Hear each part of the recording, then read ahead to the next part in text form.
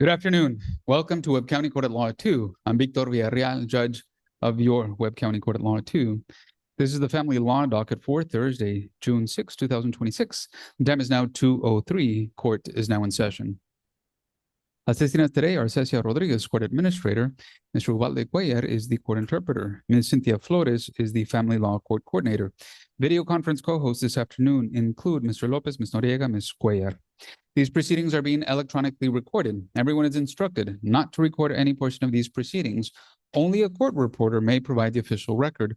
As with all proceedings, violation of these instructions are subject to contempt hearings. If you're joining us online, you're instructed to act as though you were in court, because you are in court. The rule here is simple. If you would not do it in person, don't do it online. For example, do not operate a motor vehicle. There is no smoking, no chewing gum, wear appropriate clothing, and always exercise proper courtroom decorum. The court will now call the cases in the order of appearance of counsel, first those in person and then those online, as measured by your login times. Ms. Flores. Yes, Your Honor, is page 2, number 5, with Attorney Elisa Soto. Jorge Martinez versus Denise Marie Salinas, cause number 2025 FLA 1199C3. Court marks Ms. Soto present in person. Mr. Guadalupe Castillo also present in person. Good afternoon to both. Good afternoon, Your Honor. Jorge Martinez, Denise Salas, are you present? Please step forward.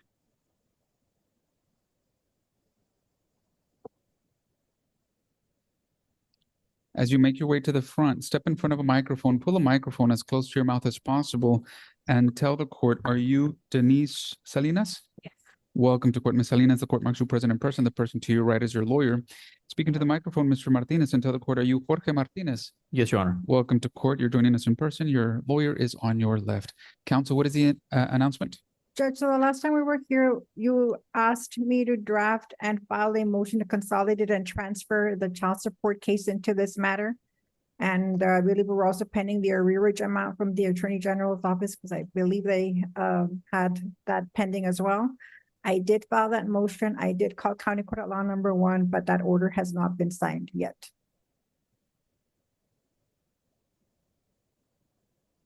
And it was filed as agreed, so I did request that it be signed without a hearing.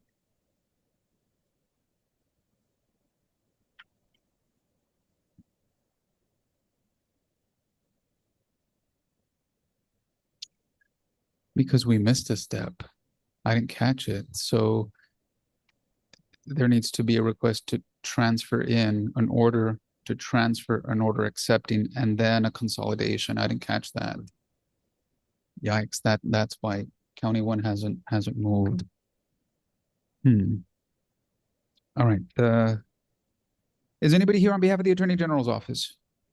Yes, Your Honor. Elias Alcantar on Zoom with the Office of the Attorney General. Mr. Alcantar, welcome to court. I'm sorry, Your Honor, I didn't have this case on my docket. This is, if you want to write this down, 2025 FLA 001199C3. Knowing that it's not been transferred in, accepted, or consolidated, where do we stand, Ms. Soto, Mr. Castillo? Been diligent in trying to reach agreements on this matter. I don't know if Mr. Castillo would agree to just go forward once the case is transferred properly before the court on those contested issues, or are we trying every issue to the court. I think that if we limit it to what we have not agreed to, it shouldn't take very long, because I believe it's only division of the sales proceeds and the child support amount that's in dispute right now. Mr. Castillo? That's basically correct, Judge, and the geographical restrictions, whether it's county, state, or unrestricted.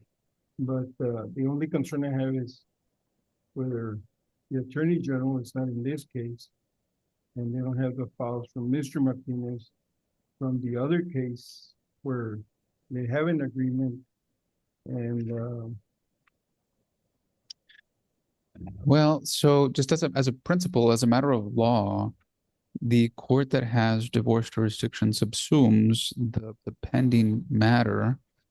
So this court does have the legal authority to make some decisions with regard to the children, The question is, since there is a necessary party, i.e. the Attorney General's office, what position does the AG's office has, Mr. Alcantar?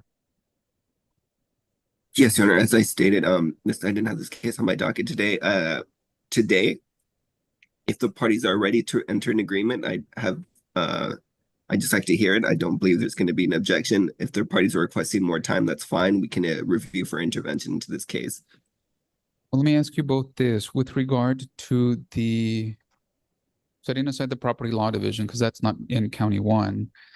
With regard to the children and child support, is there any dispute as to what the true and correct amount would be or who would have to pay it? There is, Your Honor, because during temporary orders, my client, there was testimony that was trying to show that he was intentionally underemployed. So that's the issue here. The child support was set as originally set in County Court 1, which listed his available assets when he was employed with the Webb County Sheriffs. He's now at a different position, and the argument was made and the court granted it that he was intentionally underemployed. That's what the court in County 1 found. No, you. That's what Your I Honor. found. Okay, Mr. Castillo. That's correct, Judge. On October 9, 2025, we had a hearing in this case. The transcript of the proceeding has been filed. And you did find intentional underemployment at that time. So we're still with the same set of facts. I don't think anything will change. So he's still underemployed in our opinion. And this is a matter you wish to contest at the final hearing. Correct. Well, it sounds like Mr. Alcantar, I mean, there isn't an objection from either side to proceeding today, and it sounds like your position only changes after the court makes a finding as to whether Mr. Martinez is gainfully and lawfully employed or whether he's underemployed. That would change the AG's position, would it not? Yes, Your Honor. Well, mostly it's that we have not filed an intervention in this case. We already did have a final order in the prior cause, and they're bringing it into the divorce as to whether or not we're going in the divorce, as to whether or not I'm going to be filing the intervention into the divorce. That's something I still need to review, but if the court is going to be okay going forward today, I'd have no objection. If they're claiming intentional underemployment, that's some, I'm not sure if the court's going to hear that again, but that's something that I'm not aware of, that I'm not ready yet to go forward on. Well, look, for purposes of today's hearing, counsel, there isn't a written motion for continuance. The court has heard 0 objections from any side to continue. So that being the case, be prepared to go forward between now. So I've already listed it as the first contested matter this afternoon. So between now and then, talk to each other to see if you can't agree as to the employment, at least try to agree. If the court finds underemployment, this is what the numbers would be. If the court finds that he is gainfully employed, this is what the numbers would be. At least you have several scenarios to at least communicate about. And then I'll hear evidence and testimony and see what comes of that. Yes. Thank you, Your Honor. All right, stand by. Next case is Attorney Madeline Lopez Escoto, page 3, number 8. Rogelio Martinez Jr. versus Erika Lynn Martinez, cause number 2025 FLB 1790C3. Court marks Ms. Escoto present in person. Mr. Sergio Lozano is also present in person. Good afternoon to both. Good afternoon, Judge Madeline Escoto for Mr. Martinez. Good afternoon, Your Honor.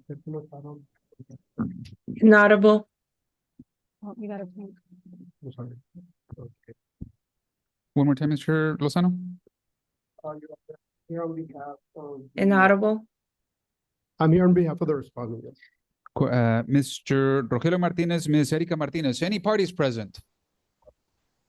Court finds the parties are not present. Counsel, what is the announcement? So, Judge, on this particular case, I lost contact with Mr. Martinez. I filed a verified motion for continuance. I had been communicating with Mr. Lozano that I had not been able to locate my client. Finally, yesterday, the client called me, but by then it was too late, Judge, for me to write up a settlement offer to Mr. Lozano. And so we conferred. I don't think there's opposition as to the continuance, and that'll allow me to send Mr. Lozano a settlement offer now that I contacted Mr. Martinez. And so we're asking the court for the next available date. Before I ask Mr. Lozano whether it's agreed to or opposed or not opposed, Mrs. Cotto, if the court grants the request, how much time would be reasonable and necessary? Judge, if you could give us a week or two, there are time of the essence issues in this case, in particular that the community property may be foreclosed. And so the faster you get us in, so hopefully in June. That would be sufficient time, Your Honor. All And we right. do join on the continuance. All right, without objection, Ms. Flores, give us a setting if possible in June.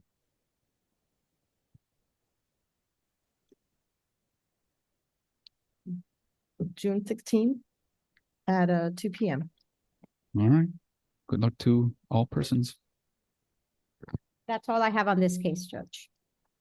Ms. Flores, That is all for Mr. Lozano. Next good to see you, case- Mr. Lozano. Have a great Likewise, day. I'm gonna be on standby, Your Honor. I think I have another matter. Okay. Thank Next you. case, Mrs. Cotto, page 7, number 19. Alicia Karen Galvan versus Gerardo A. Rangel, cause number 2026 FLB 813C3. Court marks Mrs. Cotto present in person. Alicia Karen Galvan, are you present? Court finds petitioner not present. Gerardo Rangel, are you present?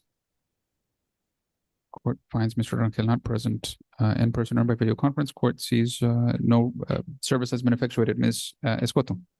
Judge Madeline Escoto for Ms. Galvan. Judge, the parties have reached an agreement in this case. They have agreed to waive the record, stipulate as to jurisdiction. There are provisions with regards to the division of assets and debts. Mr. Rangel has signed it, Judge, with a copy of his proof of identification. We're asking that the court sign the same, and I'll prepare the decree as well as the affidavits of prove-up at the next available entry date.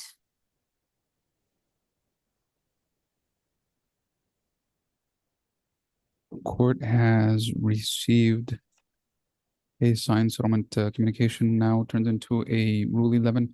Let me ask Ms. Flores if it's not already there, add in Mr. Rangel's, the respondent's email address. It is in the Rule 11 agreement. So if it's not already there, make sure he gets added to the service. Yes, Your Honor. We have a setting in August, on August 13th. Give us a setting 60 days after May 19th, which is when the court could sign this if there's no family violence. So after July 20th, please. Or entry.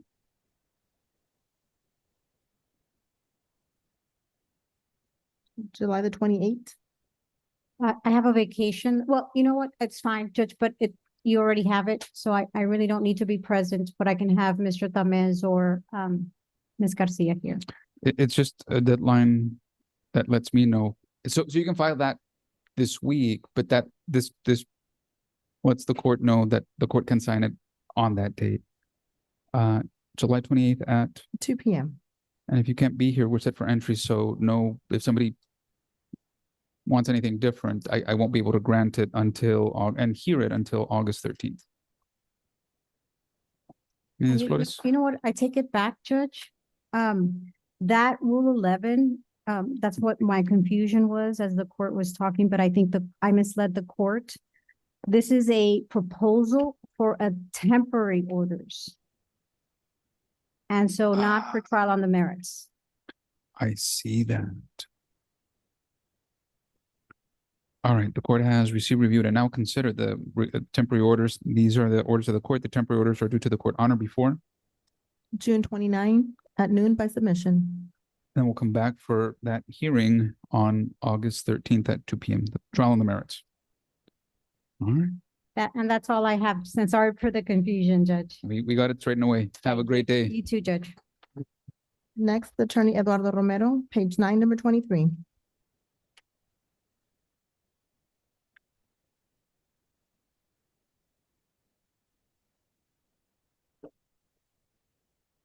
This is the estate of Jaime Rene Flores, also known as Jaime Rene Flores Gutierrez, cause number 2026, PB4 38L2. Court marks Mr. Romero present in person. Fernando Sanchez, are you present?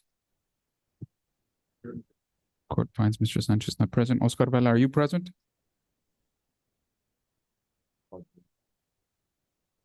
Maria Veronica Cuellar, Norma Flores, Jaime Rene Flores Jr., Claudia Blanchette. Are any parties present?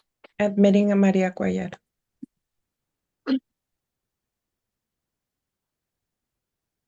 For the record, court staff has indicated that a device labeled Maria Cuellar is being admitted into the virtual setting. Court staff will monitor and prompt that device. Are you Maria Cuellar? Yes, Judge. Good afternoon. Good afternoon. Court marks you present. You're participating by video conference, as you can see, and we'll hear shortly. Your lawyer is present in person. Court marks Mr. Vela present in person. Are there any other parties present? My client is in the conference room, Judge, with my stuff, but if I can make a brief announcement. Yes, sir. I would like an opportunity to confer with Mr. Romero regarding this case before we proceed with any hearing. It's his application for temporary restraining order. And so I'd like to confer before we have a hearing. Mr. Romero? Yeah, that's fine, Your Honor. The court will mark you as conferring, and without knowing anything else, this is the second contested matter on today's docket. Thank you, Judge. Good luck to both. Next case, Attorney Olivero Canales, page 3, number 7. Jesus Tomas Chung versus Miriam Lugo Chung, cause number 2025 FLA 1522C3. Court marks Mr. Canales present in person. Jesus Chung, Miriam Chung, if you're present, please step forward. Speak into the microphone and tell the court, are you Jesus Tomas Chung? Yes. Into the microphone. Yes, sir. Welcome to court, Mr. Chung. The court marks you present in person. The person to your right is your lawyer. Speak into the microphone and tell the court, are you Miriam Lugo Chung? Yes. Welcome to court, Ms. Chung. The court marks you present in person. Ms. Chung, do you have a lawyer? Will you be going forward without a lawyer? Yes, Your Honor. The court marks you self-represented. Ms. Flores, does the court have Ms. Chung's email address? Yes, Your Honor. Mr. Canales. Your Honor, I have asked for a couple of continuances. Into the microphone, please.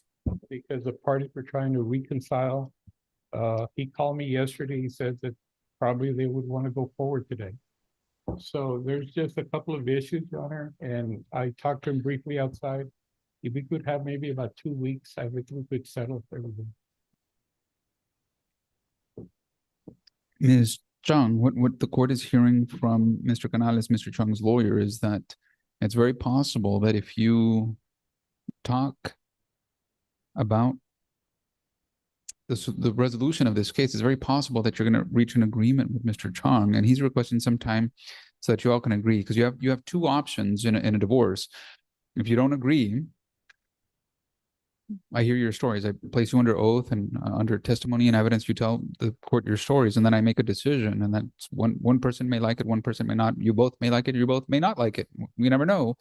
But if you agree, then it's very likely that I'm going to approve your agreement. And that's what Mr. Canales is telling the court, is that there's a chance you'll be able to resolve the division of your property if you have any kids, issues with them. Do you agree or do you disagree with the request for additional time? I just wanted to mention that I'm not in agreement with the divorce, but if that's what the court will decide, I just want to agree on what we had agreed. For me to stay with as the primary resident of the house with my children, and for him to continue making the mortgage payments. Any response? Your Honor, those are the things we need to talk about. It's very possible that they do have an agreement. I just don't know what it is, and I need to put it in writing. All right. Let me give you some time to think about these things, but this would be your fourth and final. So at the next time when I call this case, you're going to announce to the court that you're ready to go forward and you have an agreement, or you're ready to go forward and you need me to make some decisions for you because you can't agree, or you tell the court that you have reconciled and no need to go forward with the divorce. Whatever the case is, I don't have a preference. You just need to tell the court what's going on in your situation. All right. Give us a final setting, Ms. Flores. How much time, Your Honor? Next available, whatever, whenever that is. Yes, sir. July the 9th at 2 p.m. All right, so you have some time to talk about these things and figure stuff out, whether you are being divorced or not being divorced. And if you are being divorced, whether you have an agreement, don't feel pressure or forced to reach an agreement. You should try to talk in good faith about how you want things to end up. But if you can't agree, I'll listen to your stories and make some decisions for you. Ms. Chong, do you have any questions for the court? If I do not agree, what would be the process? I tell you my side of the story and you decide. I have you raise your right hand. I give you an oath. You say that you affirm. And under oath, under penalty of perjury, Mr. Canales will ask you some questions.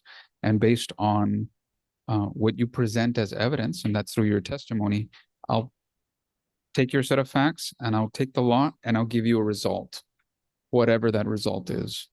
I don't have a inclination as to what that is or could be, but I just apply the law to your set of facts. Does that help you? Does that make sense? Yes, Do you have any other questions for the court?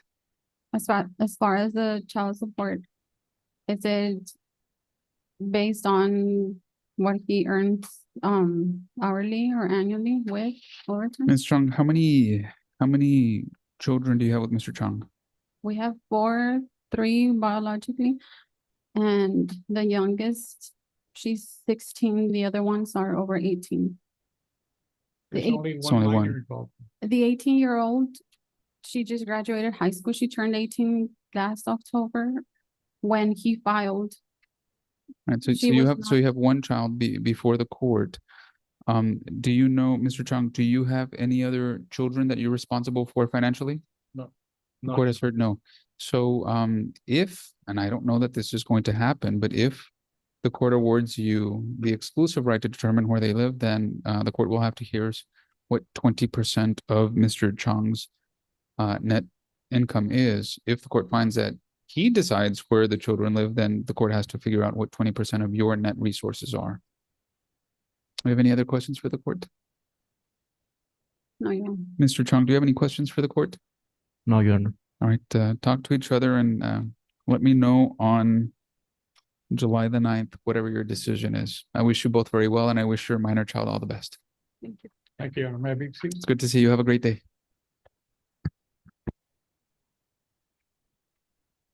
Next, Attorney Ana Karen Garza, page 8, number 21. Shelby Garcia versus Fermin Macia Jr., cause number 2026 FLE 24C3. Court marks Ms. Garza present in person. Ruben Arce, are you present? Judge, What- if I may, I believe he's in the 49. All right, just for purposes of the record, Shelby Garcia Fermin Macia Jr. Any parties present?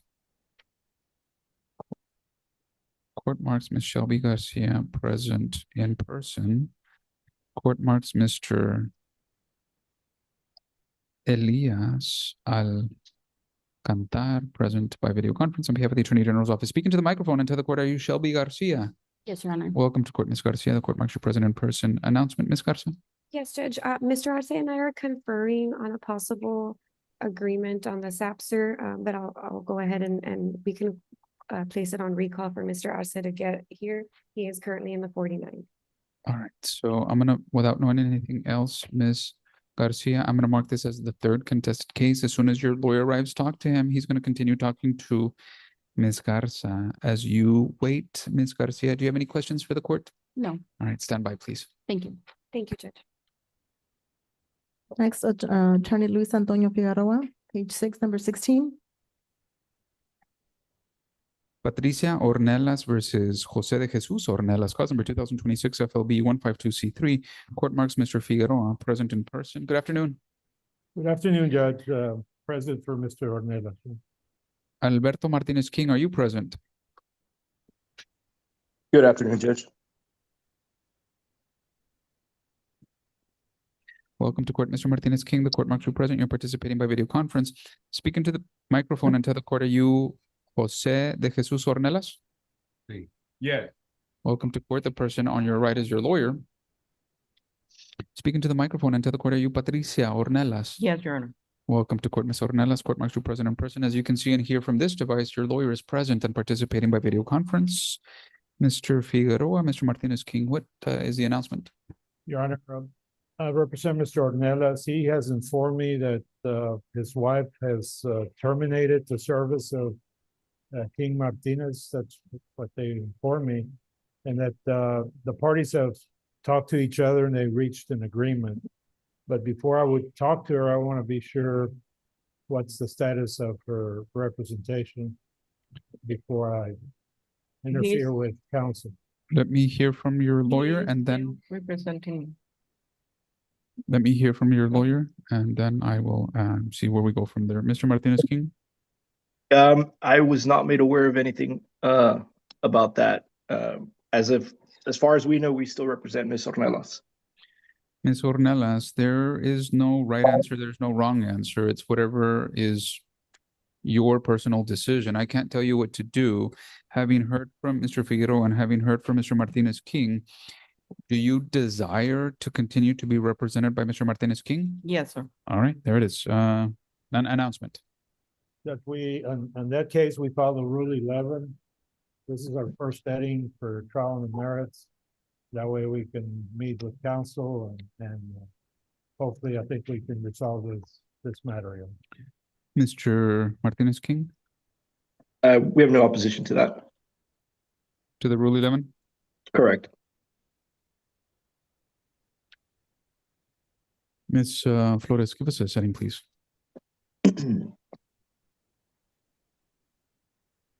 July 9th at 2 p.m. All right. Mr. Ornelas, Mrs. Ornelas, the court is going to give you this time, but you need to remain in contact with your respective lawyers. They're going to answer your questions, provide you advice, and prepare you for that hearing. And they're also going to try to see what agreements, if any, you can reach. Do you understand all of this, Ms. Ornelas? We've already agreed to everything. Him and I have talked and we've agreed to everything. All right. There's an objection to the Rule 11. It's by one of the parties, Mr. Martinez King, Mr. Figueroa, talk to each other and put the agreement on the record. I'll call this case momentarily. This is the fourth contested matter on today's docket. Thank you, Your Honor. Stand by. That was my understanding, so.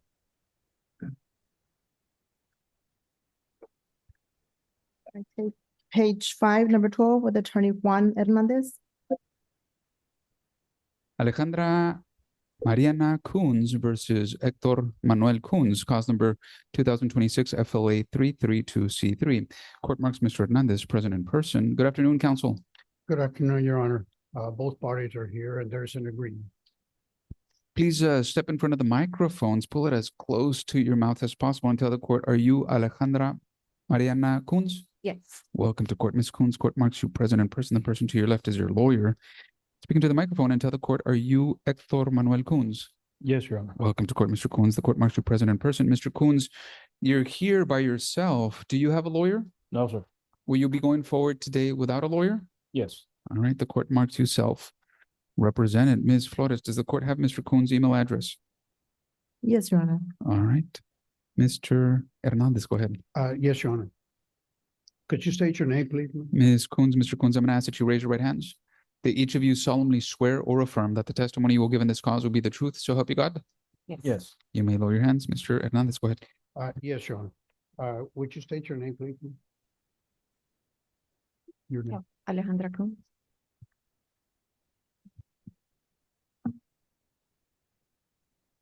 I know you're presently married to Mr. Hector Manuel Coons. Yes. And were you married on or about November 7th, 2002? Yes. And did you separate from Mr. Coons on or about May 19th, 2019? Yes. And you're asking, your marriage has become insupportable because of discord or conflict of personalities, correct? Correct. Okay, and this difference of personality destroy the legitimate ends of the marital relationship? Yes. Is there any chance of you reconciling with Mr. Coons? No. There is presently a child that is under the age of 18, correct? Correct. And how old is she? 12. Okay. And what is her name? Vivian Eileen Coons. And does she have any properties other than her personal items and effects? No. And is there an agreed plan between you, Mr. Coons, and as far as taking care of the child? Yes, And does that mean that you will be the joint managing conservators?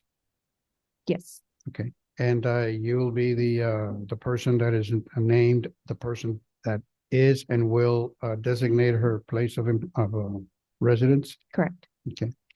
And Mr. Coons will be the visiting parent, correct? Yes, Okay. Insofar as the child support is concerned, do you have an agreement? yes. Okay, what is that amount? 1,900. Okay, is that on a monthly basis? Yes, Okay. And is there a name change? for myself, yes, Okay, and that would be Alejandra Mariana Ramirez? correct. Okay.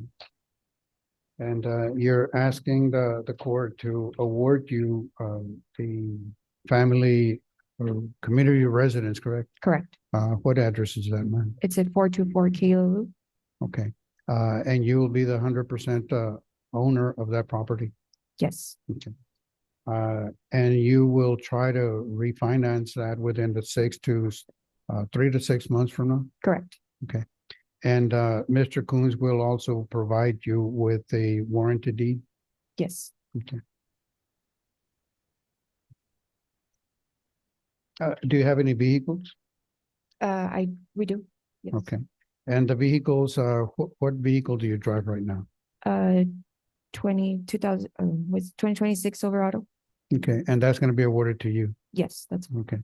And does Mr. Coons have a vehicle that he drives? yes, Okay, and that'll be awarded to him. yes, Now, Mr. Coons is a border patrolman, correct? yes, You will be awarded 40% of his retirement, correct. and he'll be awarded 60%. Yes. Okay.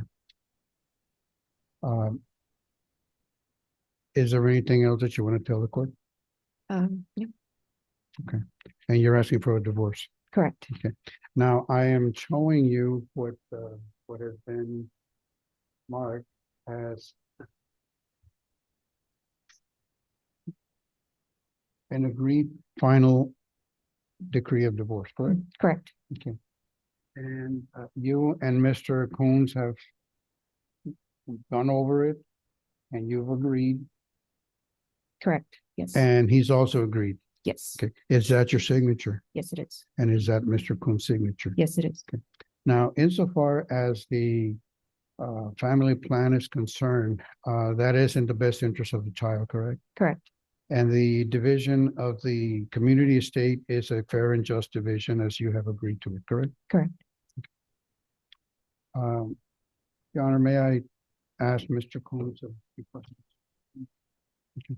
Let me first ask Mr. Coons. Mr. Coons, do you have any questions for Ms. Coons? No, sir. Nothing on cross-examination. Mr. Hernandez, you may proceed.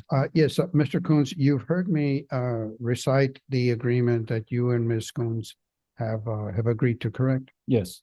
And is there anything in there that you agreed and that I am not putting it in there? No. So you agree that this is in the best interest of the child? Yes, I do. And you also agree that this is a fair and just division of the community estate? Yes. That's all we have. Mr. Coons, is there anything that you want to add on the record? The only thing I'd like to add is if credit as far as direct payment that has been made to Ms. Alejandra be taken into consideration. Well, I didn't hear Mr. Hernandez ask for anything retro, so presumably Mr. Hernandez child support would begin on June the 1st. That is correct. Does that make sense? Yes. All right. Do you have any other changes or thoughts or comments No. that you want to say? All right. And you agree to this? Yes. All right. Just a series of questions briefly for you, Ms. Coons. Ms. Coons, you filed this divorce on March the 5th, 2026. On that date, had you lived in Texas for 6 months? Yes. Had you lived in Webb County for 90 days? Yes. All right. Anything else for the record, Mr. Hernandez? No, Your Honor, that's it. Ms. Coons, Mr. Coons, in your case, cause number 2026 FLA 332C3, the court at this time finds that it has jurisdiction over your case. That's why I was asking you those questions. This means that this is the proper court form and venue to consider your divorce. The court finds that you entered into marriage on November the 7th, 2002, but you stopped living together as husband and wife May 19th of 2019. The court finds that unfortunately your marriage has become insupportable due to a discord or a conflict of personalities that destroys the legitimate ends of the marriage relationship. The court finds that there was one child born in the marriage, no other children were born, adopted, or are expected. The court finds that you have an agreement regarding your child. The court hereby adopts and approves your agreement and finds that it is in your daughter's best interest.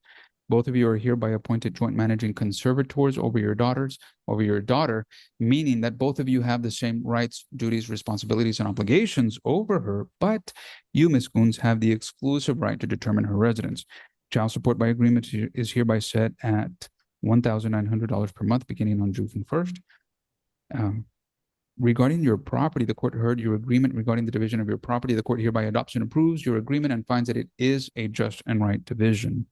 At this time, Ms. Coons, the court changes her name to Alejandra Mariana Ramirez.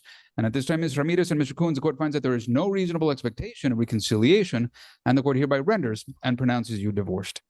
These are the orders of the court, and the orders are due to the court honor. Your Honor, just a small correction. There were 2 children born out of the marriage. One of them is already over the age of 18. Court finds that there were 2 children born in the marriage. Only one is a minor child. Is this true and correct, Ms. Ramirez? Yes. Is this true and correct, Mr. Coons? Yes, sir. So noted. All right. The court has received and agreed to do a decree of divorce. Now, this decree of divorce, Mr.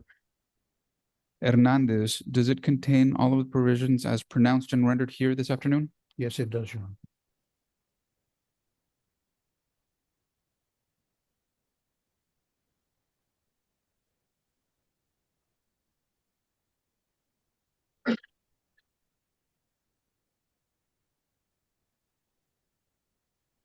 Ms. Ramirez and Mr. Coons, the court has signed your final decree of divorce. I'm tendering that to the clerk's office. Your divorce is final. I wish you both well. More importantly, I wish your daughter all the best. Have a great day. You too. Have a great day. Next case, Attorney Agustin Ferreira, page 3, number 6. Adrian Garza versus Karim Verastegui, cause number 2025 FLA 1412C3. Good afternoon, Mr. Ferreira. Good afternoon, Your Honor. Court martial present in person. Mr. Del Barrio, are you present? Present, Your Honor. Welcome to court, Mr. Del Barrio. Court martial present by video conference. Court marks Mr. Mr. Montemayor present in person. Welcome to all. Speaking to the microphone and to the court, are you Karim Verastegui? No, Your Honor. Carmina is my client, Your Honor. She was having difficulties logging into Zoom. She was on the backwards. I understand. meeting. Are you Adrian Garza? Yes, Your Honor. Welcome to court, Mr. Garza. The court marks you present in person, as you can see and hear from that device.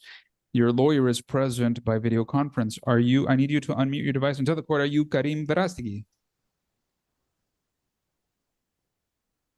Yes, Your Honor. Welcome to court, Ms. Verastegui. The court marks you present by video conference, as you can see and hear from your device. Your lawyer is present in person. Fourth setting on a trial in the merits. Counsel, what is the announcement? Your Honor, Mr. Del Barrio and I have been conferring extensively. We've reached an agreement on temporary visitation. We've been conferring also with Mr. Montemayor on his recommendations for visits and conservatorship.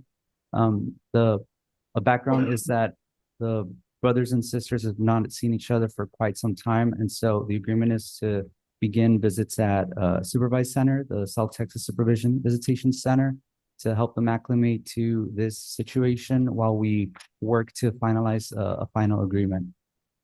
You're set for dismissal already on July the 9th. Do you think you'll have an agreement, or you'll show the court good cause to finalize this case on that day? Your Honor, if I may, myself, Your Honor, with regards to that, I believe Mr. Ferreira would agree with me. I think there's going to be good cause just based on the fact that this case is really, I mean, it's a divorce, but really the only issue is going to be the children. And based on that, I do believe that the court would probably want at least a little bit of visitations for the children with both parties. Because I mean, currently they're split. I believe my client's got one child. The Miss Verastegui has two children. With this, the parties are in agreement. They will share some visits to acclimate the kids, and then we would like, if the court would allow, at least maybe about a month of unsupervised visits where each party gets all three children at the same time to see that, and then that would allow Mr. Montemayor at least also to make a better recommendation for the court. I think if there's no agreement at the end with regards to visits, then that would probably be mainly the only issue that we would have for the court. The parties do not have many assets. I believe there's going to be an issue with regards to one tax return. But other than that, I don't believe there's any other community property that should be at stake, at least not for the court to divide. And if so, it's going to be more personal items, Your Honor. There's no residence, there's no nothing else. So that's what we would request from the court, just a little bit more time for that. I know we were going back and forth and we were having trouble coming to an agreement, but now we finally, the parties have agreed. We do believe it would be in the best interest of the children. I do believe that if we got a little bit of time, at least a 60 to 75 day pass, and have a hearing at that point with, possibly no more continuances, I do believe we either have an agreement or we'd be ready to go forward, Your Honor, and present each of our cases to the court. Into the microphone, Mr. Montemayor. Your Honor, I do agree with that. I think that this case presents a different situation, and I think now that the children are out for the summer, they have more of an ability to exercise their visitation with each parent. I think that is the only issue, and I think that the court would allow that flexibility and move the dismissal date or the hearing down for 45 days to 60 days. I think that it'll give both parents the opportunity to visit with all the children together. All right. Let me do this. Ms. Flores, give us the final setting that we have in August.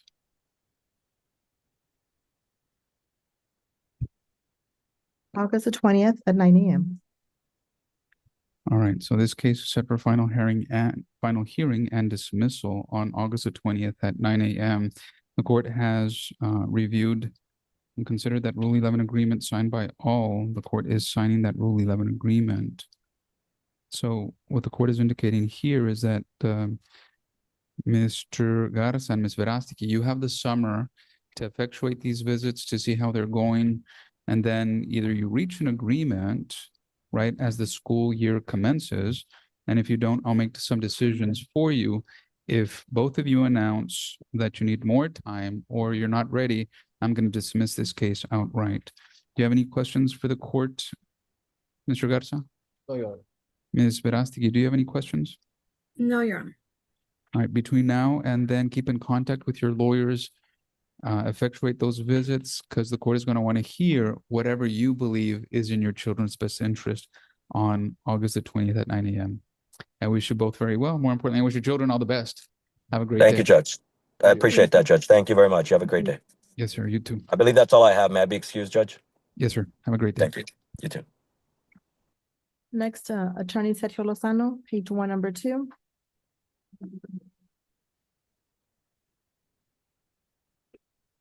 Ricardo Miguel Guerra Jr. versus Julie Reina Medina, cause number 2021 FLI 995C3. Court marks Mr. Lozano present in person, Mr. Montemayor present in person, Mr. Elias Alcantar present and participating by video conference, Mr. Tamez, Francisco Tamez is present by video conference as well. Good afternoon to all. Good afternoon, Your Honor. Good afternoon. Are you Ricardo Miguel Guerra Jr.? Yes, sir. Welcome to court, Mr. Guerra. Court marks you present in person. The person to your right is your lawyer. Julie Medina, are you present? She's not present, Your Honor. All right, so noted. Counsel, go ahead. Your Honor, we're asking for you. It's a final hearing for today. It's my motion for enforcement. The situation here, Judge, is that we have not. Inaudible.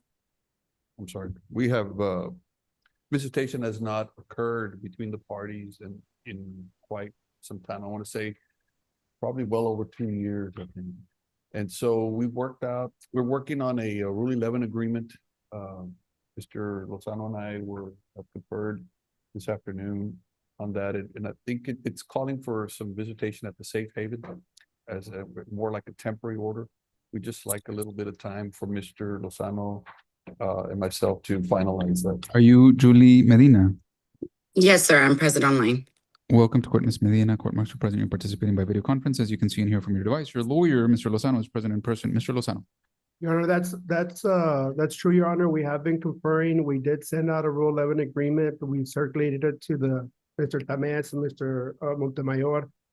For the most part, I think a good faith estimate is that about 90% of the terms are agreed to. There's some terms that we still need a little bit of further discussion, Judge, but I don't think there's some requests that are overbroad, but I think I would need to discuss it with my client and inform her and get her input on that, Your Honor, and just a couple of items. It's not too too lengthy. Mr. Tamez. Yes, Judge, I did receive a prior Rule 11 agreement. I know that council were going to be discussing those terms. So as long as they agree and they send that for my review, I may be able to add a couple of things. But yes, Your Honor, I think that's where the parties are at. Mr. Alcantar. Yes, Your Honor, this is on a motion for possession and access. The OAG is not involved in this case. All right. What's the third setting? I'm going to do exactly in this case what I did in the previous. Ms. Flores, give us a final hearing and a dismissal date in August.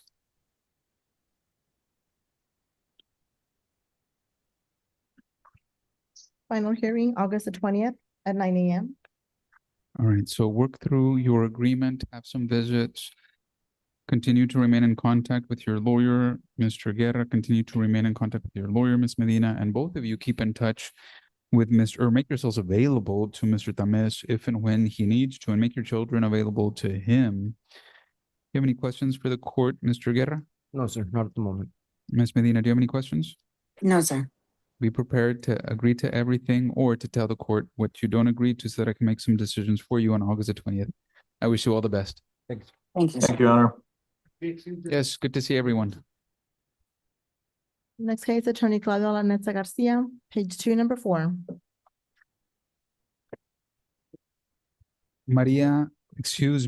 Marcela Salas versus Hugo Salas. I should say Marcela Garza versus Hugo Salas. Cause number 2025 FLA 100C3. Court marks Ms. Garcia present in person. Mr. Chu, are you present? Court finds Mr. Chu not present. Speaking to the microphone and to the court, are you Marcela Garza? Yes, Your Honor. Welcome to court, Ms. Garza. The court marks you present in person. The person to your left is your lawyer. I take it back. Mr. Chu, welcome to court. The court marks you present by video conference. Good afternoon, Judge. Nathan Chu present for Mr. Salas. Good afternoon, Judge. I'm present in person because I understood that was the court's standing order with regard to this case, that all parties and attorneys should be present in person from now on.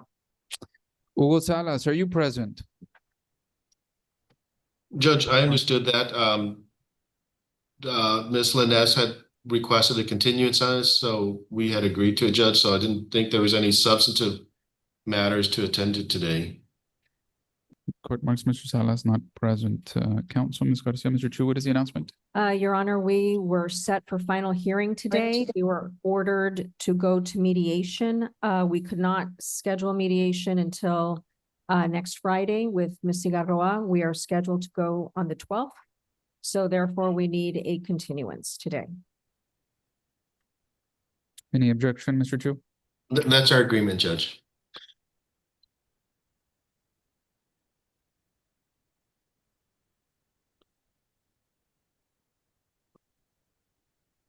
Two things. First thing, Ms. Flores, give us a setting after June the 12th, whatever date. Your Honor, if I may, we would request a final pretrial hearing because if we don't settle at mediation, we anticipate there may be matters to pretry. So we would request a final pretrial hearing, Judge. Give the court any objection, Mr. Chu? No objection, Your Honor. It was a final pretrial hearing after June the 12th. No later than early to mid-July. No later, that's the max, whatever date we have. July the 7th, Your Honor, at 2 p.m. And give us a final hearing 3 to 6 weeks after that. August 11th at 2 p.m. Your Honor, I'm gonna have a medical procedure, and I will be out July 30. I haven't provided the notice, but I'm letting you know I won't be able to be back in court August 6th, 17th, Judge.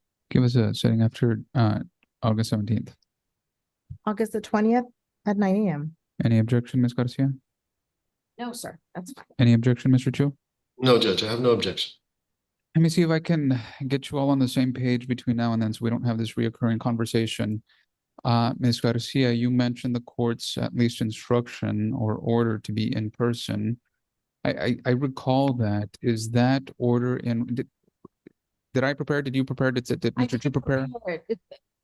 Has it just been an oral standing order, or was something signed? Sure, Judge, because after we had a hearing on temporary orders in December, the next hearing we had, my client and I appeared by Zoom and were chastised. And that's when the court reiterated, I've had forgotten about it completely, Judge. And the court reiterated it. Well, I remember, I just don't know if it's enforceable. It's not enforceable if it's not in writing. And I guess the question I have, do you know, Mr. Chu, is that order in writing?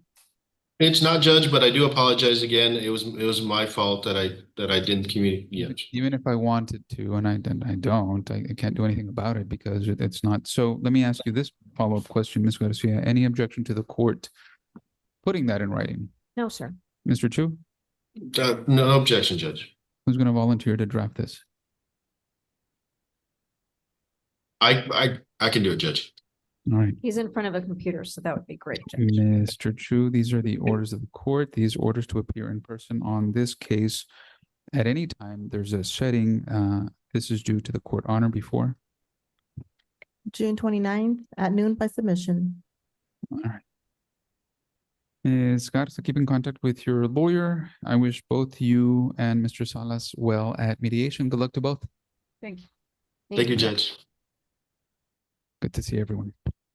Next case, Attorney Oscar Vela, page 2, number 3. Noemi Mireles versus Luis Castillo, cause number 2023 FLC 1507C3. Court marks Mr. Vela present in person. Are you Noemi Mireles? Yes, I am, Judge. Yes, I am, Judge. Welcome to court, Ms. Mireles. The court marks you present by video conference. As you can see and hear from your device, your lawyer is present in person. Speaking to the microphone and tell the court, are you Luis Castillo? Yes, sir. Welcome to court, Mr. Castillo. The court marks you present in person. I think at some point, Mr. Garcia, your former lawyer, requested to be withdrawn. Mr. Castillo, do you have a lawyer? No. Are you going forward without a lawyer? Yes, sir. Court marks you self-represented. Ms. Flores, does the court have Mr. Castillo's email address? Yes, Your Honor. Court marks Mr. Alcantar present by video conference on behalf of the Attorney General's office. Mr. Vela. Judge, the Attorney General's office had filed a motion to modify and confirm arrears. In this case, Mr. Castillo filed a motion to modify as well. I filed an answer and a counter petition. We have been before the court multiple times because Mr. Castillo was going to get us his tax return for 2025, which he did produce.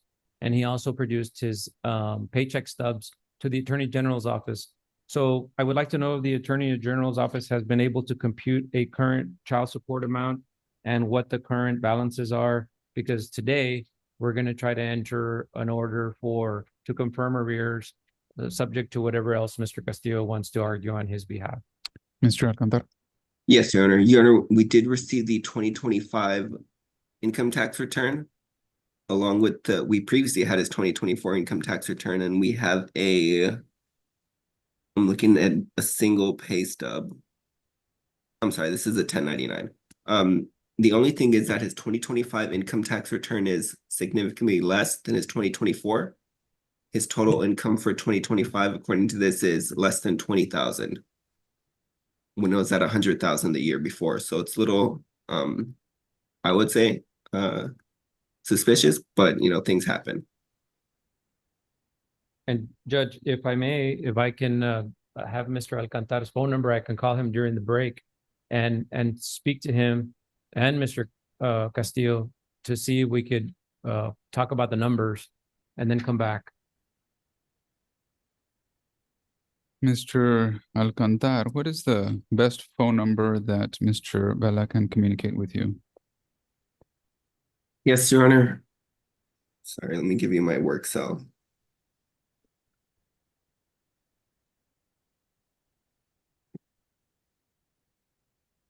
Nine 987 2070. Right, I'm gonna mark this case as the fifth contested matter on today's docket. Good luck to all as you communicate. Thank you, Judge. Thank you. Next case, Attorney Ruben Arce, page 5, number 13. Angel Jaimes versus Vanessa Vasquez, cause number 2026 FLA 372C3. Court marks Mr. Arce present in person. Angel Jaimes, Vanessa Vasquez, are you present? If you are, please step forward.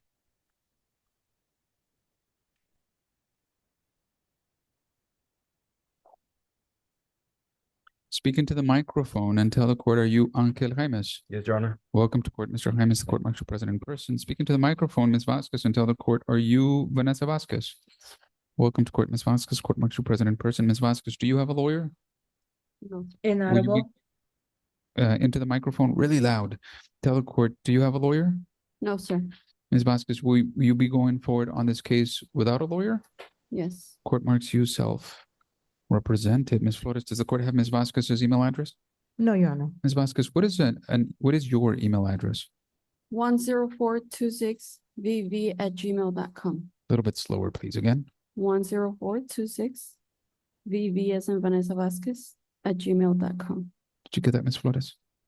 Yes, Your Honor. Be on the lookout in your emails, Ms. Vasquez. If the court needs to send you any notices, any information, any documents, it's going to go to that email address. Similarly, if Mr. Arce, on behalf of Mr. Jaimes, needs to send you any information or request, it's going to go to that email address. Do you understand this? What is yes, Mr. Arce, go ahead.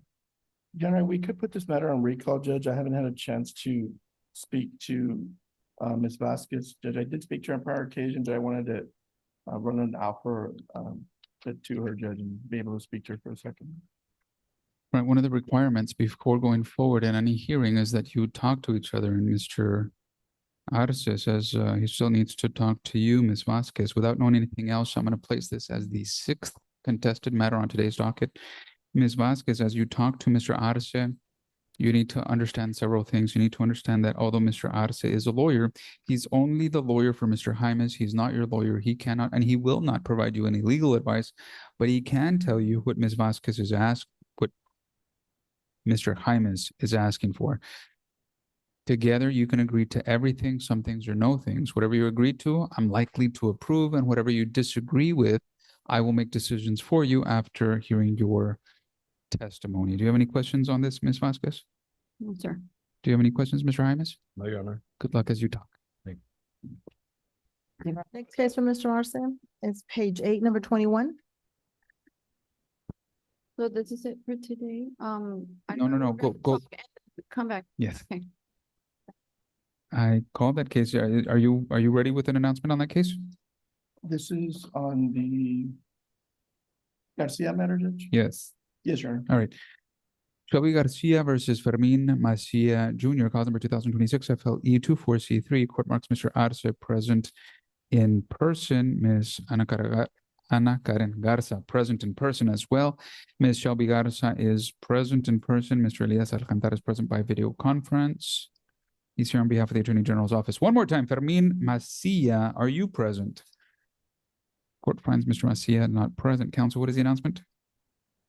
Your Honor, we have an agreement, Judge, on this matter. We did file a motion for termination of parental rights, Judge. There is a companion case to this matter, and this is why the Attorney General is involved, Your Honor. In that case, Judge, there's the question of visitation and child support that was still pending, Your Honor, but we do have an agreement which encompasses that case, and so long story short, Judge, we're gonna non-suit this one. And we're going to move forward on the other matter, which is at the Attorney General level, Judge, with Judge Mendez. And in that matter, we're going to agree to the visitation, that being 6 months at Safe Haven. And we just need to get that done in writing as of Rule 11 between them. Ms. Garza. Yes, Judge, that is correct. That is the agreement. Okay, then let me do this. If the announcement is a non-suit that is not yet filed, let me just set this for orders too. The court will receive that non-suit honor before. June 29 at noon by submission.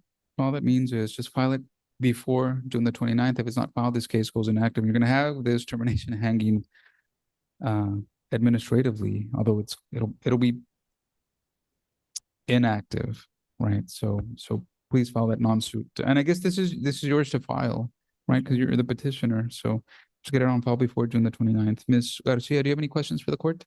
No, Your Honor. I wish you and Mr. Mancia very well. Have a great day. Thank you, Judge. Any other cases for Ms. Garza? No. No, Your Honor. Good to see you and Mr. Gutierrez. Have a great day. Have a Next great day. case, Arce, page 8, number 22.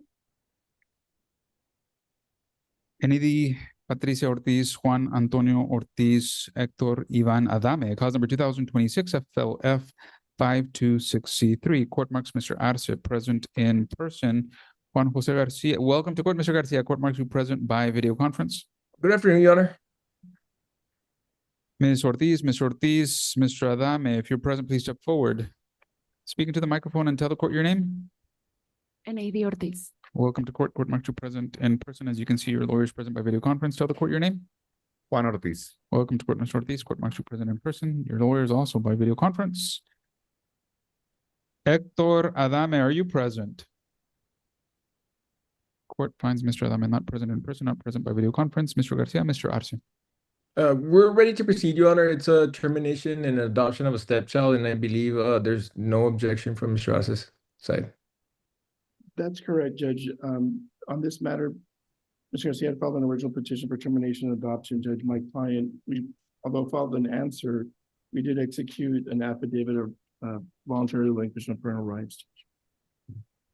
I guess one of the reasons, Your Honor, I was hired is just to make sure that the obligation for child support is terminated, Judge, and just to make sure that the amount that was still owed is correct. All right, we will proceed if all are ready. Mr. Garcia, are you ready? I'm ready, Your Honor. Ms. Ortiz, Mr. Ortiz, I'm going to ask that you both raise your right hands. Do each of you solemnly swear or affirm that the testimony you will give in this cause will be the truth, so help you God? Yes. Court has heard yes from both. You may lower your hands, one witness at a time, but I'm just going to ask that you speak really loud since everything is being court recorded. If anybody wants to request a transcript later, we just need to have a clear hearing. So if you think you're talking too loud, it's probably not loud enough. All right. Mr. Garcia, both are under oath. You may proceed with your first witness. Thank you, Your Honor. Can you say your name for the record, Ms. N.A.D. Patricia Ortiz? Yes, N.A.D. Ortiz. Okay, and you are the mother of the two children in this case? Correct. And their names are Hector Ivan Adame Jr. and Aliyah Adame? Correct. Okay, and the father is Mr. Hector Ivan Adame, is that correct? Yes. And there's currently, there's a child support order that comes through a divorce, and the cause number is 2020 FLA 0000676C3. Yes. Out of County Court of Law number 2? Yes. Okay, and there is a child support obligation in that order, is that correct? Correct. Okay, and you are asking that the parental rights between the two children and Mr. Adame be terminated. Correct. And the reason is because he filed and executed an affidavit of termination, is that correct? Yes. Okay, and you also believe that it's in the best interest of both of your children that the court grant the termination. Correct. And why do you believe it's in the best interest of both of your children to have their parental rights from their father be terminated? Well, they haven't seen their father in the last year and a half, like maybe only twice. He does not try to contact them. If my daughter texts him or whatever, he does not answer. So I just don't want them like keep waiting for him. And I spoke to them, like both of my children, they both agreed. Okay, and so it's been a long time since they've seen their father.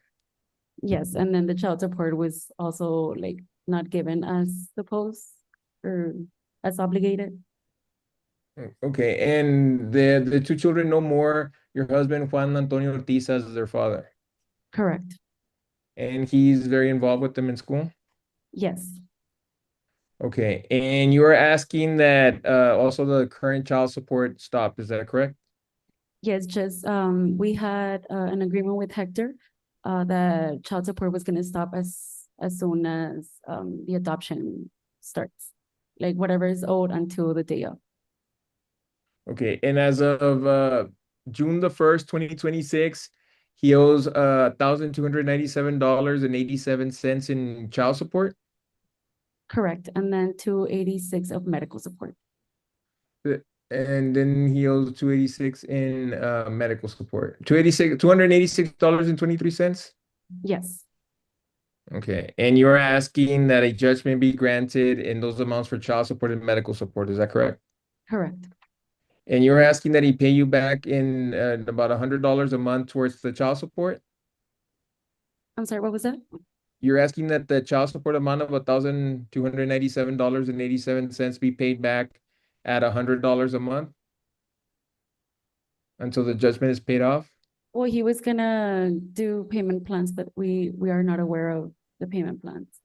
No, I'm asking you, are you in agreement with him paying you back $100 a month until the $1,297 are paid off?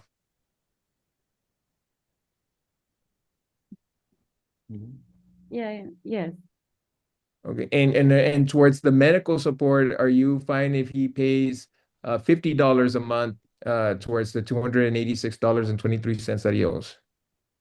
yes, Okay, and you and the children have been living with you since the time of birth until now, is that correct? correct. And are you asking that if the court grants determination that the last name of Hector Ivan Adame be changed to Hector Ivan Ortiz? Correct. Okay. And you're also asking if the court were to grant determination in the adoption, you're also asking that the records of this proceeding be sealed. Yes. Okay, I have no further questions, Your Honor, from her. I guess let me ask the clerk a question, and I think perhaps should have started here. But in the court's review of the file, I just didn't see the affidavit of relinquishment. Let me ask the clerk, is it in the file? No, Your Honor. There, can't change that. Ms. Flores, give us another setting, please. July the 9th at 2 p.m. Say that again, July 9th at 2 p.m. Mr. Arce. Yes, Judge, I believe that we had sent it over to council, Judge, but if not, we do have an original. I do have the original, Judge, the affidavit of voluntary relinquishment, which does meet the requirements as per the family code, Judge. I have the original with me, Judge, but I believe that we did send it to council for filing. But not to prolong it, Judge, I do have the original with me. Tender the original to the clerk. And now let me see a copy. Mr. Garcia, you're not going to have the benefit of seeing this because one, it's not filed, and two, you're not in person. But let me see that document.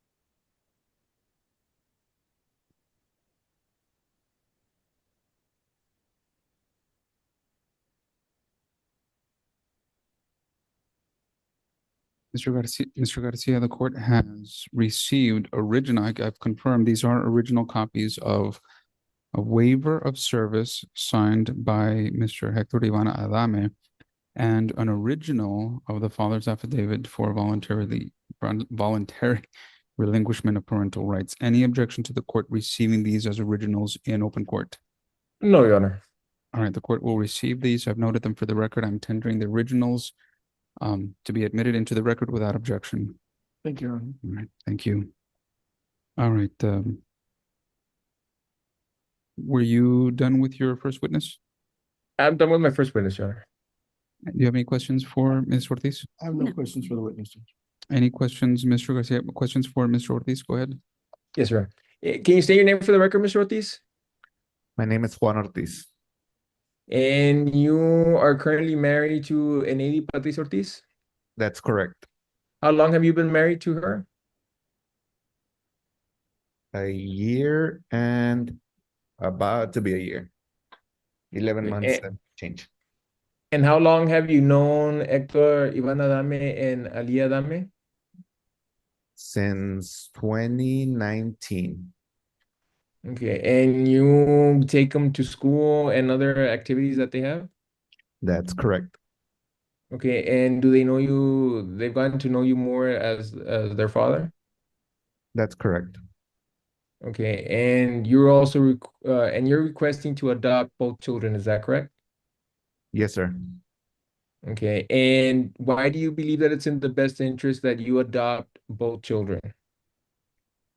I've been present as a father figure for a good amount of years now, so it just made sense to do it the legal way, and just get everything squared away. But as far as everything's concerned, they know me as dad, so I think it was just the best for their future.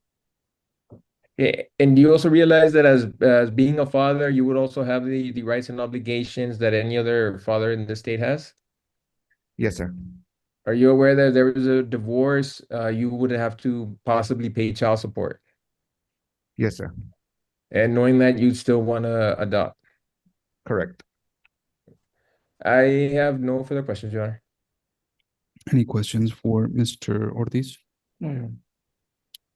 Closing, Mr. Garcia.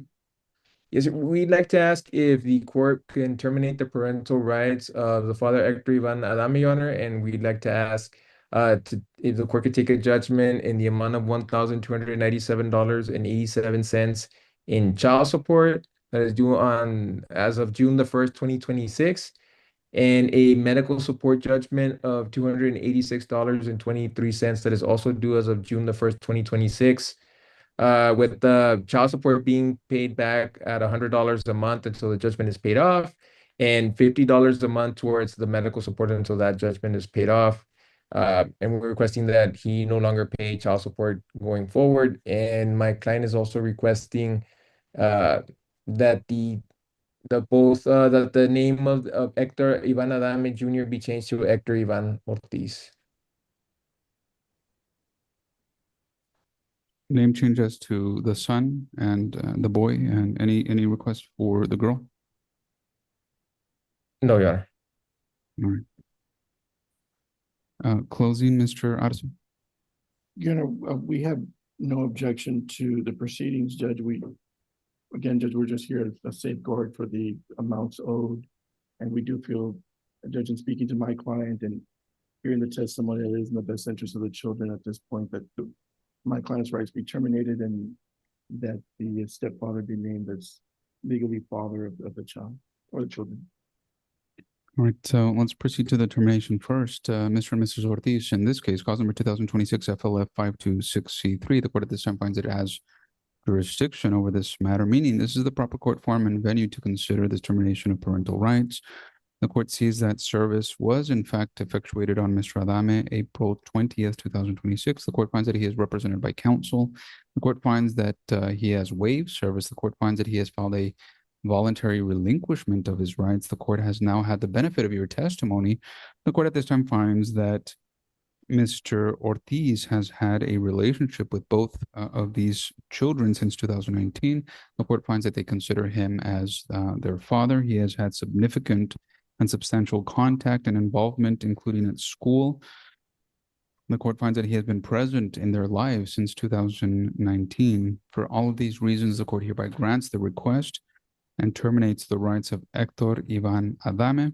The court takes a judgment against him and in favor of the children for child support in the amount of $1,297.87. And the court takes a judgment for medical support in the amount of $286. Anything else with regard to the termination, Mr. Garcia? No, Your Honor. Anything else with regard to the termination, Mr. Arce?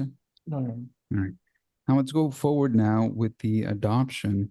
I guess I only have one question, Mr. Ortiz. I know your lawyer asked you some questions about your obligations. What would happen if your formal relationship ended with Mrs. Ortiz? Let me clarify that point because many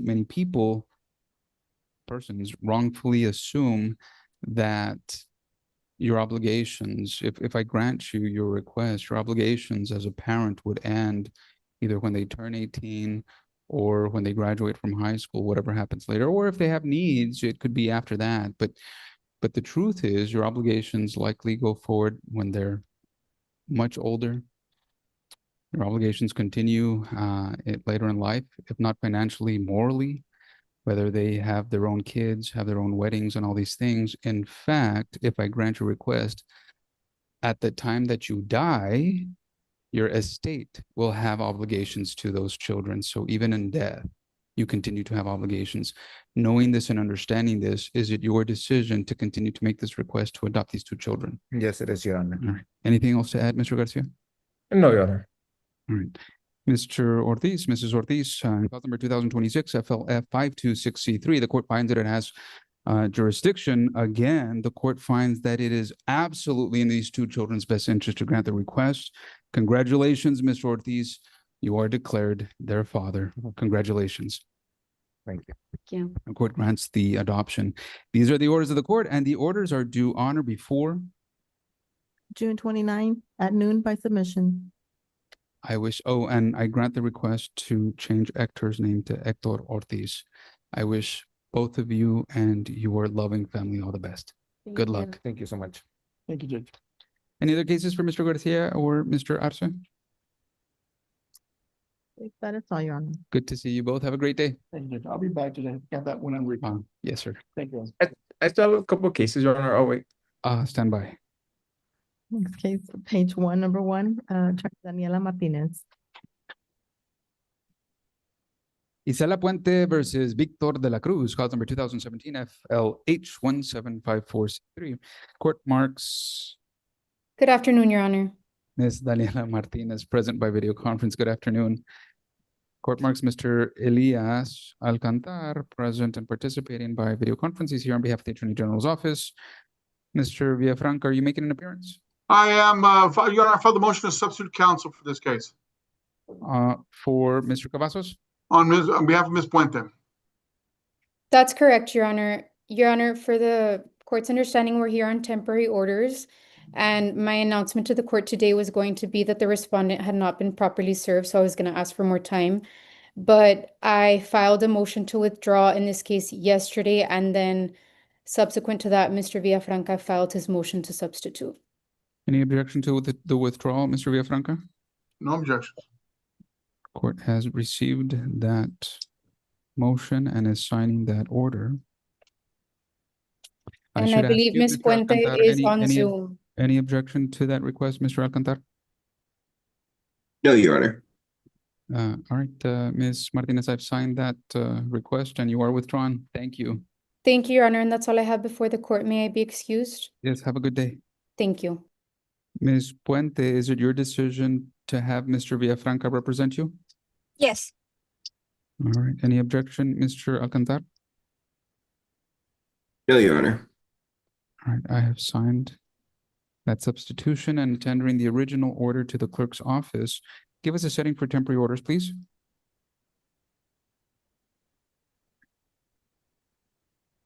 For temporary orders, that'll be June 16th at 2 p.m. Any objection to that date, Mr. Villafranca? Yes, Your Honor. In fact, I'd like a date within, after 30 days, Judge. I need to review all the pleadings. I need to modify the pleadings, Judge, amend the pleadings, and I need to work on serving respond in this case, Your Honor. I respect to ask for 30 days if it's just for temporary orders, Judge. Okay, so not the TRO. We're only proceeding on temporary orders. Give me a That- 30-day setting. Yes, sir. That'll be July the 7th at 2 p.m. All right. Do you have any questions for the court, Ms. Puente? No. Anything else, Mr. Alcantar? No, Your Honor. Mr. Villafranca? No, Your Honor, that's all I have with this case. Good luck to all. Thank you. Thank you, Your Honor. So, Attorney Victor Villafranca, page 6, number 15. Melissa Michelle Cepeda versus Benigno Gerardo Cepeda, cause number 2026 FLA 391C3. Court marks Mr. Victor Villafranca present and participating by video conference. David Gonzalez, are you present? Yes, Your Honor. Welcome to court, Mr. Gonzalez. Court marks you present. You're participating by video conference. Melissa Cepeda, Benigno Cepeda. Any parties present? Court finds neither party present. First setting. Counsel, what is the announcement? You know, we filed an agreed motion for continuance on this case. We're still negotiating and still exchanging discovery. We also have, I believe we're going to get an appraisal done with the house also, Judge. So we may need a little extra time than 30 days. I was hoping if counsel agrees for 45 days. That's fine, Your Honor. We're okay with that. Court has received, reviewed, and considered that motion for continuance. It is unopposed. The court is granting it. Give us a setting in 45 to 60 days, please. August 11th at 2 p.m. Any objection, Mr. Villafranca? No objection, Your Honor. Mr. Gonzalez? I'm fine with August 11th, Your Honor. All right. Good luck to both. Thank you, Your Honor. Thank you, Your Honor. That's all I have. I'm excused. It's good to see you both. Have a great day. Thank you. Your Honor. Next case, Attorney Melissa Saldana, page 6, number 17. Marilyn del Valle Cruz Mora versus Cesar Mora Cardosa, cause number 2026 FLB 362C3. Good afternoon, Ms. Saldana. Court finds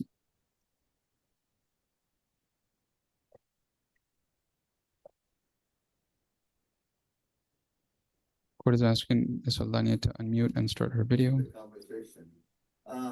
Mr. Rodriguez and Ms. Rodriguez, please raise your right hand so I can swear. I'm in a hearing at the 49th. Could I be placed on recall? Let's place this case at the end of the docket. Ms. Flores, to give Ms. Saldana some time. Yes, Your Honor. Next case, Attorney Juan Jose Garcia, page 5, number 14. I'm sorry, could I be Roy placed on Alexander recall? I'm at Guerrero a versus hearing. Alejandra Baby Guerrero, cause number 2026 FLA 380C3. Court marks Mr. Garcia present by video conference. Mr. Chu is also present by video conference. Are you Roy Guerrero? Yes, Your Honor. Welcome to court, Mr. Guerrero. Court marks you present. You're participating by video conference. Alejandra Guerrero, are you present? Yes, Your Honor.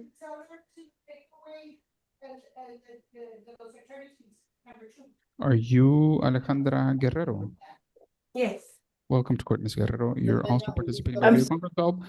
Both parties, both counsel by video conference. Counsel, what is the announcement? We have an Judge. agreement in this case, Your Honor. Yes, Judge, we do have an agreement for a final divorce today.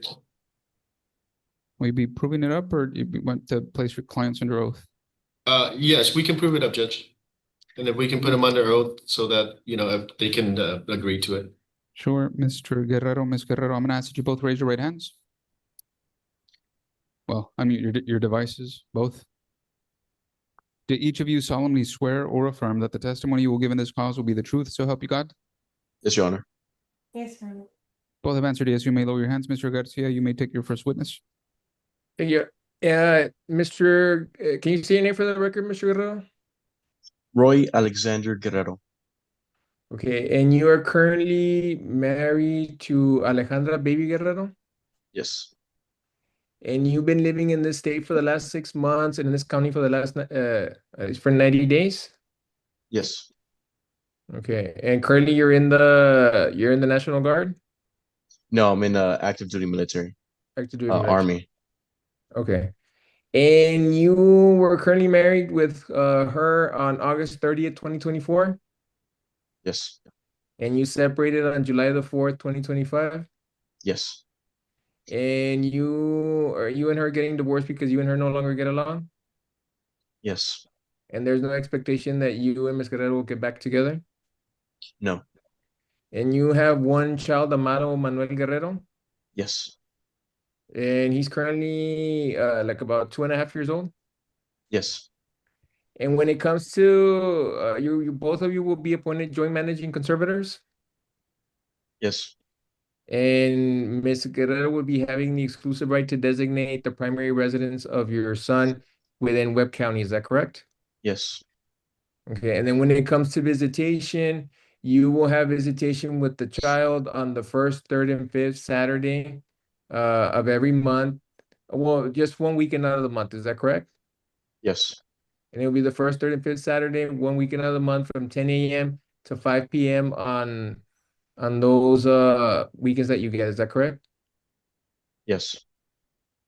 So, and then you will have them also on that Saturday, and then on Sunday, you will have them from 12 p.m. to 5 p.m. Is that correct? That is correct. And this will be until the child turns 3, and then in October of this year, you will exercise standard possession order. Is that correct? Yes. And the visits will happen at your parents' house. Is that correct? That's correct. And in the visits, you will be giving Ms. Guerrero at least 48 hours notice that you're picking that weekend so you can do the visit. Is that correct? That is correct. And then your parents would pick up your son at Ms. Guerrero's residence, Yes. and then they will drop off at every day on Saturday and Sunday when the visits are over. They will drop your son off at Ms. Guerrero's residence. Is that correct? That is correct. And when it comes to child support, you will be paying the amount that you're paying right now in temporary orders, which is $450. Yes. And that will continue. And then when it comes to property, you guys don't have any, you'll be keeping whatever personal effects are under your possession, and Ms. Guerrero will keeping whatever personal effects are under her possession. That is correct. And then you will be keeping whatever debts you have under your possession, that are under your name, and then Ms. Guerrero will be keeping whatever debts are under her name. Yes, that's correct. And then she will be awarded half of your retirement with the U.S. military from the time of marriage to today's date. Is that correct? That is correct. Okay, and is that the complete agreement? Yes. And as far as you know, there's nothing else that needs to be included. Is that correct? That's correct. And both of you, oh, that's another thing. Both of you will be communicating through with each other through app close. Is that correct? Based on that fact, with the protective order on case, are we allowed to speak at this time or no? Well, no, if that's particular, then no. I have no further questions, Your Honor. Questions for Mr. Guerrero, Mr. Chu? I have no questions for Mr. Guerrero. I do have questions for my client, Ms. Alejandra Guerrero. Go ahead. Good afternoon, ma'am. Can you please state your full name for the record? Alejandra Baby Guerrero. Okay. And Ms. Guerrero, you are agreeing to get divorced today? Yes. Okay. And there's no chance of you reconciling or getting back together with your husband? No. Ms. Guerrero, you do have one child, which is Amado Guerrero. Are you pregnant or expecting another child? No. Okay. And you're also in agreement to receive half of Mr. Roy Guerrero's military retirement, is that right? Yes. And that would start at the date of marriage, which is August 30th, 2024, and it would terminate today, June 4th of 2026. Is that right? Yes. Okay. And since your child is under 3, there's an agreement that Mr. Guerrero will visit first, third, and fifth weekend, Saturday, 10 a.m. to 5 p.m., Sunday, 12 p.m. to 5 p.m. Is that right? Yes. Okay. And that will no longer be supervised. He would come to Laredo, Webb County to visit with his child, and then pick up his child and then return his child to your designated third party, which are your parents. Is that right? Yes. Okay. And this will continue until Amado turns 3 years old, which is in September 21st of 2026. Yes, And then thereafter in October, he will start the standard visitation. Is that right? yes, And because Mr. Guerrero lives more than 100 miles away, he's going to elect to visit once a month. yes, Okay, and he's also in agreement with you that he will give you 48 hours notice when he's going to visit Amado. Is that right? yes. All right. And have I left anything else out, Ms. Guerrero, Mrs. Guerrero? No, Did you need it? Did you want a name change? no, Okay, all righty. And you believe that this is also in the best interest of your child, Amado, is that right? yes, And you do want to get divorced today? yes. No further questions, Your Honor. Cross-examination, Mr. Garcia. I have no questions, Your Honor. Anything else from any person? All right, just a couple of questions for each party and then a question for the lawyers. Mr. Guerrero, regarding the division of your property, including your military retirement, do you believe that that is a just and right division? Yes, Your Honor. Same question to you, Ms. Guerrero. Ms. Guerrero, regarding the division of your property, including the division of Mr. Guerrero's military retirement, do you believe that that is a just and right division? Yes. All right, Mr. Garcia, Mr. Chu, questions to each of you. Same question. In cause number 2026 FLG 593C3, there is a protective order that expires May the 5th, 2028. What effect, if any, does it have on this cause, Mr. Garcia? It would just, I believe it would preclude them from just speaking to each other, Your Honor. Mr. Chu? Yes, Judge, that's correct. All right. Mr. Well, a little Guerrero? bit more than that, just not speaking to each other, not hurting each other, that kind of stuff. So, All right, so just reference it in the divorce decree that I take judicial notice that it's there, that the cause number is there, and that everything in the order continues until May the 5th, 2028. The court hereby takes judicial notice of that. Ms. Guerrero, Mr. Guerrero, in your case, cause number 2026 FLA 380C3, the court at this time finds that it has jurisdiction over this case, meaning this is the proper court form and venue to consider your divorce. The court finds that we entered into marriage. Unfortunately, that marriage has become insupportable due to a discord or a conflict of personalities that destroys the legitimate ends of the marriage relationship. The court finds that there is one child, the 2-year-old son that was born in the marriage. No other children were born, adopted, or are expected. The court finds that you have an agreement regarding your child. The court hereby adopts and approves your agreement and finds that that is, in fact, in your son's best interest. The court finds that you have an agreement regarding the division of your property. The court hereby adopts and approves your agreement and finds that it is, in fact, a just and right division. The court takes judicial notice of cause number 2026 FLG 593C3. The court finds and takes notice that that protective order expires May the 5th, 2028. You should continue to abide by all of those responsibilities and obligations without change. Those are incorporated into this order. At this time, Mr. and Mrs. Guerrero, the court finds that there is no reasonable expectation of reconciliation, and the court hereby renders and pronounces you divorced. These are the orders of the court, and the orders are due to the court honor before June 29 at noon by submission. Any questions for the court, Mr. Guerrero? No, Your Honor. Any questions for the court, Mrs. Guerrero? No, Your Honor. I wish you both well. More importantly, I wish your son all the best. Good luck to all. Thank you. Thank you, Your Honor. Any other cases for either? Mr. Chu has another case further down the line. All right. Next case from Mr. Garcia is page 7, number 20. Caroline Martinez versus Roberto Ramos Jr., cause number 2026 FLC 812C3. Court marks Mr. Garcia present by video conference.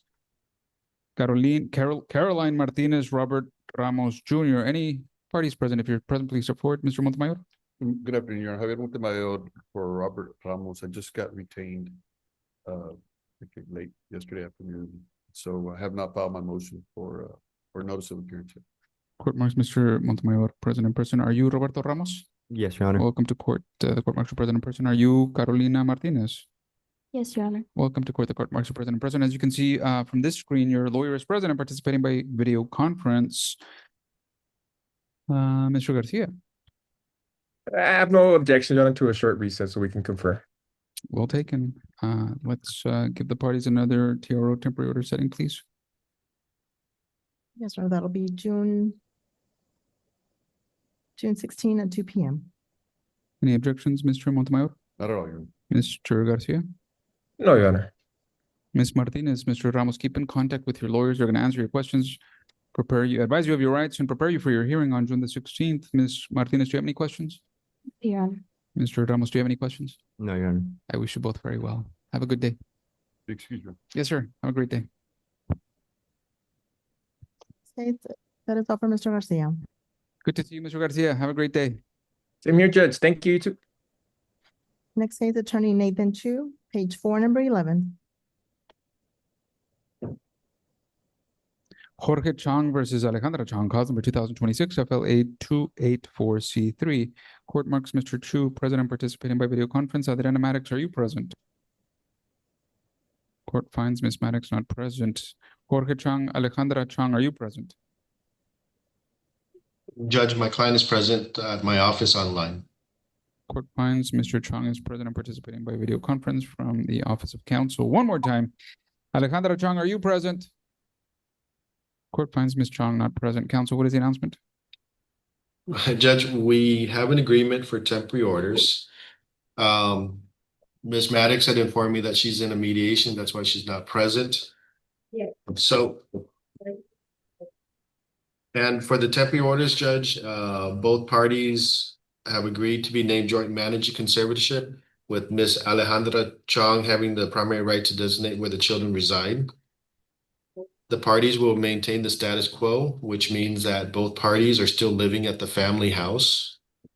Mr. Chong at this time is still paying the mortgage and the living expenses. And that's about it, Judge. We just need to ask the court for a final divorce date. And then we would submit to the court what I read into the record, our agreed temporary orders, Your Honor. Mr. Chong, you heard the agreement that was told to the court by your lawyer. Is that your agreement with Ms. Chong? Así es. Yeah. Did you raise your right hand? ¿Puede levantar su mano derecha, por favor? Do you solemnly swear or affirm that the testimony you will give in this cause will be the truth, so help you God? ¿Usted jura o afirma que el testimonio que va a dar en esta causa va a ser la verdad que lo oye de Dios? Sí. Yes. You may lower your hand. Is your true and correct name Jorge Chong? ¿Su nombre correcto es Jorge Chong? Es correcto. That is correct. Mr. Chong, did you hear the agreement that was told to the court by your lawyer, Mr. Chu? Señor Chong, ¿usted escuchó el acuerdo que leyó su abogado al juzgado? Sí. Yes. And did you understand that agreement? ¿Usted entendió ese acuerdo? Sí. Yes. Is that your agreement with Mrs. Chong? ¿Ese es su acuerdo con la señora Chong? Sí. Yes. Do you believe that that agreement is in your children's best interest? ¿Usted cree que ese acuerdo es el mejor interés para sus hijos? Sí. Yes. The court adopts and approves that agreement. These are the orders of the court. El juzgado acepta el acuerdo y las órdenes para el juzgado deben ser entregadas en June 29 at noon by submission. junio 29. You'll come back to court for a final pretrial hearing on July the 7th at 2. Va a regresar para una audiencia final en julio 7 a las 2. And a final hearing on August the 11th at 2. Y una audiencia final agosto 11 a las 2 p.m. Mr. Chong, do you have any questions for the court? Señor Chong, ¿tiene alguna pregunta para el juzgado? No. All right, good luck to you, Mrs. Chong, and your kids. Buena suerte a usted, a su esposa y a sus hijos. Gracias. Any other cases for Thank Mr. you. Chu? That is all you. Have a great day, counsel. Good to see you. Thank you, Judge. Have a great day. Recall, Your Honor, Attorney Eduardo Romero, page 9, number 23. The estate of Jaime Rene Flores, also known as Jaime Rene Flores Gutierrez, cause number 2026 PB 438L2. Court marks Mr. Eduardo Romero present in person. Mr. Oscar Vela is also present in person. Maria Veronica Cuellar is present by video conference. Let's give Mr. Vela a few minutes to make his way forward.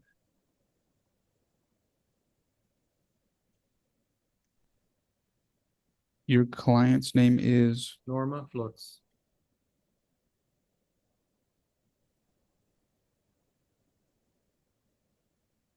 Are you Norma Flores? Yes, sir. Welcome to court. Your lawyer is on your right. into the record slower than normal to allow for interpretation. Go ahead. Judge, the parties have agreed to withdraw the request for the temporary injunction, and instead we are agreeing by Rule 11 on the record to maintain the status quo of the estate of Mr. Flores and maintain all assets in order, all bank accounts in order, all properties, all vehicles, all personal belongings that belong or may belong to the estate, to preserve all of that so that the parties can attempt to work out this probate matter in an efficient manner. And we will continue to discuss pending our final hearing on our counter applications, or competing applications for letters of administration, Judge. Mr. Romero? That's correct, Your Honor. And to further add, Mr. Vela has tendered to me documents regarding bank records, financial records, and he will also provide me, I think he's still pending information on 2 accounts. That's correct, Judge. And he has agreed to provide those to me as well. And Judge, I had filed a motion for a protective order on a subpoena that I had been issued, but I've gone ahead and complied with as much as I could in good faith to avoid any problems in the future. That motion for protection won't be necessary to be heard at a later time. Given that you reached this this agreement on these matters, then ostensibly, what are you pending? Just a final hearing? Yes, Your Honor. On the determination of heirship and the naming of a potential either independent or dependent administrator. Given that documents are going back and forth, how much time would be reasonable and necessary to set that final hearing? 30 days? 30 days, Your Honor. All right, by agreement, we'll take in Ms. Flores, give us a final hearing, but this is on a probate docket, so give us that setting in or about 30 days. This will be with Ms. Noriega, Your Honor. That'll be July 16th at 9 a.m. Any objections, Mr. Romero? No, Your Honor. Mr. Vela? No, Judge. Ms. Cuellar, do you have any questions for the court? No, Judge, thank you. Ms. Flores, do you have any questions for the court? No. Continue to talk to each of your respective lawyers. I wish you both very well. Have a good day. Likewise, thank you. Thank you, Your Honor. Any other cases for Mr. Romero or Mr. Vela? That is all, Your Honor. Good to see both. Have a great one. Next recall, page 6, number 16, with Attorney Luis Antonio Figueroa. Patricia Ornelas, Jose de Jesus Ornelas, cause number 2026, FLB 152C3. Court marks Mr. Martinez King, present by video conference. Mr. Figueroa, present in person. Ms. Patricia Ornelas, present in person. Mr. Ornelas is present in person and requires Spanish language interpretation. Just a few minutes while interpretation resumes. Mr. Figueroa, Mr. Martinez King, what is the announcement? Your Honor, we met with the opposing counsel, Mr. Martinez King, and we do have an agreement. We'd like to present it to the court. Will you be presenting it via testimony or will you read it into the record? We'll read it into the record. Go ahead. The parties agree that they're domiciled in the state of Texas for the last 6 months. They're residents of Webb County for the last 90 days. The grounds for divorce is insupportability. There's a conflict of personalities that destroy the legitimate ends of the marriage. There's no children, none are expected at this time.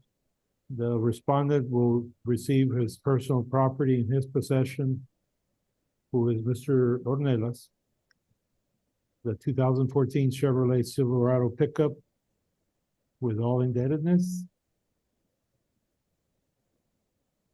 He will receive a 1/2 interest into 2 properties. One is at 4621 Rafael, and the adjacent lot is 4619 Rafael. The last property is under petitioner's son's name, and there's an agreement that he will deed the property back to the parties, which is congruent and fenced in with 4621 Rafael. The petitioner, which is Mrs. Ornelas, will keep all her personal property in her possession. the 2016 Jeep Cherokee vehicle. And also a half interest undivided into 4621 Rafael and 4619 Rafael property, which is the community estate. The parties have agreed to place the property for sale with a realtor. Mr. Ornelas has made arrangements with Remax with Kerissa. It's Kerissa Cantu. And that the property be sold at fair market value. That the proceeds after all expenses be divided 50-50. Mr. Ornelas will continue to remain in possession and upkeep of the property. And each party is responsible for their individual debts. And that's the agreement. Mr. Martinez King? That's correct as to our understanding of it.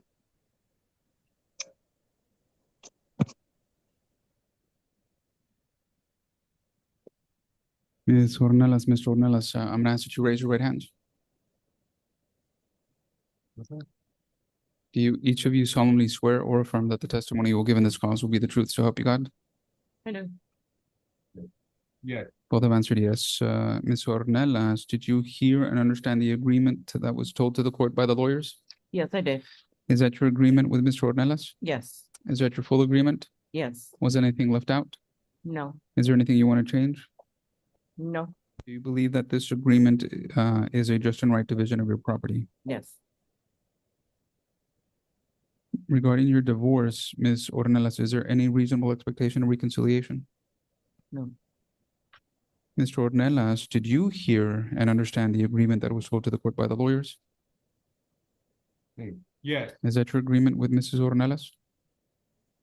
Yes. Is that your full agreement? Yes. Was anything left out?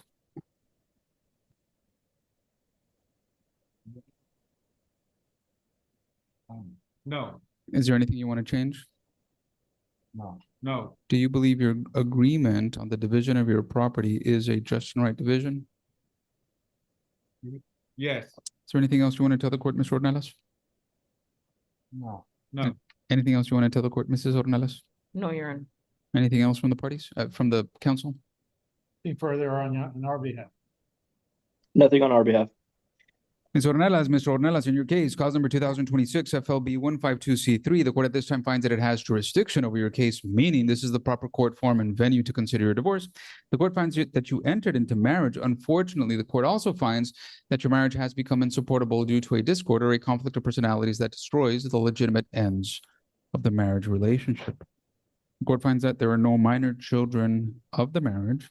The court finds that you have an agreement regarding the division of your property. The court hereby adopts and approves your agreement and finds that it is a just and right division. At this time, the court finds that there is no reasonable expectation of reconciliation, and the court hereby renders and pronounces you divorced. These are the orders of the court, and the orders are due honor before June 29 at noon by submission. That concludes this portion. I'm just going to sign you your decree as soon as it's filed. Ms. Ornelas, do you have any questions for the court? About my last name, can I change it right now? Or What is your request to change it to? Lara. Ms. Ornelas, the court hereby changes your name to Patricia Lara. Thank you. That'll be included in the divorce decree. Do you have any questions for the court, Ms. Lara? Thank Mr. Ornelas, do you have any questions for the court? No. I wish you both very well. Thank you. Have a good day. That is all for Mr. Figueroa. Thank you. That decree June 29, 2021. June 29. I'll prepare the decree. Thank you much. Any other cases for Mr. King or Mr. Figueroa? Yes, Mr. King, page 7, number 18. Good to see you, Mr. Figueroa. Have a great day. Likewise, sir. Abigail Elizondo versus Felipe Elizondo III, cause number 2026 FLB 465C3. Court marks Mr. Martinez King present by video conference. Abigail, are you Abigail Elizondo? Yes, Your Honor. Welcome to court. Well, much louder. Are you Abigail Elizondo? Yes. Welcome to court, Ms. Elizondo. Court martial present in person. Ms. Elizondo, do you have a lawyer? No. Are you going? I don't think you're on the record. Do you have a lawyer? No. Are you going forward without a lawyer? Yes. All right, court marks you self-represented. Ms. Flores, does the court have Ms. Elizondo's email address? Yes, Your Honor. Felipe Elizondo, are you present? Yes.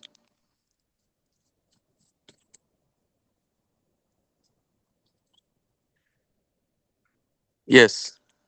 Are you Felipe Elizondo? Yes, sir. Court martial present by video conference. As you can see and hear from your device, your lawyer is present by video conference. Mr. King, what is the announcement? We've actually been trying to confer with her a few times. We haven't been able to. I know we sent out a decree to her, and she filed a decree herself, but we haven't taken a look at what she filed. So I don't know if we can get pushed back so we can speak to her prior to, resetting or see. We might be able to come to an agreement on this. There's not much to go on. Mr. King, what is Ms. Elizondo, get a pen and paper out or your phone to write down Mr. King's phone number.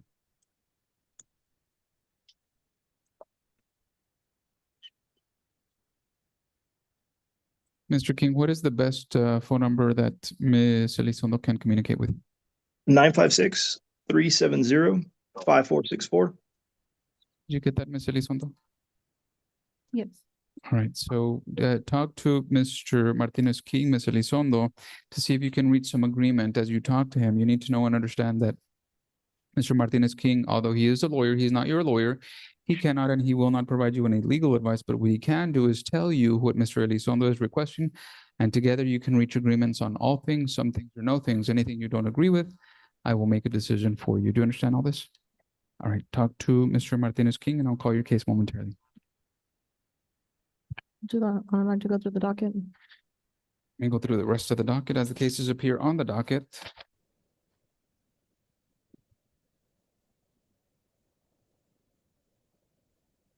Page 4, number 10, Jose Valdenegro III versus Yaritza Yereth Villarreal Peña, cause number 2026, FLA 7C3. Jose Luis Castillo Olivero Canales, are you present? Court finds neither party present. Is there a motion or request? Your Honor, if I may, the case has already been reset, What was the reset date? July 7th at 2 p.m. So noted, thank you.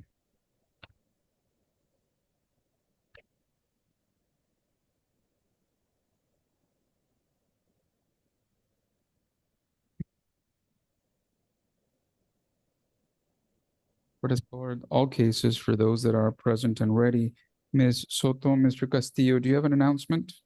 Judge, we do have some agreements that the parties reached. The only issues that would be up for the court to consider would be the amount of child support, the arrearage repayment amount, and not the amount that's owed. Judge, we can go with the Attorney General numbers. We're just discussing how he's going to pay an additional amount towards that arrearage. For the record, this is on cause number 2025 FLA 1199C3.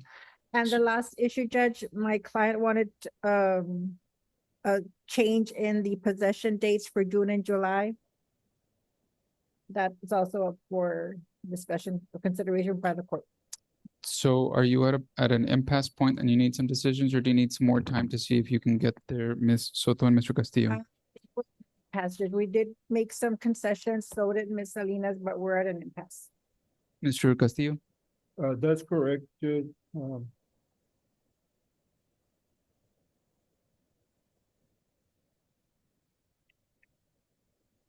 But I think maybe we can read the parts that we already are in agreement. Sure.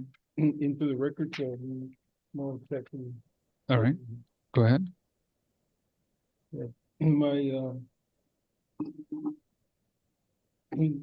The agreement, Judge, as we have it, wife and husband will be named joint managing conservators of the two children, with my client, the wife, having the primary right to designate the children's primary residence with geographic restrictions to Texas. And then, notwithstanding a mutual agreement in visitation, husband will be awarded the standard possession statement. That's number one in conservatorship. The child support and the child support arrearage, we have an issue on that, Judge, and we need some guidance from the court, ruling from the court on that. As far as the division and debts, wife will be awarded the following marital assets: the wife's personal belonging and furniture in her possession, the wife's bank account, 100% of her retirement account, if she has any, and the vehicle in her possession. And from the sales proceeds deposited in the registry of the court, she will get 100% of those proceeds, Judge, which total around roughly 28,000. Husband will be awarded his personal belongings and furniture in his possession, husband's bank accounts, 100% of all his retirement accounts remaining after the withdrawal of the funds on or about July 15, 2025, prior to the filing of this divorce case. The vehicle in his possession, and he will not receive any sales proceeds from what is deposited in the court registry. As far as debts, wife shall be awarded the following debts: any credit cards and debts in wife's full name, wife's cell phone, any debts incurred solely by wife since the date of separation.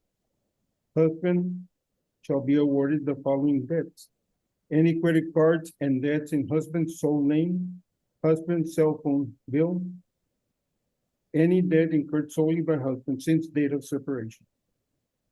As far as federal income taxes, the parties shall file separate tax returns for 2025, and each shall be responsible for their respective wages, earnings, losses. Wife shall claim the children as dependent in 2025 and all subsequent calendar years. Husband agrees to remove criminal charges. No, that's not an agreement, Judge. That's not an agreement. I don't think the court has jurisdiction to address that issue. Oh, okay, well, then we'll address it when I cross-examine. Okay.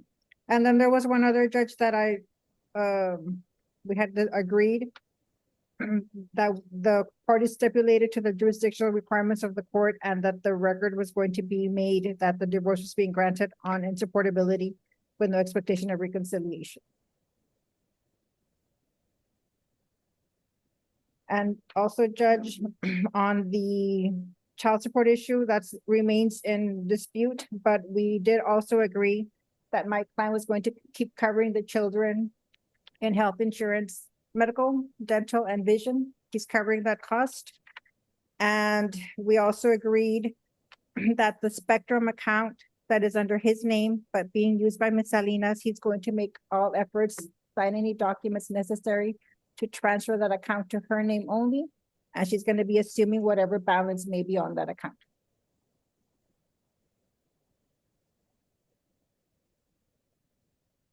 Is Ms. Soto, is that the extent of the agreement?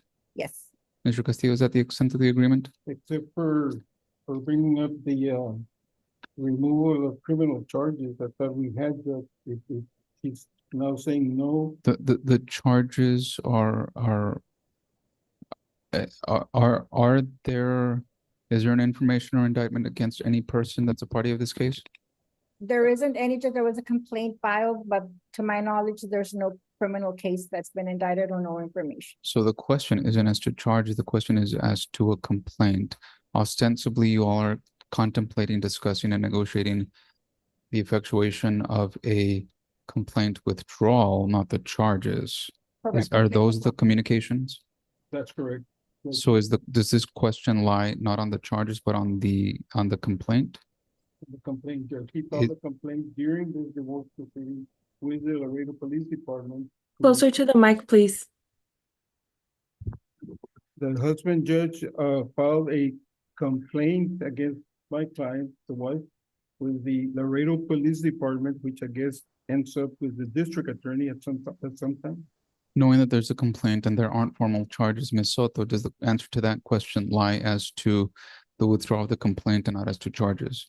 Correct. They're requesting a complaint withdrawal, but my client's not willing to do that as well. Understood. And in that regard, Judge, then my client will not withdraw her charge of adultery as a reason for a ground for divorce. So we still have the adultery. And that's why, Judge, I have a subpoenaed witness, Janet Terrazas, because she's in the courtroom. I would ask, invoke the rule at this time. All right, well, this is going to be the first contested matter, I guess. Let me have Mr. Jorge Martinez, Denise Salinas step forward, and Ms. Soto, do you have any witnesses? Just my client, Your Honor. And Mr. Castillo, do you have any other witnesses besides Ms. Salinas? Yes, Judge, I subpoenaed Janice Terrazas. Ms. Terrazas, please step forward if you're present in front of the lower bench.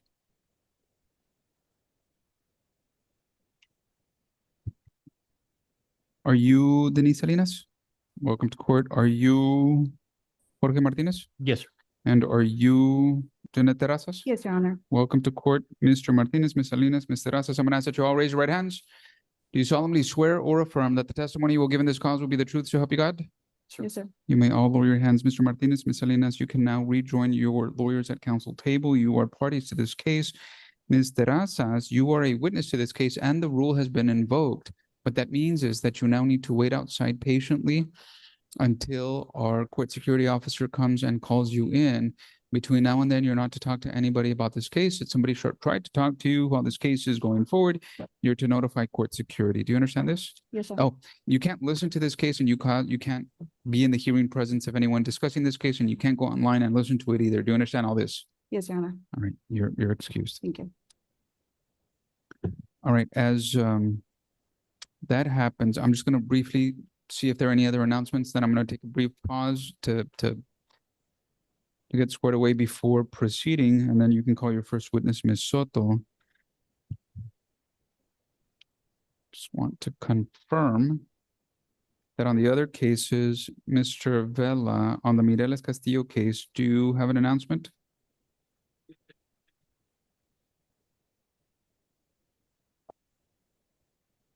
All the parties, frankly, discuss the numbers and.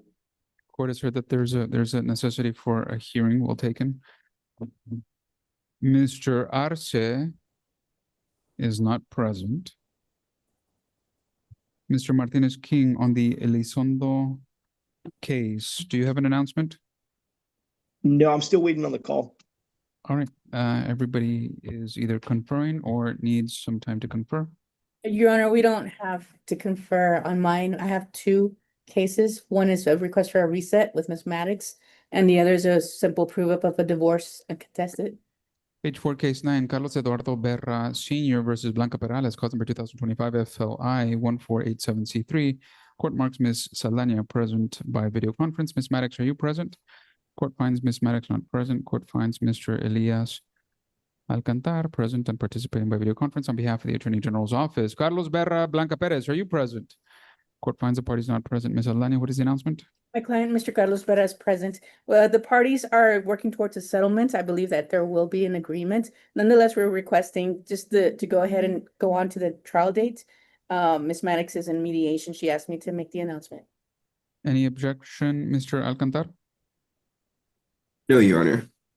Are you Carlos Berra Sr.? Yes, Your Honor. Welcome to court. The court martial present by video conference. As you can see and hear from your device, your lawyer is also present by video conference. There being nothing to consider at this pretrial hearing, this case goes forward as scheduled to a final hearing on July the 9th at 2 p.m. Mr. Berra, do you have any questions for the court? No, Your Honor. I wish you and Ms. Perales well. Have a good day. Thank you. Thank The you, Your last Honor. case for Ms. Saldaña is on Page 6, number 15. My apologies. Page 6, number 17. Marilyn del Valle Cruz Mora versus Cesar Mora Cardosa, cause number 2026 FLB 362C3. Court marks Ms. Saldaña present and participating by video conference. Are you Marilyn Cruz Mora? ¿Es usted Marilyn Cruz Mora? She's on mute.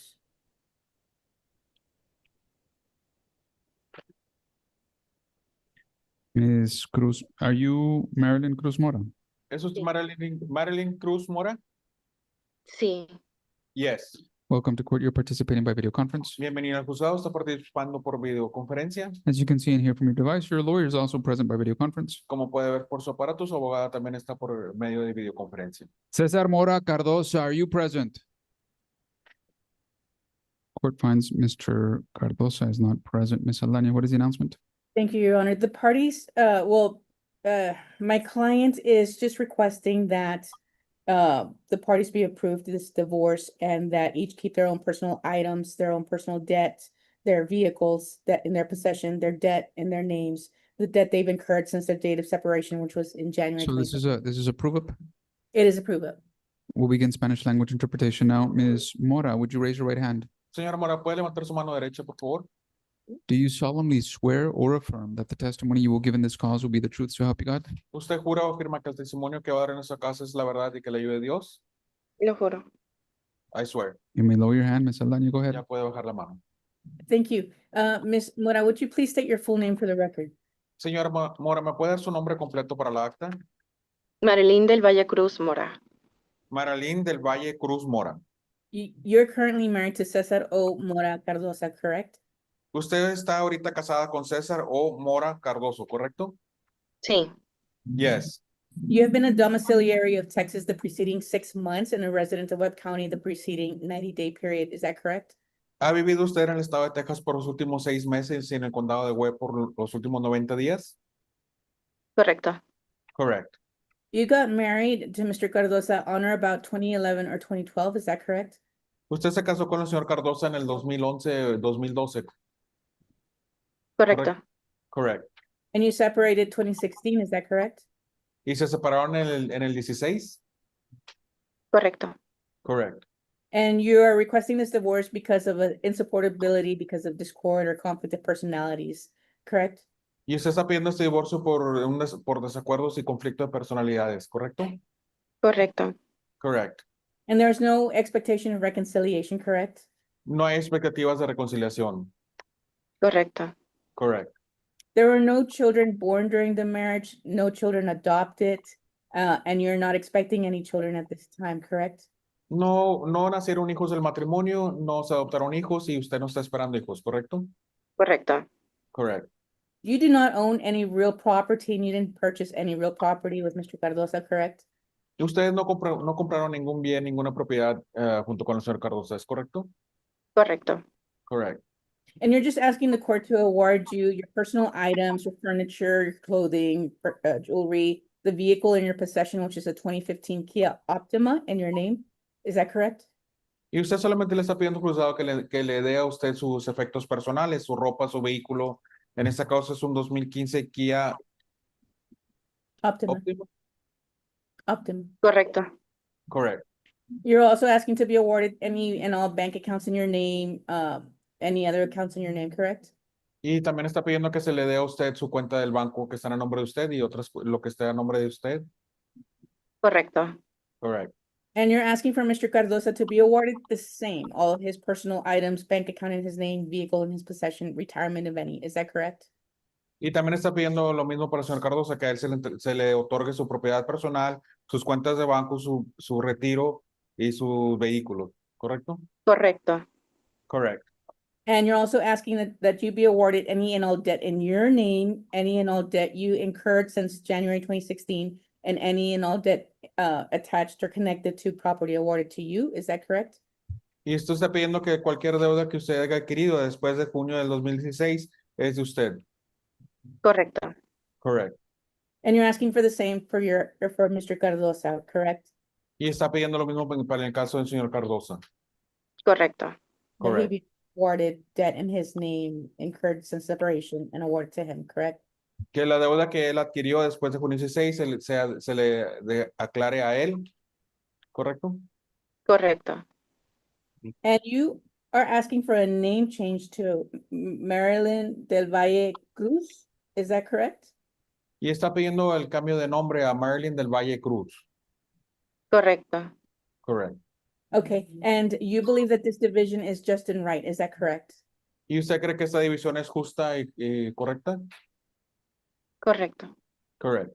And you're asking the court to approve the terms that you're requesting and the divorce, is that correct?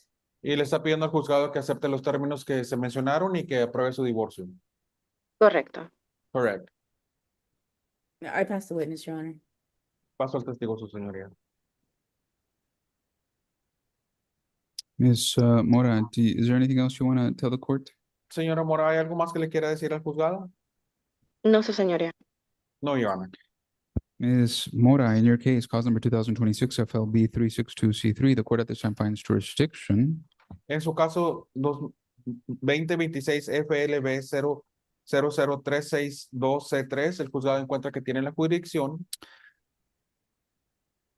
The court finds that Mr. Cardosa was served with this lawsuit March 27, 2026.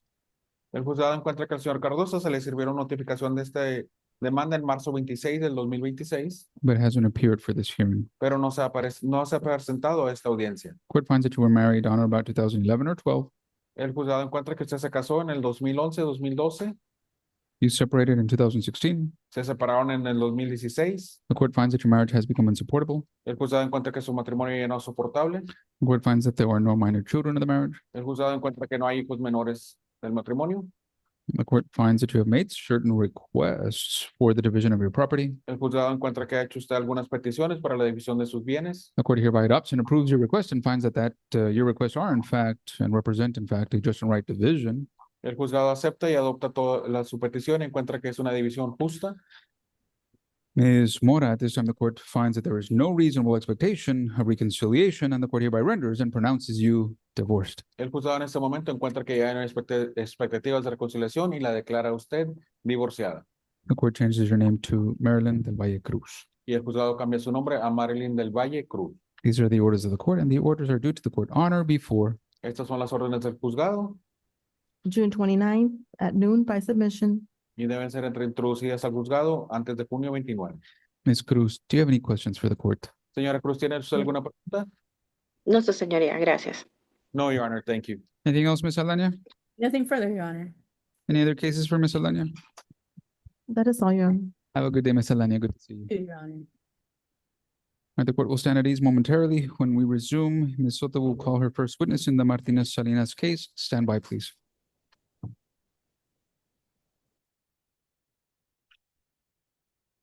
All right.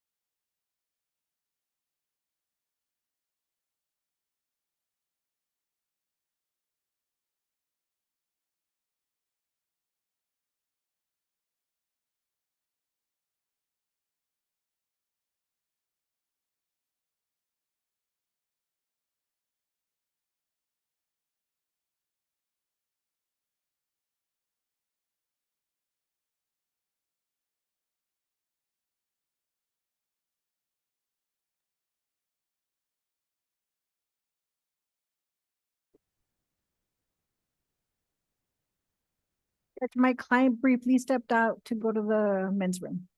He should be back shortly. Court is back in session and we are on the record. We're going to continue with the Martinez Salinas case and the commencement of calling the first witness, taking evidence and testimony. Before we do that, are there any cases that have very brief announcements? Page and case?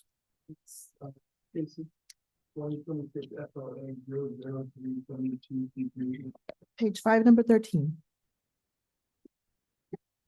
Jaimes versus Vasquez, cause number 2026 FLA 372C3. Court marks Mr. Arce present in person, Mr. Ángel Jaimes present in person, Ms. Vanessa Vasquez present in person. Mr. Arce, what is the announcement? Your Honor, this matter, Judge, it was one where Ms. Vasquez is not represented. As we tried to reach a resolution in the case, we weren't able to do at this time, Judge. I did explain to Ms. Vasquez that I was going to submit a motion for an ad litem, Judge, because that was one of the pending issues. I was just gonna ask the court for another date, possible pretrial, Judge, and a final trial date, Judge. Ms. Vasquez, there is a request for additional time. This is a first setting, and the request is for the court to consider whether the appointment of a lawyer for your child or children is appropriate and for other reasons. Do you have any objection to the request? The court has heard no, Your Honor. Very well. Ms. Flores, give us two dates. Give us a final pretrial hearing date and give us a final hearing date.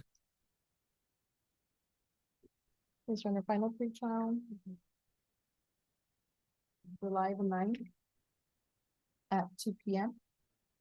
And final hearing August the 20th at 9 a.m. Any objection to those dates, Mr. Arce? No, Your Honor. Any objections to those dates, Ms. Vasquez? Actually, Judge, Court has heard no. Mr. Arce? I'm sorry, Your Honor. I believe that I'm going to be out of the state on the 9th, Judge. Give us the setting after July the 9th, please. July the 28th at 2 p.m. Any objections, Mr. Arce? No, Your Honor. Thank you, Judge. Ms. Vasquez?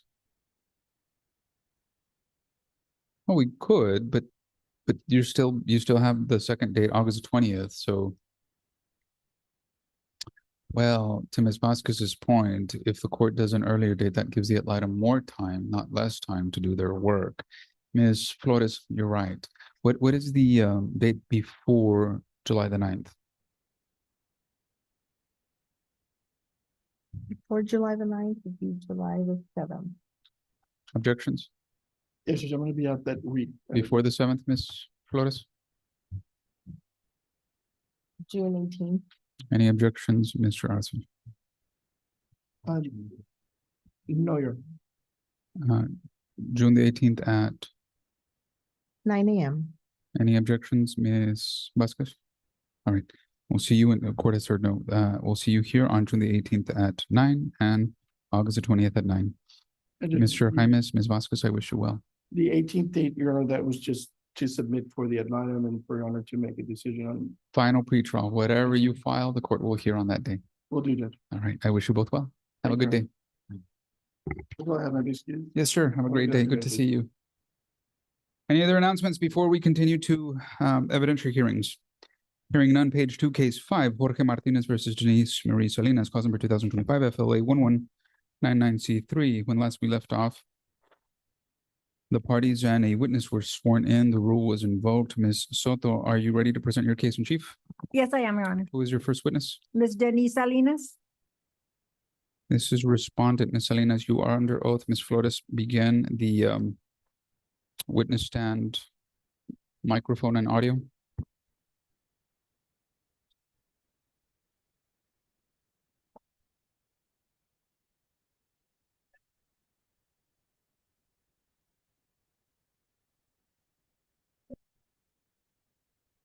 Ms. Salinas, the lawyers will be asking you some questions. I need you to answer after you hear the full question. If you hear or see one of the lawyers make an objection, pause and I'll let you know if you can answer. Do you have any questions? No, just that I'm hard of hearing, so I have to look at who's talking to me. All right, so right now, Ms. Soto will be asking you questions. Okay. And Mr. Castillo will ask you questions after her. Okay. Anything else before we begin? Yes, Judge, may I inquire, is there any other witnesses that Ms. Soto intends to bring up? Any other witnesses besides the parties and Mr. Razas? No, Your Honor, I'm not planning on calling any other witnesses. Whenever you're ready, Ms. Soto. Thank you, Your Honor. Ms. Denise Salinas, what is your current address? It's 1201 Gage Avenue. Okay. Apartment C35, Laredo, Texas, 78046. And is that an apartment that was given to you by housing? No, Are you receiving any type of food stamps? $200 of food stamps. Are you receiving any other type of assistance? I believe I only have Medicaid for this month. Is that for you or yourself? No, just for my children.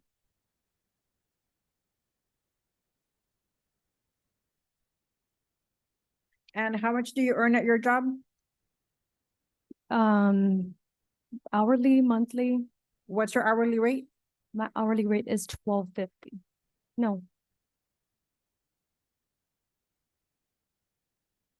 $14.50. I could be wrong. And how many hours a week do you work typically? It varies. It depends. Usually I get an 80-hour work week, but sometimes it's less, sometimes it's more. And besides your taxes, what else gets deducted from your gross pay? Give me that again, I'm sorry. What is deducted besides federal income taxes and Medicare taxes from your check? I'm not sure. Do you have health insurance deductions? I have health insurance through my job. Okay, but that's for your, correct? I'm sorry? That's for your health insurance. That's my health Okay, insurance. you don't cover your daughters and your employer's health insurance plan. No, my employer provides my insurance for me only. Okay. Do you have a retirement account there? I do not. Any other source of income? No.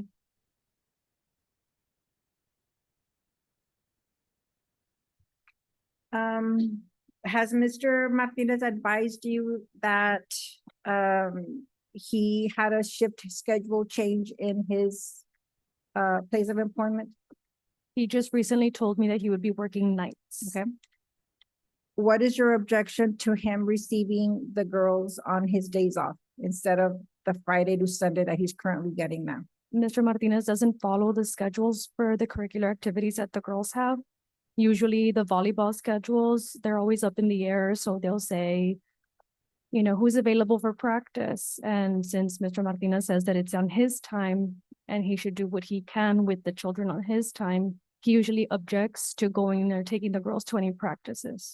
So if he agrees on the record that he's going to comply with taking them to any extracurricular activities, do you have an objection to him getting the girls on his days off for June?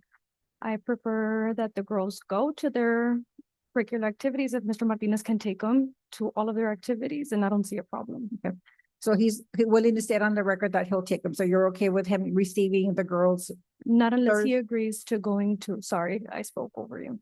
Not So- unless he agrees to going to all practices for the children. And I'm representing to you that if you notify him of any last minute changes on activities for the girls, he's committing to taking them when it's his possession dates.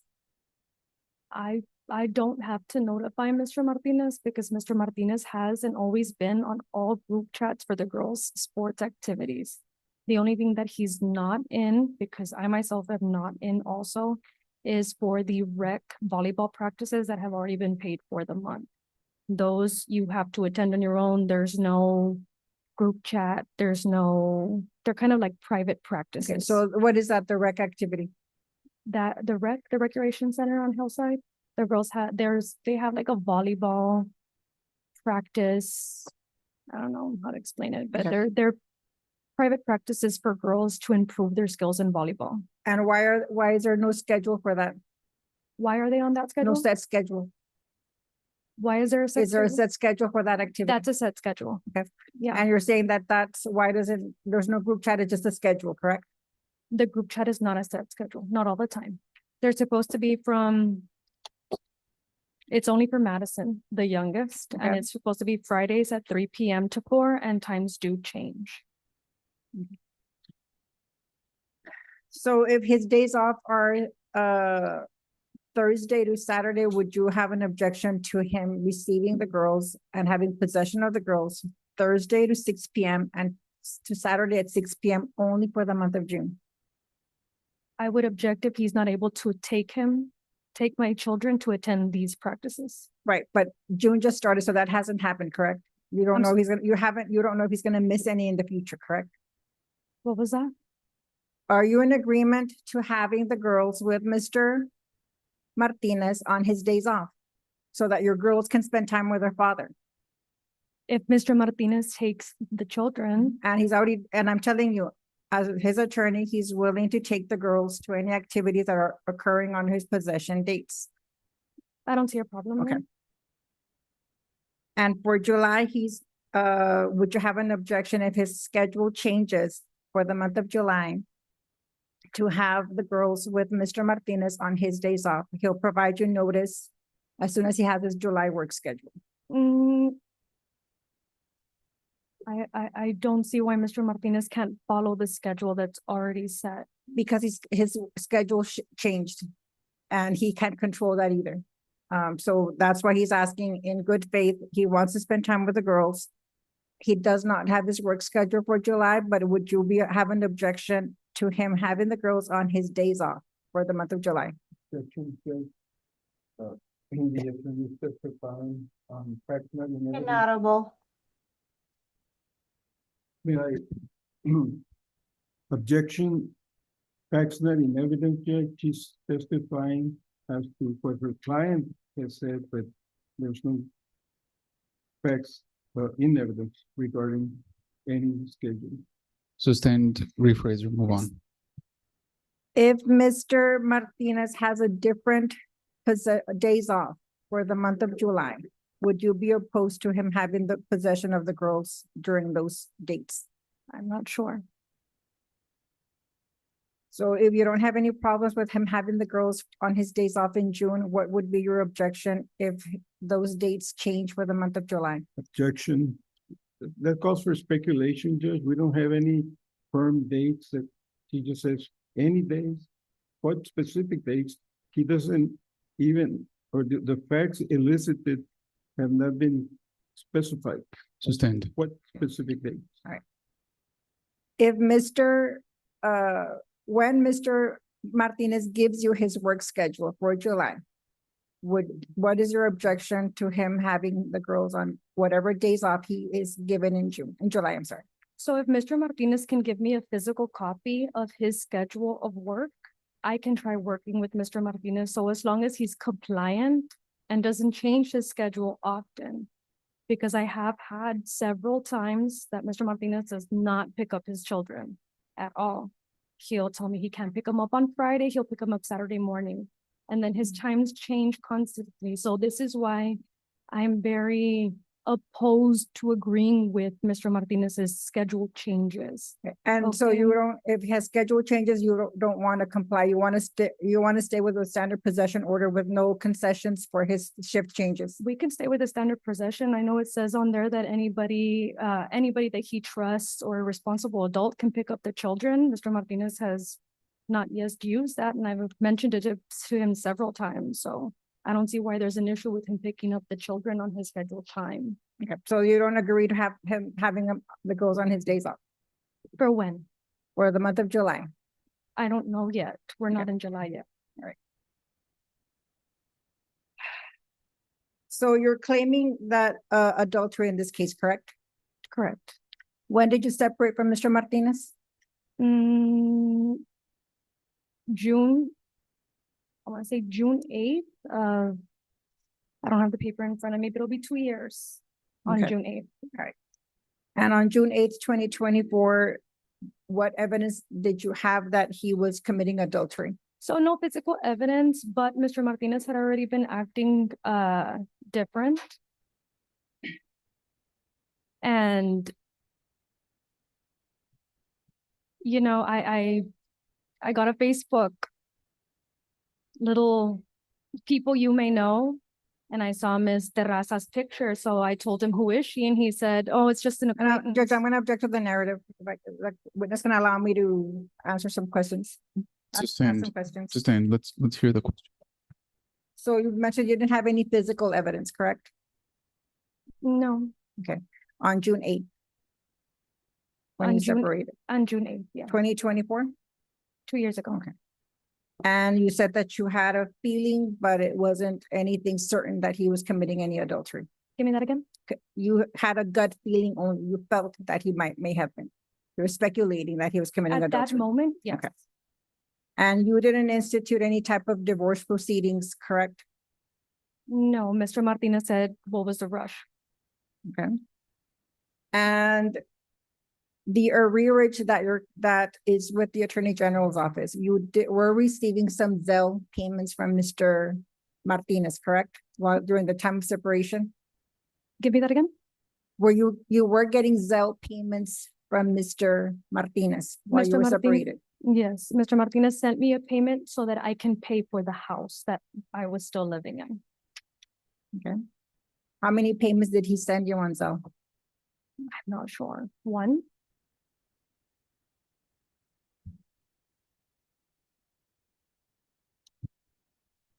Have you denied a request by Mr. Martinez for any different possession dates with his children? denied possession dates? If he would needed a change, have you always denied those requests for a change in possession? Not always, Okay. But you have denied him changes. for a reason, yes.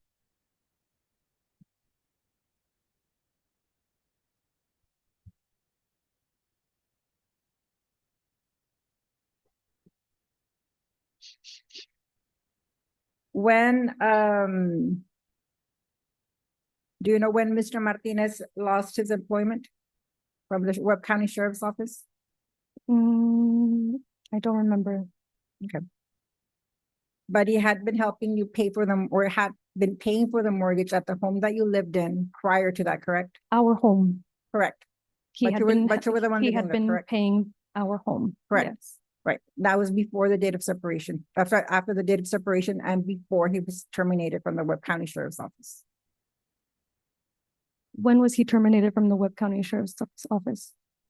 Well, I'll get to that with Mr. Martinez, but after he moved out on June 8th, 2024, which is your alleged date of separation, he began paying the monthly mortgage payment, correct? It's because I'm not sure when he was terminated and if he was still giving payments then. Yeah, so I'm not So sure. when did he start making payments for the mortgage? He was paying for our home at the time, yes. I think he paid for June, July. I really don't remember. And he paid them for whenever he was not living there, correct? You were the one that was using the home with the children. Yes, Okay. with my children. Mhm. Did he give you any other assistance through Zelle? Sometimes he would help with costs for volleyball or basketball.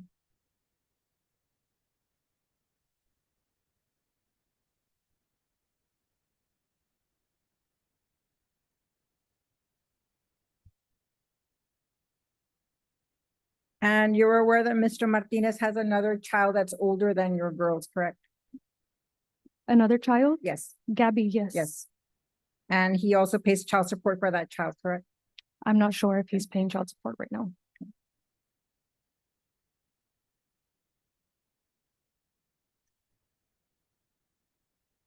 Have you been using app Close to communicate with Mr. Martinez?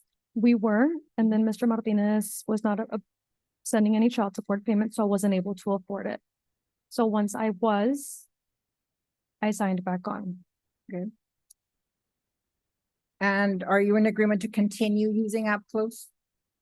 I notified Mr. Martinez that we should go back on app close, but he mentioned that there was no court order for it, so he denied continuing use of it How have you been communicating with him? through text. Okay. And is it true that you have your daughter send Mr. Martinez their activity schedules instead of you communicating that to him? No, You haven't never had your daughter send him your schedules? You I sure don't about tell that, my Ms. daughter to Ms. send the Salinas? schedule. I My didn't hear daughter, you. go ahead. You're telling the court here that you've never not communicated with Mr. Martinez and instead had your daughters communicate your request to him. My daughter, one daughter, Okay, Madison, Penelope, Mhm. she sends it to her father. okay. And Penelope is the older one? Yes. Okay. And would you agree to leave the children out of the conversations and have that communication between you and Mr. Martinez? I hope so. Mr. Martinez did mention in a recent text that he would be notifying my No, and I'm gonna children. object to non-responsive. I haven't asked a question. Sustained.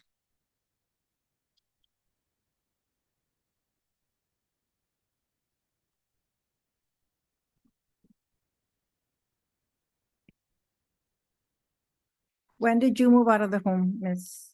September of Of- last year. 2025? Yes. Okay.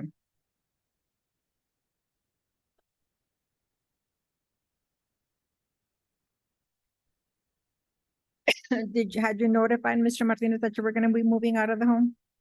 I don't remember. I don't think right away.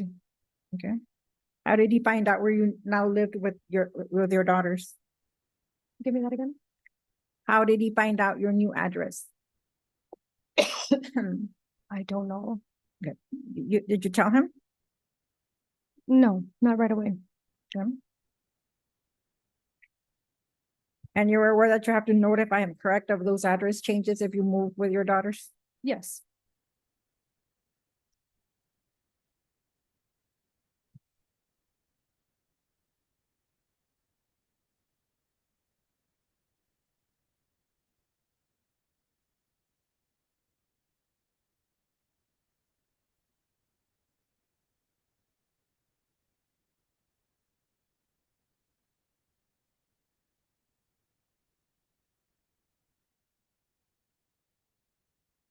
Are you strictly using Medicaid, Miss Salinas, for the children's medical care? Not strictly, no. What It ha- else? Sorry, It has to be used. okay. But you're the one that enrolled them in Medicaid, correct? I applied for it and they approved it. Yes. When did you apply for it? I applied for food stamps and Medicaid. How long ago? I'm sorry. I want to say last year. So sometime in 2025? I want to say so. Okay.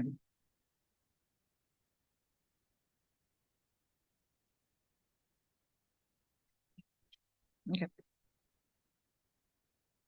Were you aware that Mr. Martinez did have health insurance, dental and vision for the girls, his employer? He had mentioned it to me, Okay. yes. So once you receive that information, you agree you no longer need to place the child with Medicaid coverage, correct? So Medicaid is only approved to low income. So I believe the only reason why they didn't approve me Medicaid at the beginning was because I was receiving child support payments. As soon as I stopped receiving child support payments, I reapplied and that's when they helped me.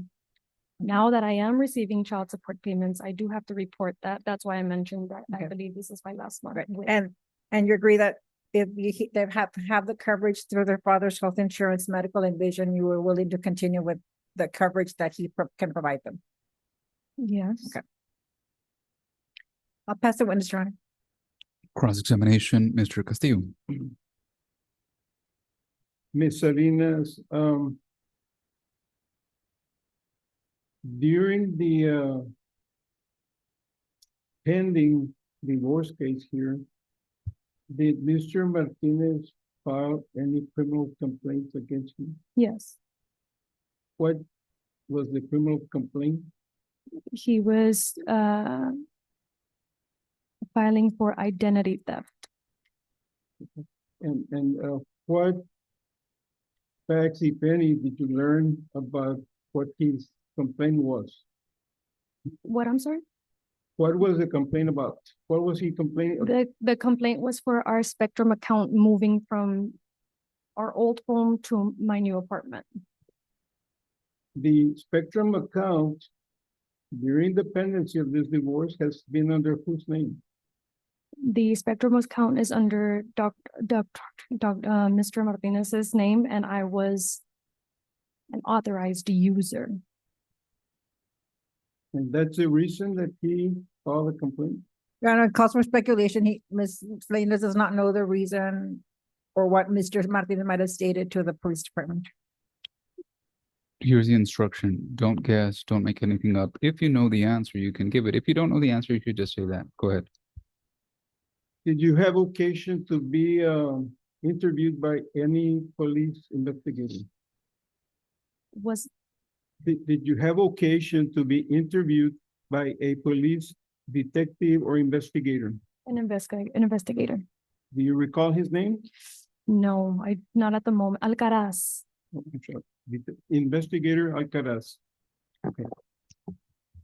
What, if anything, did Mr. Alcaraz tell you about what the complaint was about? Your Honor, I'm not object to hearsay. Mr. Investigator Alcaraz is not here to testify as to what was told regarding this investigation. Responses to hearsay?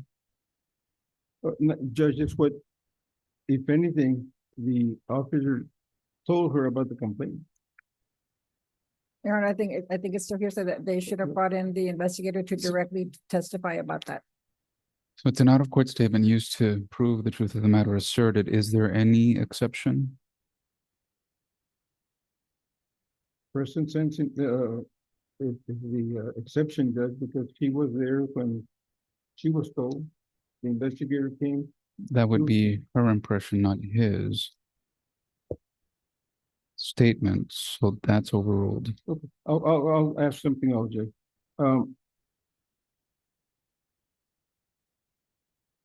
Did you learn or have you learned whether that complaint still pending?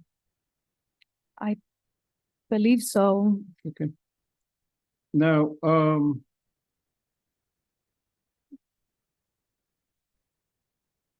you mentioned on questions by Ms. Soto that you saw some Facebook items regarding Mr. Martinez and another person, correct? Yes. And can you describe what you saw in Facebook? I saw Mr. Martinez engaged to someone else. I also saw Mr. Martinez buy a new vehicle for someone else, which is Ms. Terraza's for her birthday. Did you happen to see a Facebook posting with Mr. Martinez giving a engagement ring to Ms. Terrazas? Yes. And I'm gonna object to leading. Well, the court heard the response. It was leading, so sustained, but it's on the record, Mr. Castillo. I'll go ahead and withdraw it. I'll ask Mr. Martinez. In fact, I'll show the Facebook. I will. I'll pass away this one. Anything on redirect? Briefly, Your Honor. Ms. Salinas, do you recall when you saw those Facebook posts? No.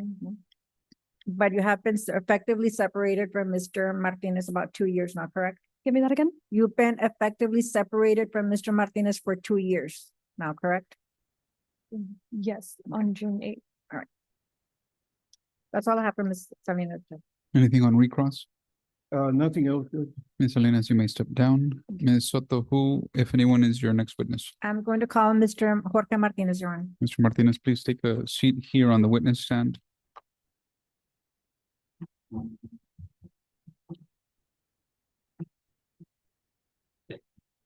As you have a seat, Mr. Martinez, same instructions to you as with Ms. Salinas. Listen to the full question before you answer. The lawyers are likely to, they could object. If they object, just pause your answer. I'll let you know if you can answer. Ms. Soto, when you're ready. Thank you, Your Honor. Mr. Martinez, where are you currently employed? I'm currently employed with the Laredo Independent School District as a police officer. Okay. And what is your base pay there, Mr. Martinez? $24 an hour and change. Do you get any overtime at that? No, ma'am. And what, so you work a 40-hour work week? Yes, ma'am.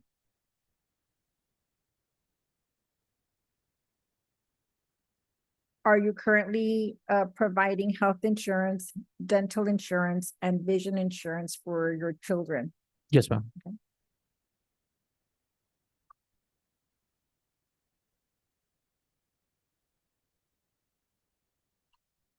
And that gets automatically deducted from your paycheck? Yes, ma'am, that's correct.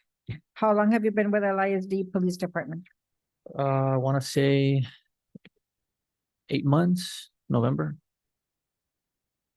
November of 2025? 2025. Yes, ma'am.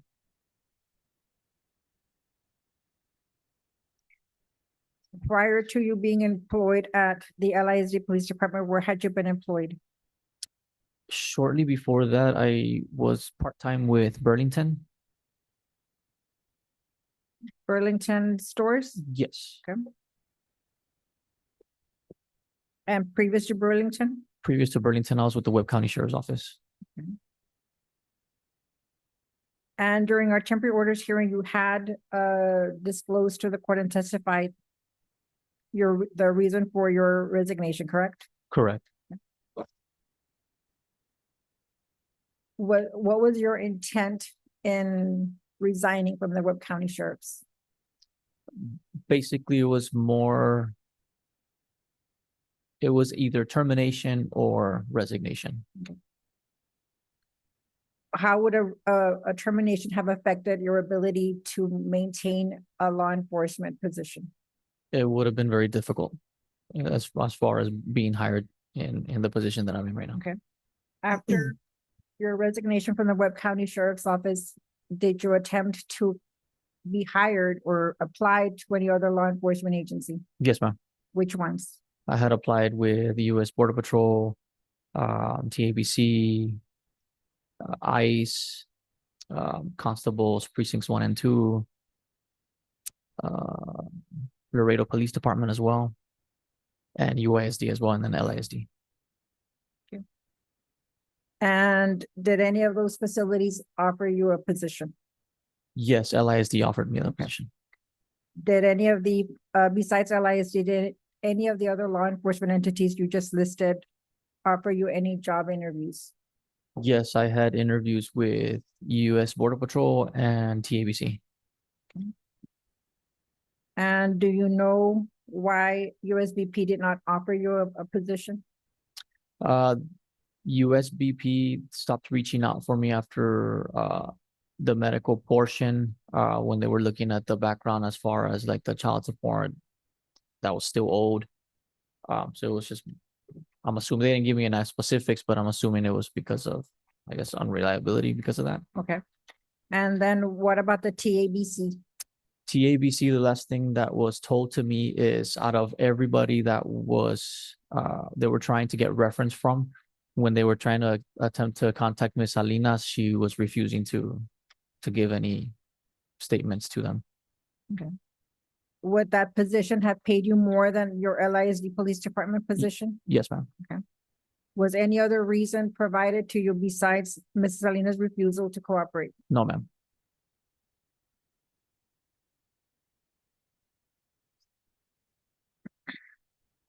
Mr. Martinez, you don't decide your schedule, correct, with LISD Police Department? Correct.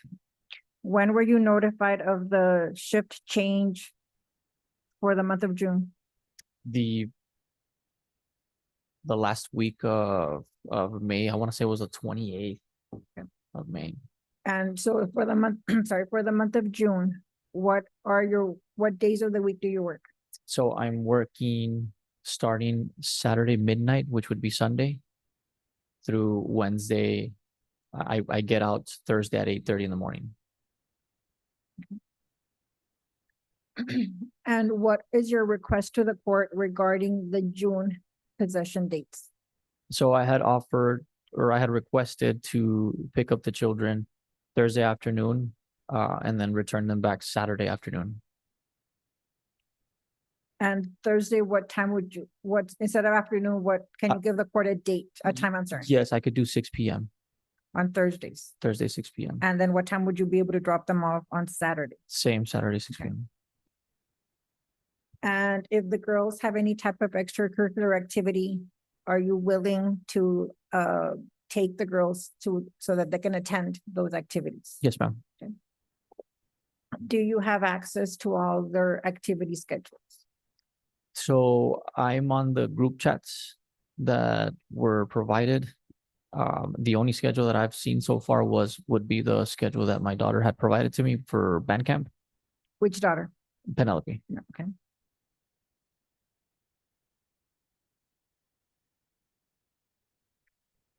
But you don't have any opposition to taking the girls, correct? No, it's as long it's my day off. I can abide by that. Right. And for the month of June, that's what we're discussing right now. Correct. You would have the girls, you're requesting to have them on your days off, correct? Correct. So to have an activity, you're willing to take them on those days off. Correct. When will you know your schedule for July? The ending of June. Okay. What would you request from the court regarding your visits in July?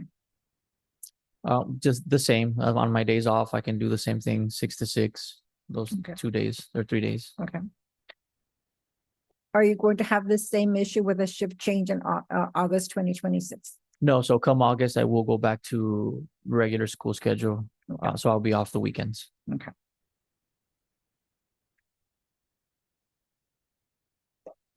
Have you had occasions where you've requested a change in possession dates from Mrs. Salinas? Can you repeat that again? I'm sorry. Have you requested possession date changes before from Mrs. Salinas? Yes, ma'am. And what has been her response? to those requests? She just basically says that she would feel comfortable following the court order. Okay. Have you missed visits with your daughters because of her denial to address your shift schedule? Yes, ma'am. Okay. And do you think that that's in your child's best interest to not visit with you? Not at all.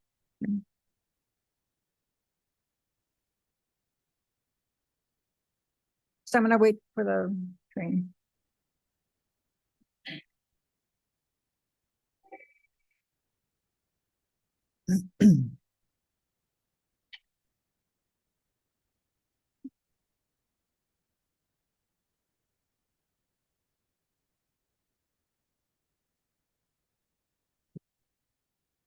Mr. Martinez, have you applied recently to any other positions for employment? No, ma'am.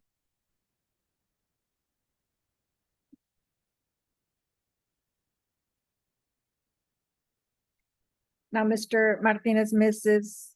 Salinas claims that you were committing adultery when you separated. Were you in a dating relationship with anyone? No, ma'am, not right away. How long have you known Mrs. Terrazas? I've known Mr. Rosas since towards the ending of December of 2021. Okay. And how did you know her? She was my dispatcher for Webb County Sheriff's Office. Okay. When did you start dating Miss Terrazas, if you remember? I want to say August of that month that I left. Of the year. Of the year, I'm left. sorry. Of the year that I left. So it was August 2024? Correct. Okay. Was she the reason you left Mrs. Salinas, or the relationship with Miss Salinas? No, ma'am. Why did you leave the relationship with Miss Salinas? It was just unbearable. I just did not want to be there anymore. I had already in the past tried to, and she would multiple times throw the girls at me, throwing me guilt trips on why I shouldn't leave.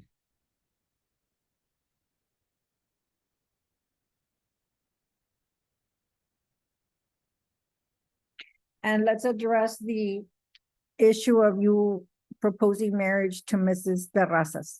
Okay. When did that happen? This was last year, I think around June or July. I don't recall the date.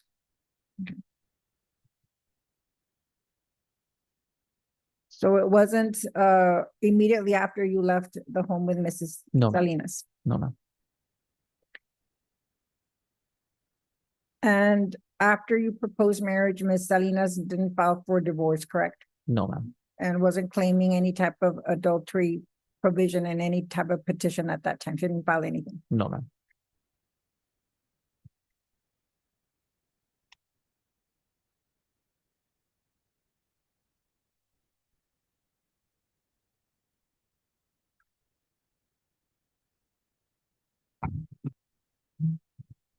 The vacation post that Ms. Salinas alluded to earlier during her testimony, when was that vacation post?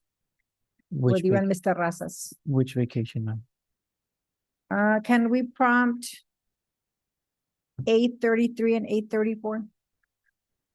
Without objection, court staff will prompt.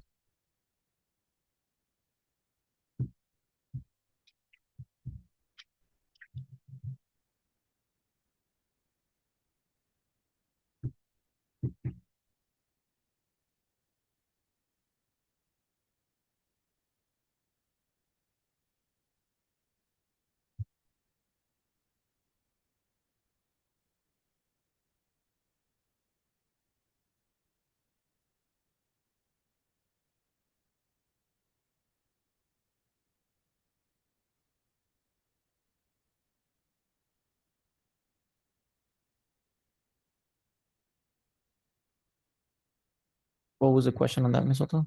The first page, the 2 pages, Mr. Can you scroll down to 8:34 so we can also see the second page, please? So that exhibit is actually 2 photographs. Can we scroll back up to the first one? I believe those are two separate dates, though. Correct. So Yes. I'm gonna ask you about 8:33. Can you?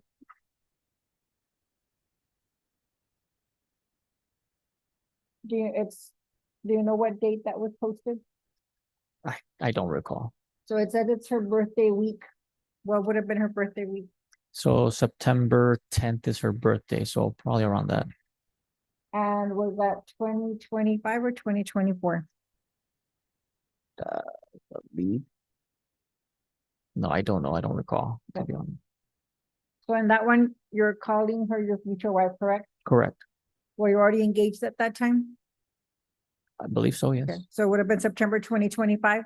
Correct. Okay, so a year and 3 months after you left Mrs. Salinas' home? Correct. Okay, can we scroll down to 8:34, please? Do you know an approximate date of that photograph, Mr. Martinez? I don't. Do you recognize where you're at?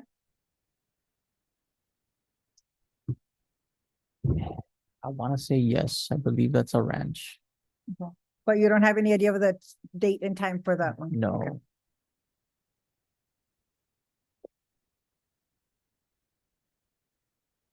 Have you ever made any admissions to Ms. Salinas that you committed adultery while your marriage was intact? No, ma'am. When you left the home, did you have a discussion with Ms. Salinas about why you were leaving the home? Yes, ma'am. And did she accuse you of adultery at that time? No, ma'am. Okay.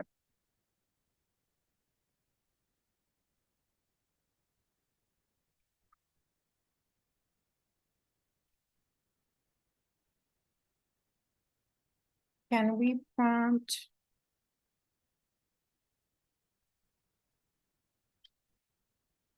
B211, please. Court staff will prompt.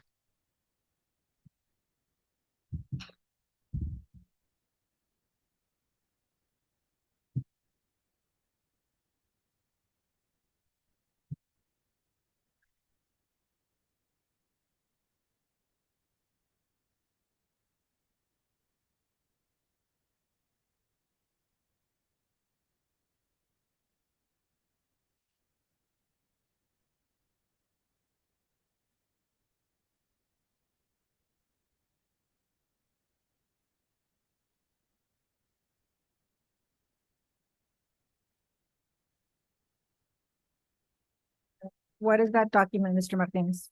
That is my pay stub. Can you see the check date on that? 2/19/26.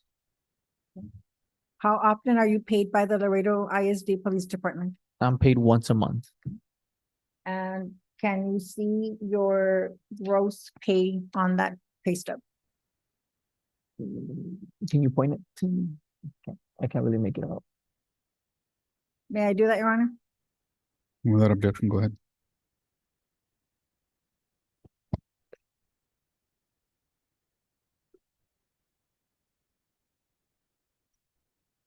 It's blurry from here, honestly. Is there a screen right below you? There's a screen here, yeah, not on, but Ms. Flores, let's turn on that screen so that he can see.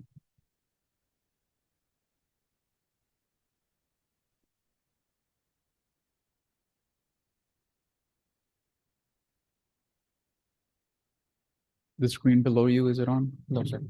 It says no signal. Hmm. I have a copy if I can hand that to him. Let me see if we can do this in real time. Is the screen now on? Yes, it's on. Can you see it clearly? Yes. Ms. Soto? Thank you, Your Honor. Do you see your gross pay for that month, Mr. Martinez? Yes, ma'am. What is it? It is 3,832.75. Does your pay change every month? No, ma'am. What is the charge there on that paycheck, on that pay stub for your health insurance?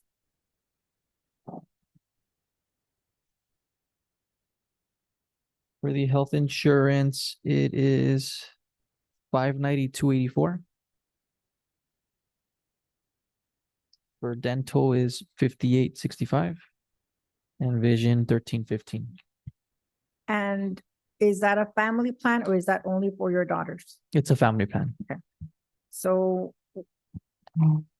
you would agree that we'd have to discount your share from that cost, correct? Correct.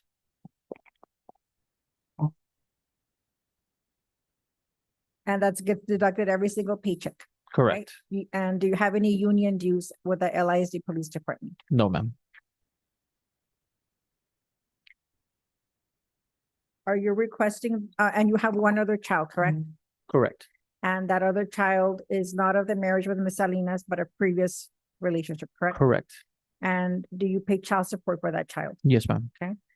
And you would agree with me that the percentage for child support with 2 children before the court and 1 child outside of the court's jurisdiction is 22.50% of your net pay. Correct. Do you have any other source of income, Mr. No, ma'am. Martinez? And I showed you the amount for child support at $545.35, correct? Correct. And you don't have any objection to that amount based on the 22.55% of your net pay? Correct. I don't have an objection. And of course, with the understanding that you will continue to cover the girls for medical, dental, and vision. Correct.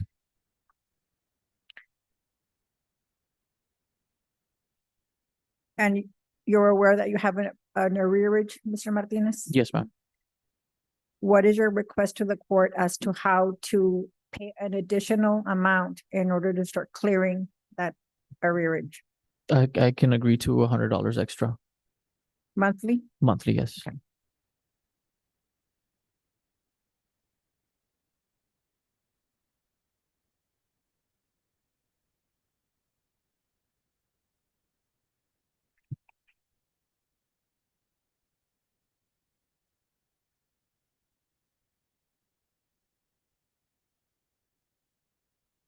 Was it your intent, Mr. Martinez, to deny or decrease your child support when you terminated your employment with Webb County Sheriff's? No, ma'am. That was not my intent. Have you provided any other type of informal assistance to your daughters? Informal meaning. your daughters asked you for funds, and have you made those funded those requests? They haven't asked for me anything. Okay.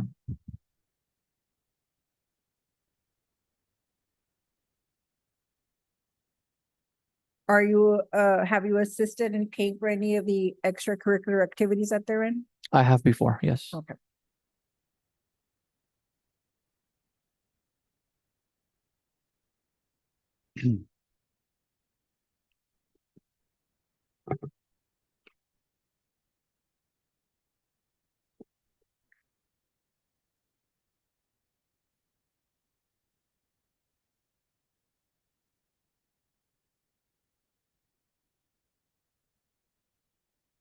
I'll pass the witness, Your Honor.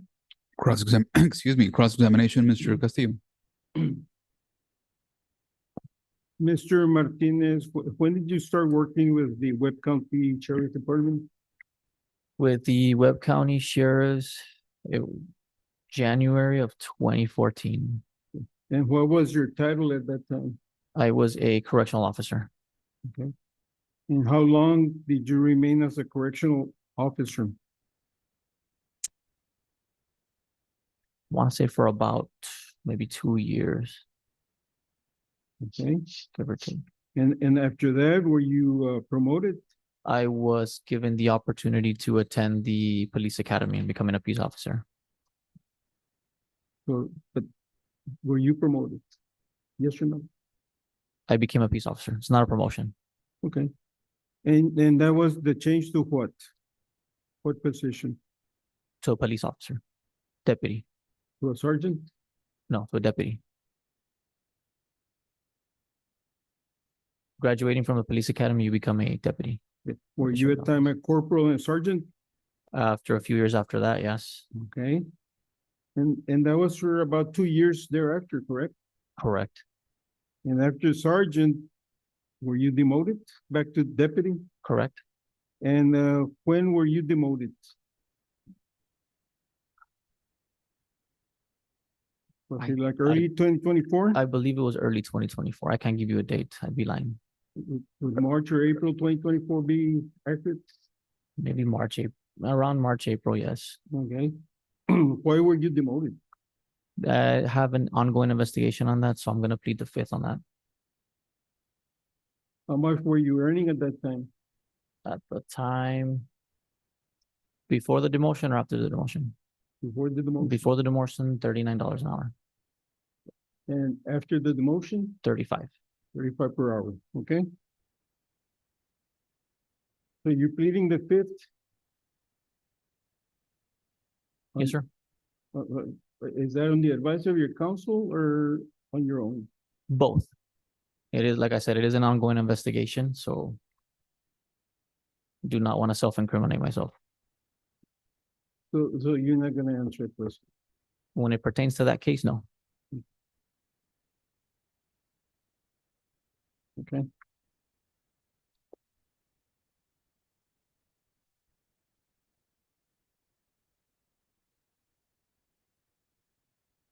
And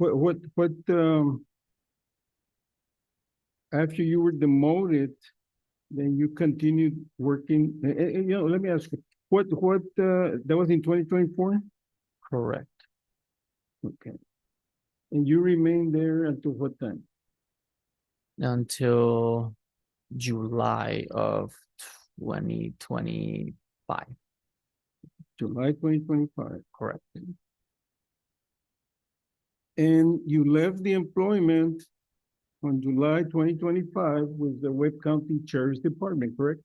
I was forced to resign, yes, due to political reasons and then the case that I'm mentioned.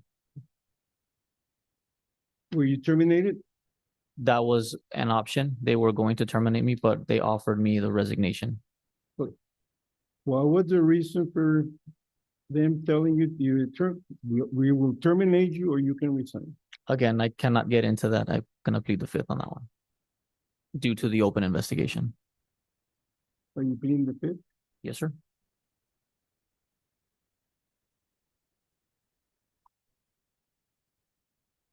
Okay. And how much were you earning at that time? 35 an hour. 35 an hour. And today you're earning how much? 14 an hour? 24. 24, okay.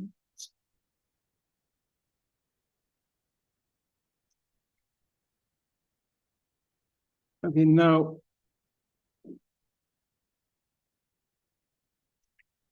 Earlier, you testified that,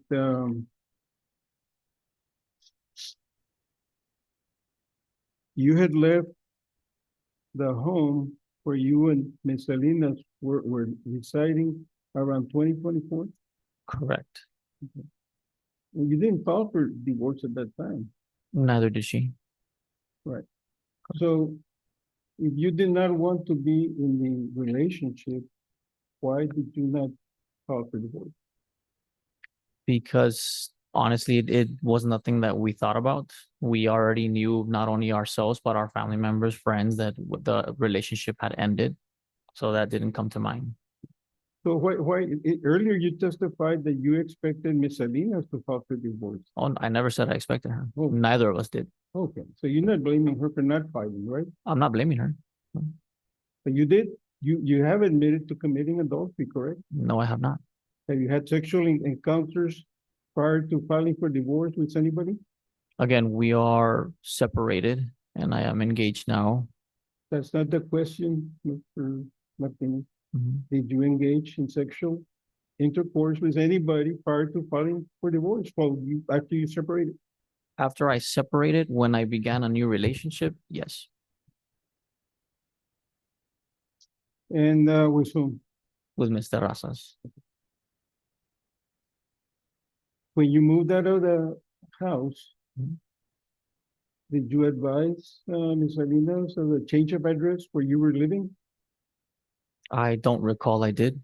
It's irrelevant. Then you expect her and the children to know where you were living? I mean, she could have asked me. I mean, I'm more than sure she knew where I was. I did stay at my cousin's house and at my parents' house as well.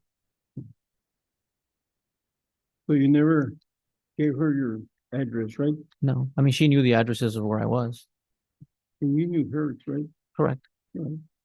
Up until she moved, I had no idea she moved. I had no idea where she moved to.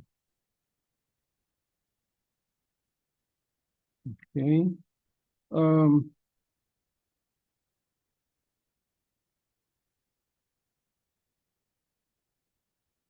And let me, in July 2025 is when you decided to resign from Webb County, correct? I did not decide. I was forced to. Well, you resigned, right? Correct. Whether it was forced or not, you resigned. I was right? forced, yes. Did you go to the Workforce Commission to look for employment? No, I did not. At that time, did you know you owed child support? At that time, did I know I owed child support? Yes, sir. No, I did not. Because I left in July and the last child support payment was given in July. And in August, did you pay child support? During my time frame until I was working, I gave what I could when I began working at Burlington, which was $12 an hour, maybe 14 hours a work week or biweekly. So I tried to give what I can. It was obviously not as close as what the order. But Mr. pertained to. Martinez, when you resigned from the Webb County Sheriff's Department, Mhm. you had a retirement account, is that correct? Correct. At that time, you withdrew the full amount, correct? Correct. Correct. How much was that? If I remember correctly, it was around 40,000. 49,000. 40. A little over 40. I don't remember the exact number. Actually, isn't it true that $47,965.14 was deposited in your Chase account by the retirement system? If that's the number you have, then yes. Again, like I don't recall the correct number. July 22, 2025, right? Correct. Yes. Okay. And then on August 12, 2025, you filed for divorce in this case, right? Well, I didn't file for divorce with that intention. We filed to try to sell the house, which she was with Miss Salinas was not willing to sell on our own, she continued telling me that, hey, we have to go through court instead. So that is why we filed. That it came through divorce court. I mean, again, my intention was not, let's go file for the divorce, because I did not think of the divorce. On, you kept 100% of the retirement, right? I used it, yes, because I was unemployed. Do you recall when we had that hearing on October 9, 2025 last year, when I asked you, how did you pay your attorney? Yes, sir. And you said, well, I didn't have money, I have to borrow. For Ms. Soto, yes. But why would you have to borrow if you had just received $47,965.14? Because I had to retain an attorney for a federal case. Who was that attorney? Mr. Almanza, And how much did you pay? about $20,000 to retain him. So you paid $20,000. Have you paid any other amounts? To Mr. Almanza, no. To that attorney, no. Okay. Have you paid, other than the 20,000, you also pay how much to Ms. Soto? Ms. Soto, I believe it was 4,000. But you said at that hearing that you had to borrow money. Correct. What, again, if you had 47,000 and you paid 20,000, why did you have to borrow money? Because I didn't have the money. Again, I was unemployed. I have a cost of living. I'm paying bills. I'm paying debts that I had occurred when I was with Ms. Salinas. I mean, the list goes on and on. But did you understand that half of that money belonged to Ms. Salinas? No, You didn't? no, I didn't. You never told her I took up my retirement? No, I did not. And at that time, you owed child support, right? At what time? Your Honor, objection asked and answered. He's already stated he did not. Okay. After that, while you were unemployed, looking for employment, you still had at least $27,000 if you paid 20,000 to that attorney, correct? Correct. And you didn't pay child support to bring you current, correct? Correct. So what happened to the So you- $27,000 that were still out there? If you gave 20,000 to one attorney, you still have 27,000. What happened to those 27,000? you have to also keep in mind that the back pay that I have through child support, I was paying your client, and I have the Zelle receipts stating child support. It's not my fault that when the court put the order, that she refused to sign that I had paid her up until the order was paid or put. But that was used for payment of the house, don't you recall? Regardless what she decides to pay, the intent and the receipt says child support on the Zelle.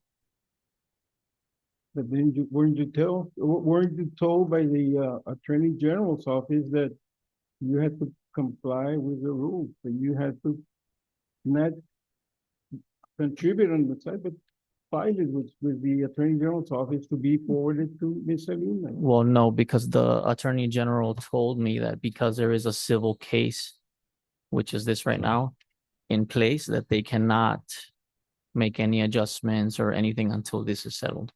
That is what the Attorney General told me. Now, you bought a ring for Ms. Terrazas, correct? Yes. How much did you pay for that ring? While I was still working at the Webb County Sheriff's Office, yes. How much did you pay? I don't recall. I don't recall. And at that time, you had not filed for divorce. Correct. So you paid how much? You don't recall? I don't recall the exact amount, no. But you were married at that time and you went ahead and. I was separated. Well, you had not been divorced, right? Correct. Whatever you earned from the sheriff's department, wages, you used to buy the ring, correct? Correct. And that was community property, right? Belonged to both of you. I mean, I don't see it like that, but okay. What else did you buy, Mr. Otto? I don't know. I don't keep track of what I buy and what I don't buy. Give me a ballpark estimate. I How don't, much I'm not gonna be throwing numbers I'm not confident with. did you pay for down payment on a car? Yes, I did. Like how much? I believe it was 2,000, So you paid Mr. Asas to buy a car correct? prior to filing the divorce. Right. And where did you get the $2,000? So I also have, I'm also a collector of novelty things, so I did sell a lot of my things to come up with money, Okay. things that belong to me, my property. And how much did you get out of selling those novelty items? Don't remember. Can you give me an estimate?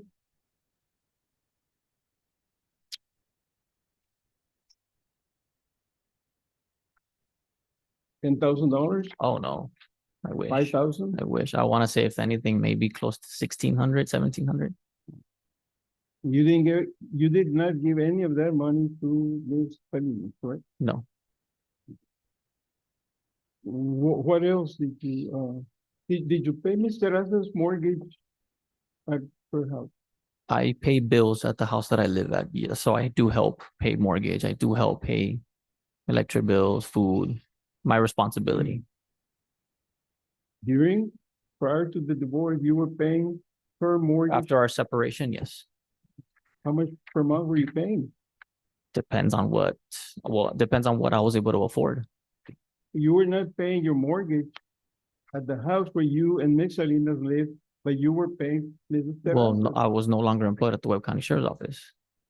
But you were using money from the retirement account. Not for, obviously, yes, because I'm not freeloading. I have things that I have to also contribute. So out of am I correct to say that you owe around $6,000 to $7,000 in arrearage? I believe so. You only want to pay $100 per month on that arrearage? Well, I mean, based on what I make, I mean, I'm no longer working at the sheriff's office. Didn't you think before you spent those extra $27,000 that you had to pay child support? Again, I had paid the child support up until the order went through. That I have back pay because your client did not want to sign that I paid. That's not my fault. You could have paid those $7,000 in But arrearage if you had not spent them on Ms. Terrazas, correct? There wouldn't have been a courage if she would have signed the papers that I had been paying her. But forget about those. It's facts. Well, forget about those facts. Go with only what you were obligated to pay, okay? Which I did. I was making payments. That the child support does not take them into consideration because your client did not sign saying that I paid those. I mean, I sent the copy to Ms. Soto. I'm more than sure she can provide that. Now, you said you had borrowed $4,000 from your in-law in October 2025 at the hearing, remember? Correct. Okay. Did you ever provide us evidence of that agreement? I don't believe I did. So you really didn't borrow. You had the money to file the lawsuit, correct? You misrepresented that to the court, correct? No, I did not. Again, you said you had to borrow money because you didn't have any money, but you borrowed from your in-law, Mr. Terrazas' family. Correct. Correct? Have you repaid that money? No. Do you have any document that shows? I don't have documents on me. Now,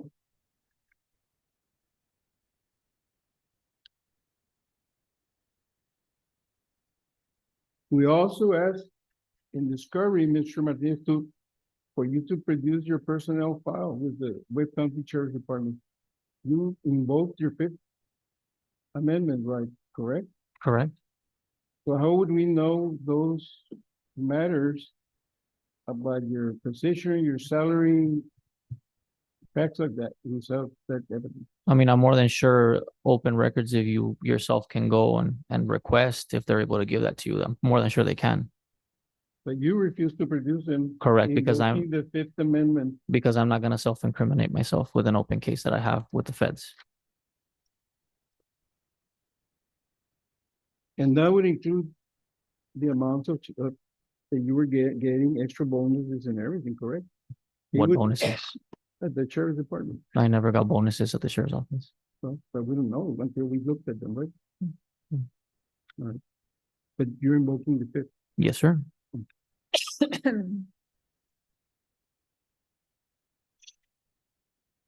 Now,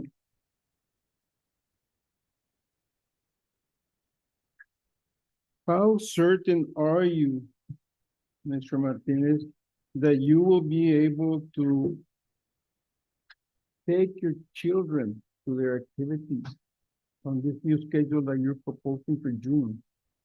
If they miss one class, do you understand that that affects them a lot? I completely understand. And it's my days off, so I am able to.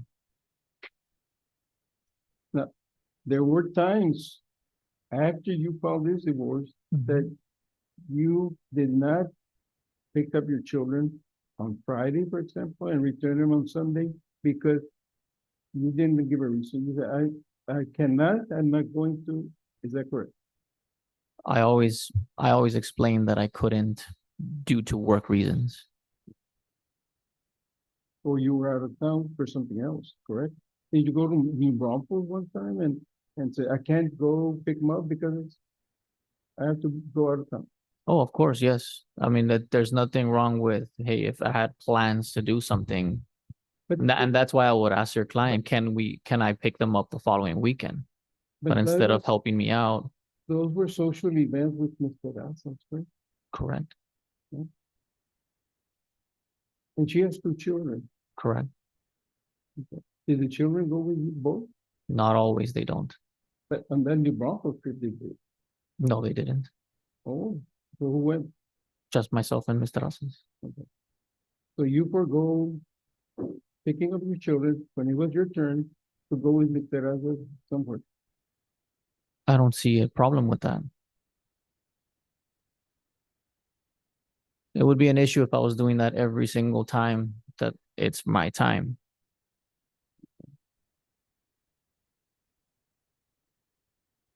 What guarantee can you give the court that you will pick up your children on this June schedule that you're requesting, that they're not going to be affected? Right now, they're going through their extracurricular activities. It's required by the schools. And if they miss, they can be kicked out of the team. I mean, I am under oath and I'm stating that I will abide by that. I don't know what else you would want me to tell you. So if you miss one time, will you agree that that agreement is off? If I miss one time, I'm agreeing One that time to pick them up on time and take them to all the activities? I'm not a fortune teller either. If there's an emergency that I cannot take them, that's a different story. But I'm letting you know that I'm gonna abide by the schedule that's being provided to me because it's my days off. What arrangements do you have for anyone to assist you in meeting the 2 children's schedule in June? Do you have any? Can you ask me that again? What arrangements have you made with anyone to take your children to the different activities during the day? Well, I haven't made any arrangements because I haven't needed to take them. June just started. But who do you have, if any, right now to tell us that would be helping you get all these activities with your children? I don't need help with anyone. I can do that on my own. You gotta pick up one at 8 in the morning, and then the other one at 10, one at 3, one at 9. Mhm. Do you know how it's being handled right now? I'm sorry? Do you know how the children's attendance at these activities are being handled right now? Right now, no, I don't. Have you inquired? Like I said, the only schedule that I've seen right now is the schedule of my daughter for band. But you don't know the logistics of getting everything organized, but they don't miss a single activity. Well, no, because this was not an issue until right now. So I'm obviously going to have to plan something. And for July, you don't know at all because that was Correct. speculation, right? July, we don't know because our supervisors do not have the schedules ready to go. Okay.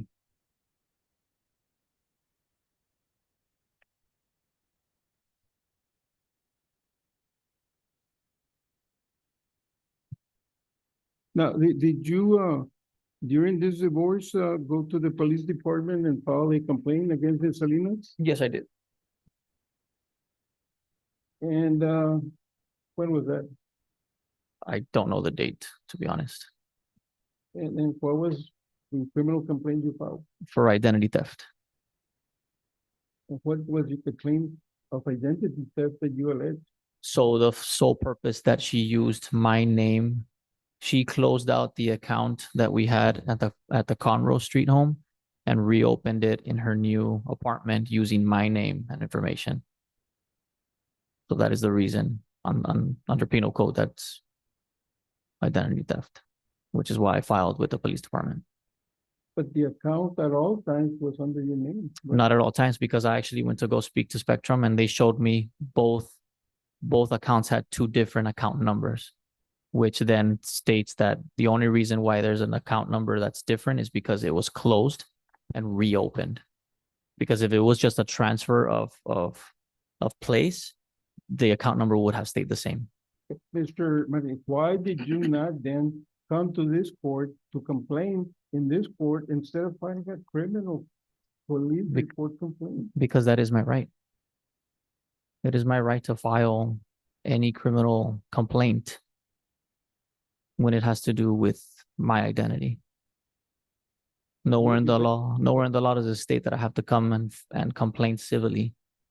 When you filed this divorce, were you apprised of the rule governing the parties in the divorce? Meaning? Were you? Yes or no? No, well, can you repeat I'm it? subject to calls for a legal opinion if he can show him that the request or the document he's talking about so that he can refer to that. Sustained. Were you ever, did anybody give you advice to go file a police complaint? No, sir. Did you know that it would hurt Ms. Salinas when you did that?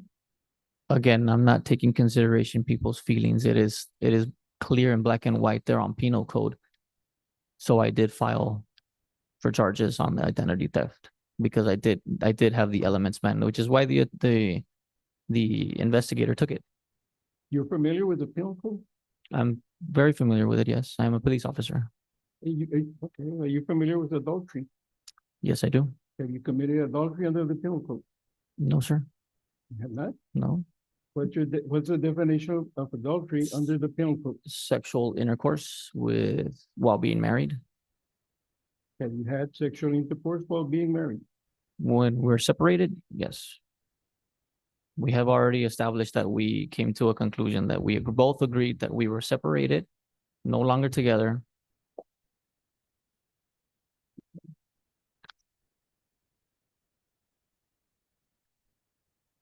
Mr. Castillo can put the microphone closer to him. Thank you. Thank you.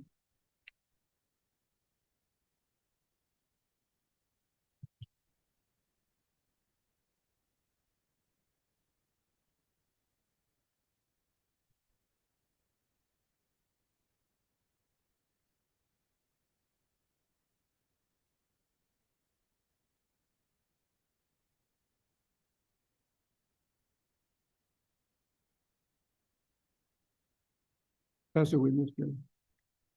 Redirect. Yes, Your Honor. Mr. Martinez, you're testified already that your retirement withdrawal was about 47,000, correct? Correct. Half of that would have been about 26,000, more or less. Yes, ma'am. And your sales proceeds from the home were 28,000. Correct. And you've already agreed to give that to Mrs. Salinas, correct? That is correct. What was your reasoning for giving her that sales proceeds in totality? Just to not prolong this anymore. Okay. And that would constitute her half of the retirement withdrawal, correct? Correct.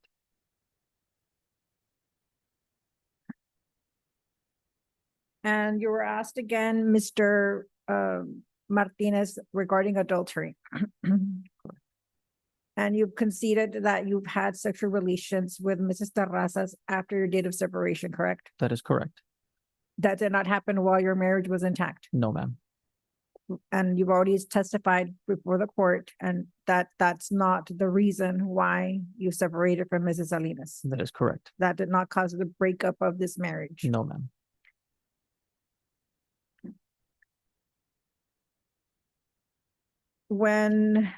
Has Mrs. Salinas ever told you that you cheated on her? After you got engaged to Mrs. Terrazas? I want to say she did mention it. Okay. But only after you got engaged, correct? Correct. Okay. And at that point, you had been separated for over a year from Mrs. Salinas, is that correct? Yes, correct.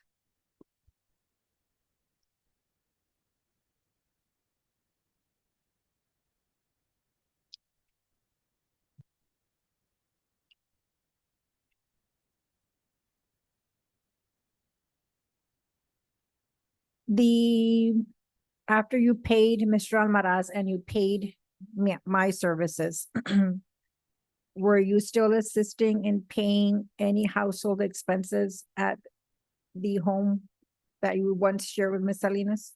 Yes, ma'am. I did have to pay for the repairs needed in order to sell the house. Okay.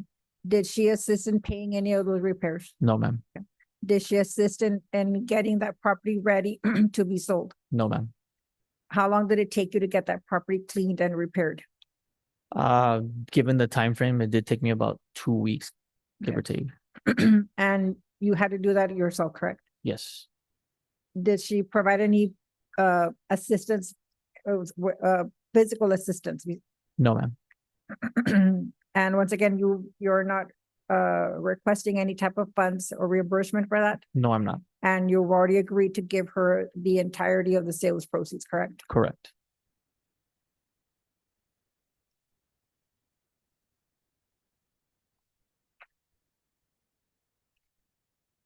Have you had occasion to ask Ms. Salinas, Mr. Martinez, to allow somebody else to pick up the children? Have I asked her? No, I have not. Okay. Do you have anybody available to you, not just for the month of June, but throughout your possession schedule? Yes, I do. Okay. And who would those persons be? It would be Mr. Rosas or even my mom. Okay. And you understand that that's an option to you, correct? Yes. Okay. Do they both drive? Yes. Your mom is licensed? Yes, ma'am. Okay.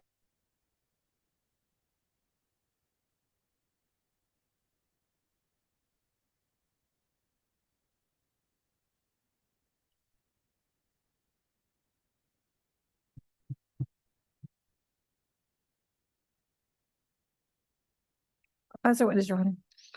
Was redirect. Anything on recross? A couple of questions, Judge. Mr. Martinez, Yes, sir. you realize that Ms. Salinas did go clean up the house before the sold, correct?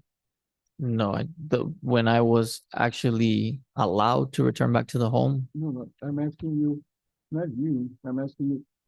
Ms. Salinas went in and cleaned the house, correct? not that I'm aware of.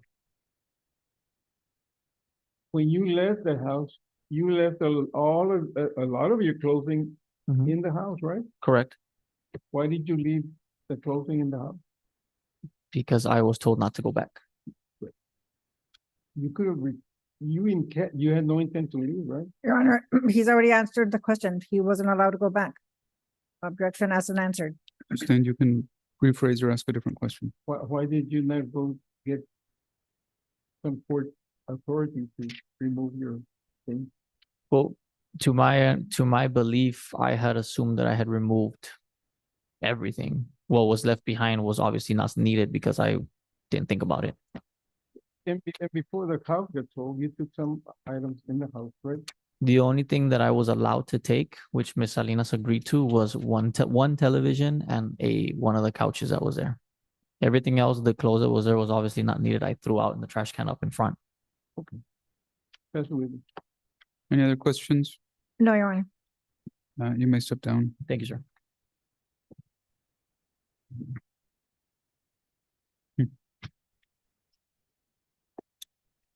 That was still your witness. Any other witnesses, Ms. Soto? I don't have any other witnesses, Your Honor. Any witnesses, Mr. Castillo? No, Judge, I have one, but I think I will not need her. He's already admitted what I needed to get from her. All right, so no other witnesses, no other witnesses. Let's stand at ease for just a few minutes and then we'll go straight into closing. Stand by. All right.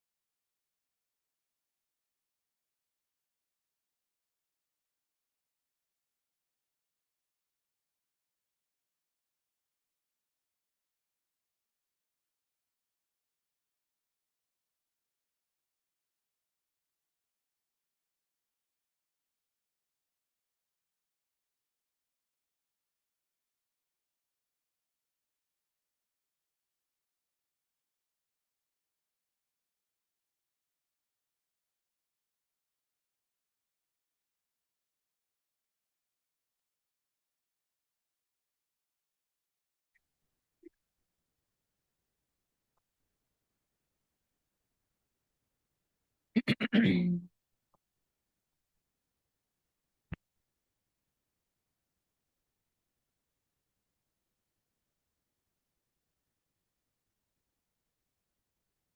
is back in session. We are once again on the record. This is Martinez versus Salinas, cause number 2025 FLA 1199C3.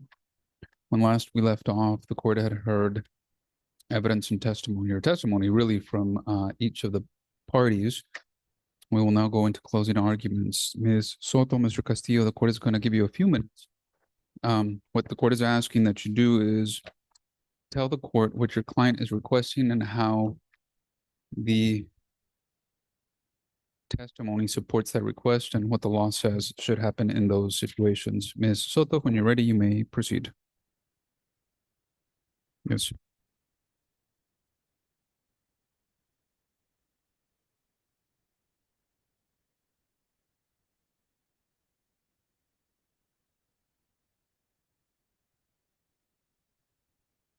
There's no audio, Your Honor. Let's turn the audio on and let's begin once more. Go ahead. Yes, Your Honor. The first request that my client makes is a denial of a finding of adultery and rule that the marriage ended because of irreconcilable differences with no expectation of reconciliation. At the time of separation, Mrs. Salinas did not have any evidence of any relationship, extramarital relationship between Mr. Martinez and anybody. She said she had a gut feeling, and referenced Facebook posts. Those Facebook posts were not dated as of the date of separation. They were in fact dated more than a year after the date of separation. Neither party had effectuated or began a divorce proceeding. So that was absolutely not the reason for this marriage ending. So for those reasons, we want the court to rule a denial of that finding of adultery. And Your Honor, as far as the June and July schedule changes, for June, my client does have the days off for Thursday through Saturday. He's requesting the court to allow, in the best interest of the children, to allow him to pick up the daughters Thursdays, the first, third, and fifth Thursdays of the month from 6 p.m. to Saturday at 6 p.m. and is willing to pick up and drop off at mother's home. He's already stated on the record, we're willing to comply with every single activity that the girls have. He's going to keep abreast of any activity, any scheduling changes so that he can effectuate the girls' attendance. They're his days off, so he doesn't have any other commitments to attend to besides the girls. If an emergency should arise, he can rely on Mr. Razas or his mom, paternal grandmother, to assist him if he needs to be in two places at one time, if the girls have a conflict with their schedules. So we're asking that the court consider for the month of June 2026 that he be allowed that change. For the month of July, he is expected to also have a change in his days off in shift work. He wants the court to order the parties that Mr. Martinez has to provide that new work schedule for July 2026 to Mrs. Salinas, and so that she's aware what days off he has. So the first day off that he has, he would request that the court allow him to pick up the girls at 6 p.m. And then 2 days after that, for his 3-day visit, he will drop off at mom's house, also at 6 p.m. It is correct that we don't know what those July dates are because he has not been provided those, but it is in the best interest of the girls to have a continuing relationship with their father as well. And the issue of child support, Your Honor, we were before the court in October for temporary orders. At that time, the court did leave the child support at the amount that was originally established by the Attorney General's office. He has testified before Your Honor all of the applications that he submitted. He's also mentioned to the court that the reason why he accepted or took a resignation rather than being terminated is because if he was terminated, there's no possible way that he could have continued a law enforcement career. They would have immediately not even entertained an interview or the application process. He did state, however, that he took the resignation and made several applications to including Border Patrol, TABC, ICE, Constable Precinct 1 and 2, Laredo Police Department, UISD Police Department, and LISD Police Department. Out of those facilities or those entities, only 3 followed up with him. Border Patrol denied because at that time he had some issues regarding, of course, the ongoing investigation. And because the child support issue creates a reliability issue for that federal entity. TABC, he testified that he was, they were interested. They asked for references. The only reference that they couldn't get a hold of was Mrs. Salinas.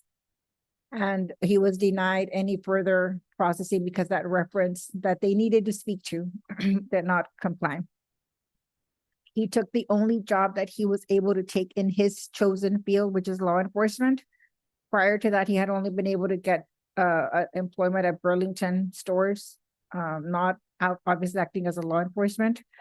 So he has had some reduction, Your Honor, but at the time that he was terminated or demoted, he was making $35 an hour. He's at $24 an hour now. He stated under oath there were no bonuses, no type of incentive pay at the sheriff's office. But he was asked the court to allow him to continue paying child support for the girls in the amount as previously stated, which is $545.35 based on 22.50%, which is the applicable guideline range percentage. His base pay is $3,832.75, Judge. He is covering medical, dental, and vision for the girls, which can get discounted. And of course, after the reduction of the Medicare federal taxes, his net pay is $2,423.78. And of course, we're not discounting the fact that he is paying child support for another child. For those reasons, Your Honor, because his intent was never to not pay child support or to decrease his ability to pay child support, we're asking the court to order that he pay $545.35 in child support. He's aware that he has arrears. For the arrearage, Your Honor, he's willing to pay, or he's requesting that he be ordered to pay $100 in addition to his monthly child support obligation.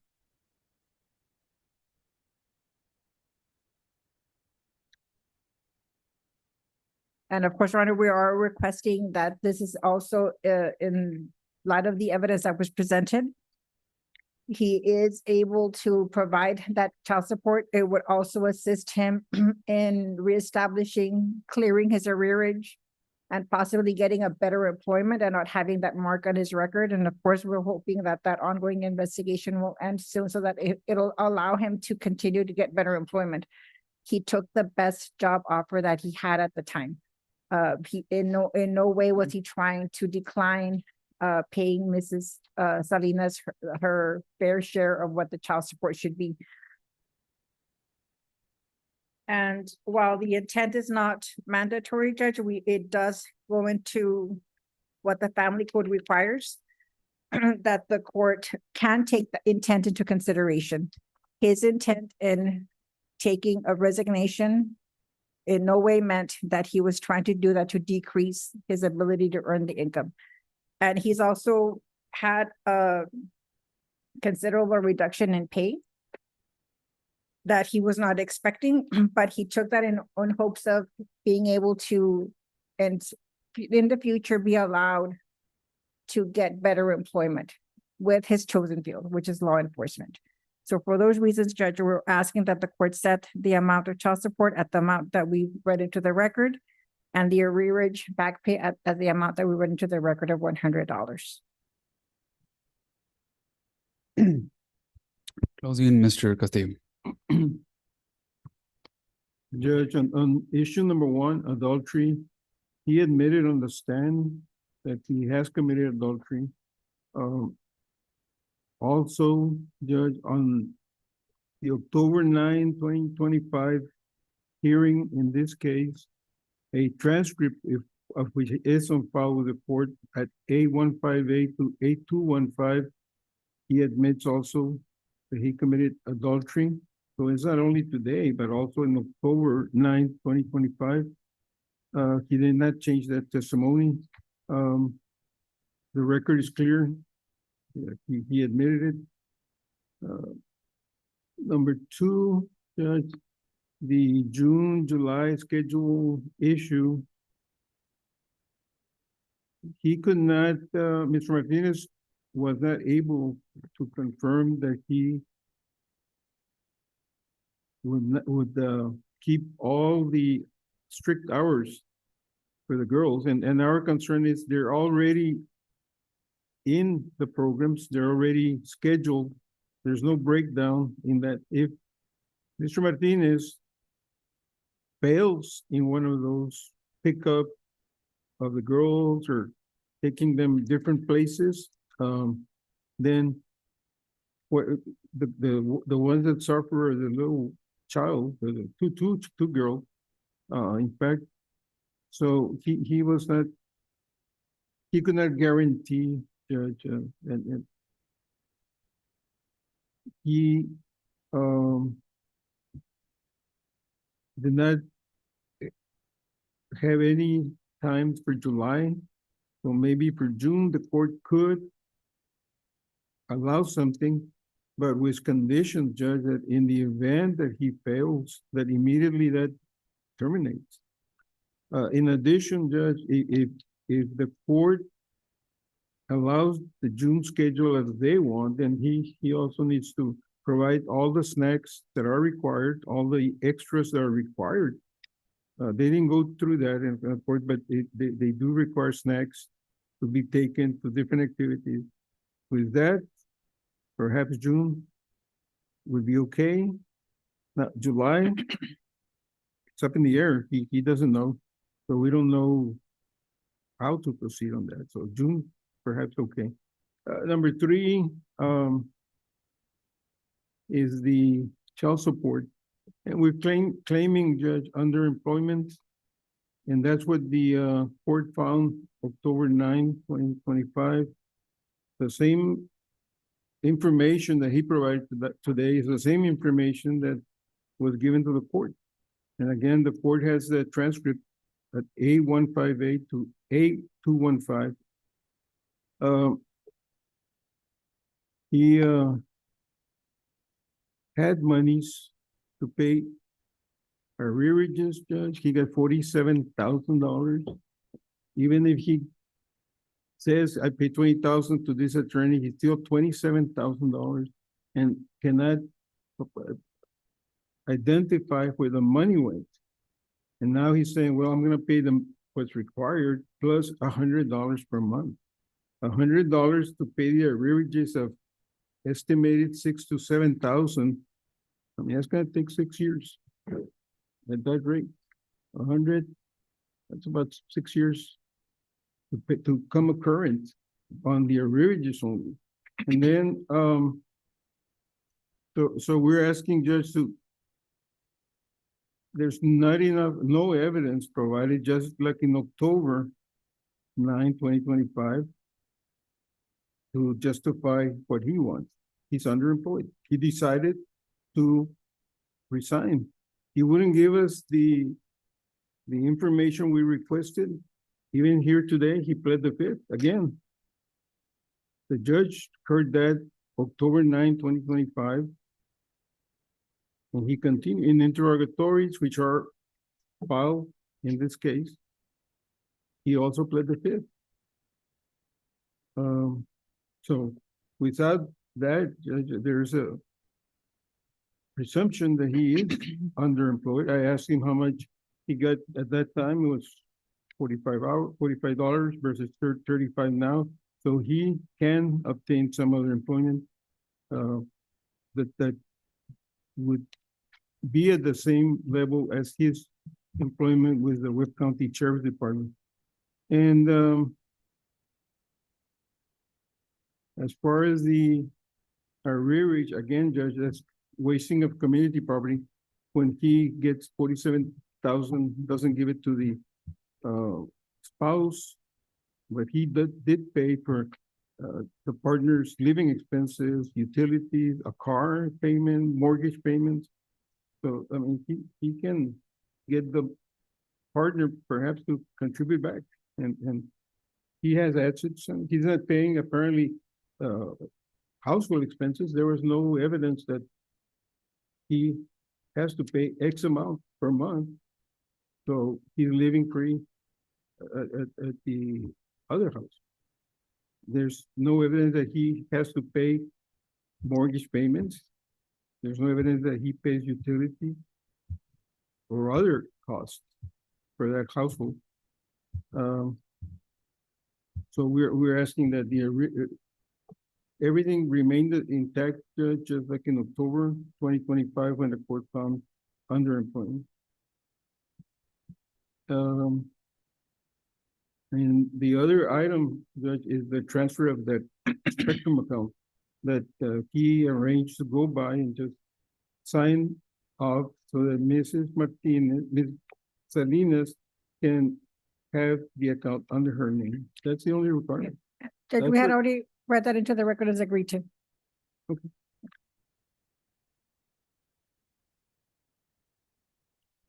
And I think those are the only issues, Judge, and I don't think there's anything else. Everything else was agreed upon.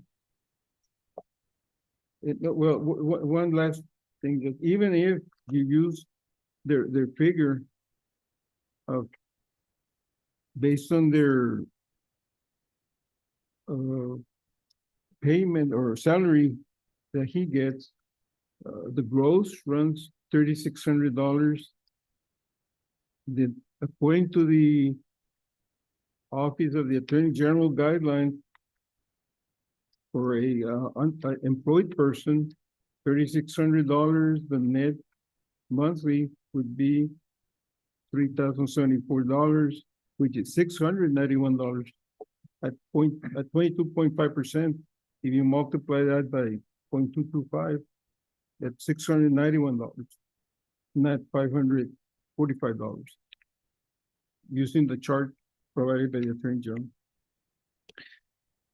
All right, let me ask the lawyer some questions to Yes. crystallize your positions. And I'll start off with the last thing posed by Mr. Castillo, and then I'll ask Ms. Soto for the follow-up. Mr. Castillo, so under your client's calculation of child support, your client's position is that it should be $691 per month? That's using the Attorney General guidelines, Judge. Unless the court finds underemployment, then the $1,093 that was paid before the divorce. And $691 beginning when? That would be well, the first month after the order is signed here. The final judgment So you're asking July the 1st? would be, yes, approximately. That's correct. Whatever amount to be July. Follow up with you, Ms. Soto. Your client is requesting 540, 545, Your Honor. 535 beginning. June 1st, Your Honor, because we're here before the court. And he has until the end of the month to clear that. So we would ask that it be June 1st, 2026. And I would like to point out to the court that Mr. Castillo's computation isn't taking into account that he's paying medical support, dental and vision. So he is allowed a deduction to reduce that amount from his net pay under the family code. Right. Crystallize, and I think these were your exhibits. They're not in evidence, but the court did see them and there was no objection. Ms. Soto, if the court recalls, and I was looking at my notes and I was paying attention, but I didn't write in, I don't recall the Pay stub? No, the Facebook pictures were taken summer 2025. They were 8:33 and 8:34, Judge. For 8:33, that was a Facebook post of the birthday. We took 8:33? 8:33. It was Mrs. The Salinas' date. exhibits. The date. Oh, And it was during my client testified that it would have been the week of September 10th, 2025.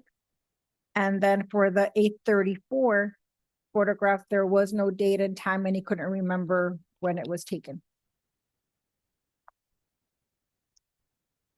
834 was a photograph of Mrs. Terrazas with Mr. Martinez, I'm sorry.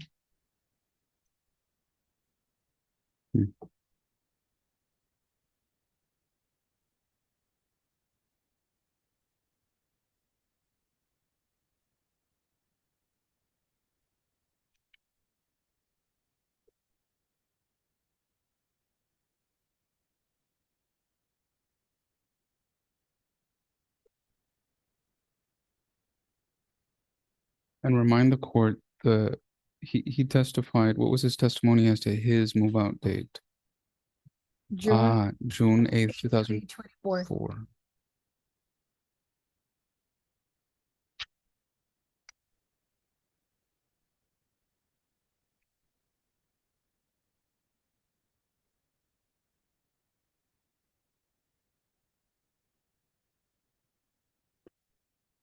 I guess, Ms. Soto, crystallize for the court. I know your client testified as to his personal belief, and I understand that. I completely understand that. But the issue on adultery, what is the difference, if any, a distinction in law between date of separation and cause for divorce? He seems to make a distinction. Is there a distinction in the law?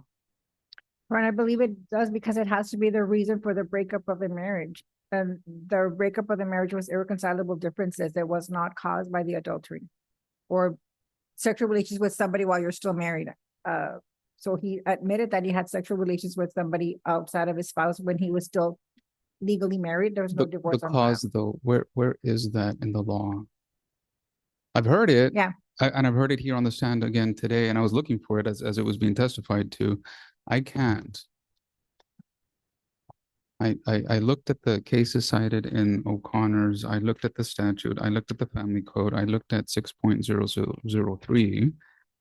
If either counsel can crystallize the finding of adultery and whether the law makes a distinction between separation and cause,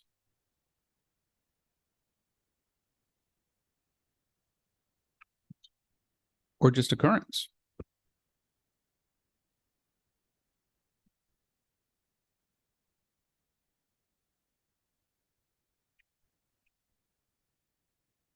One second. And I'm allowing both to respond to that question, since there's a difference of opinion.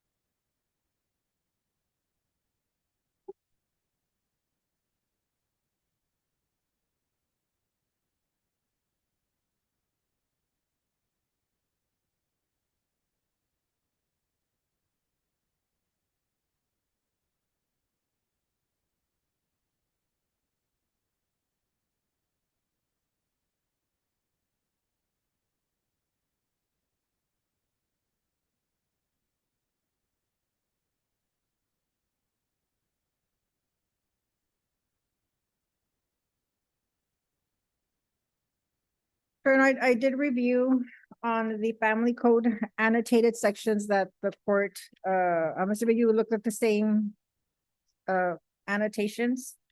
So there is proof, there is case law that the court can review it. It does state that it does not make a distinction for parties that have already separated. The court may still consider, doesn't say shall, but it states may still consider. And that's Escalante versus Escalante, 632 Southwest 3rd, 573, Judge. Out of El Paso in 2020. We would ask the court, since it does not require, that the court may consider denying because of the lapse of time between the date of separation and the beginning of this relationship.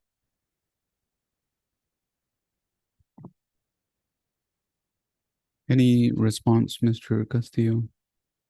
That's what the Escalante case says. Judge, there's also the case cited of Gergis versus Gergis. The adultery means the voluntary sexual intercourse of a married person with one not the spouse, not limited to an action committed before the parties separated. So. And it can be shown by direct or circumstantial evidence, and here the evidence was direct. He admitted. It's not that there's a suggestion, it's that he admitted. While still married, he had a relationship with Ms. Terraza. And in fact, Judge, when he pled the fifth, that's what I was trying to get him. Because the reason for termination and demotion, I think, go to the fact that he was having a relationship with Ms. Terraza while employed with the Webb County Sheriff's Department during his hours of employment at the Webb County Sheriff's Department. But since he pled the fifth, he didn't provide us the personnel file. So there's a presumption when you invoke the fifth that there is truth to what is being alleged. And Judge, my client has an absolute right to plead the Fifth Amendment. He does have that pending investigation. He doesn't have to answer them. He has the right under the Fifth Amendment to stay silent. That's what he's doing. He was not in a relationship with Mrs. Terraza. The evidence was that that happened afterwards. So that had nothing to do with Mrs. Terraza's. It was solely only for that investigation, and he shouldn't have to be penalized or punished or things inferred when there's no evidence before the court that that's why he's being investigated. There's no evidence because he invoked the fifth. Which he has a right to do. But there's a The, presumption. the US Constitution says he has an absolute right to stay silent. That's what he did. But invoking the fifth rises to a presumption that it did happen. And it's rebuttable, and they did not rebut it. In fact, he refuses to answer the question. Your Honor, to appease the court and Mr. Castillo, he did just mention that it was a federal investigation. I don't think the federal system's going to concern themselves with somebody having relations at the Webb County Sheriff's Office. Had nothing to do with Mr. Razas. I don't, but so so folks, so we're all on the same page. I don't find any fault for invoking any rights. The only thing that concerns me is that I have to make a decision in a vacuum, and that's okay. I just won't guess, speculate, or try to figure out what may or may not have happened. I just need to figure out what my universe of evidence is, and then just based it on that without guessing as to what. I mean, maybe not. I don't know. All right. Remind the court, both of you. It sounded like there was an argument made by Mr. Castillo about item number 4, the transfer of the Spectrum account as the fourth and final, and then the response by Ms. Soto was that that was already agreed to. Crystallize that agreement for the court. Yes, Your Honor. So we did state for the record that the agreement was he is going to go to Spectrum and sign any paperwork to effectuate that change. The account that's currently being used by Mrs. Salinas, he's going to go and change that account number solely under her name. She's agreed that any balance on that Spectrum account, if any, she's going to cover because she's the one that's been using. That's the extent of the agreement on Spectrum. And we can do that within. He can go tomorrow, Your Honor. Let me ask this question then. If there's that agreement, what effect, if any, does the signing of that paperwork have on the pending LPD investigation? I don't think any judge, but of course, I'm not going to speak for the law enforcement because I don't know. It wasn't done at that time that the report was filed. So fixing it may help, but I don't know. I wouldn't be able to tell the court if that's going to make that complaint go away. But I would imagine that it would help because the harm or the account would just now be listed under her name.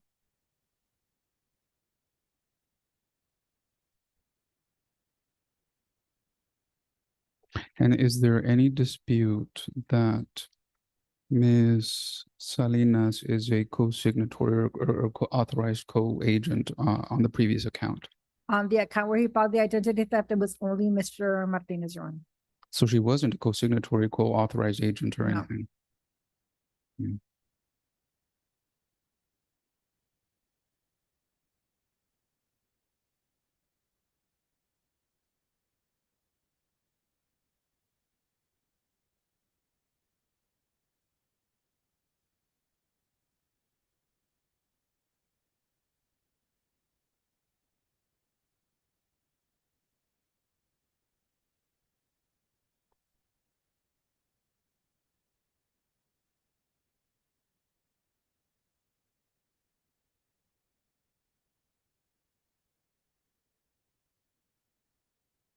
Let me see if I can summarize my thoughts and give you a decision. Both of you, Mr. Martinez and Ms. Salinas, have given the court a lot to digest. Let me pronounce and render some decisions. I don't know if the court heard this though. Mr. Martinez, pull up the microphone in front of you. No, I didn't.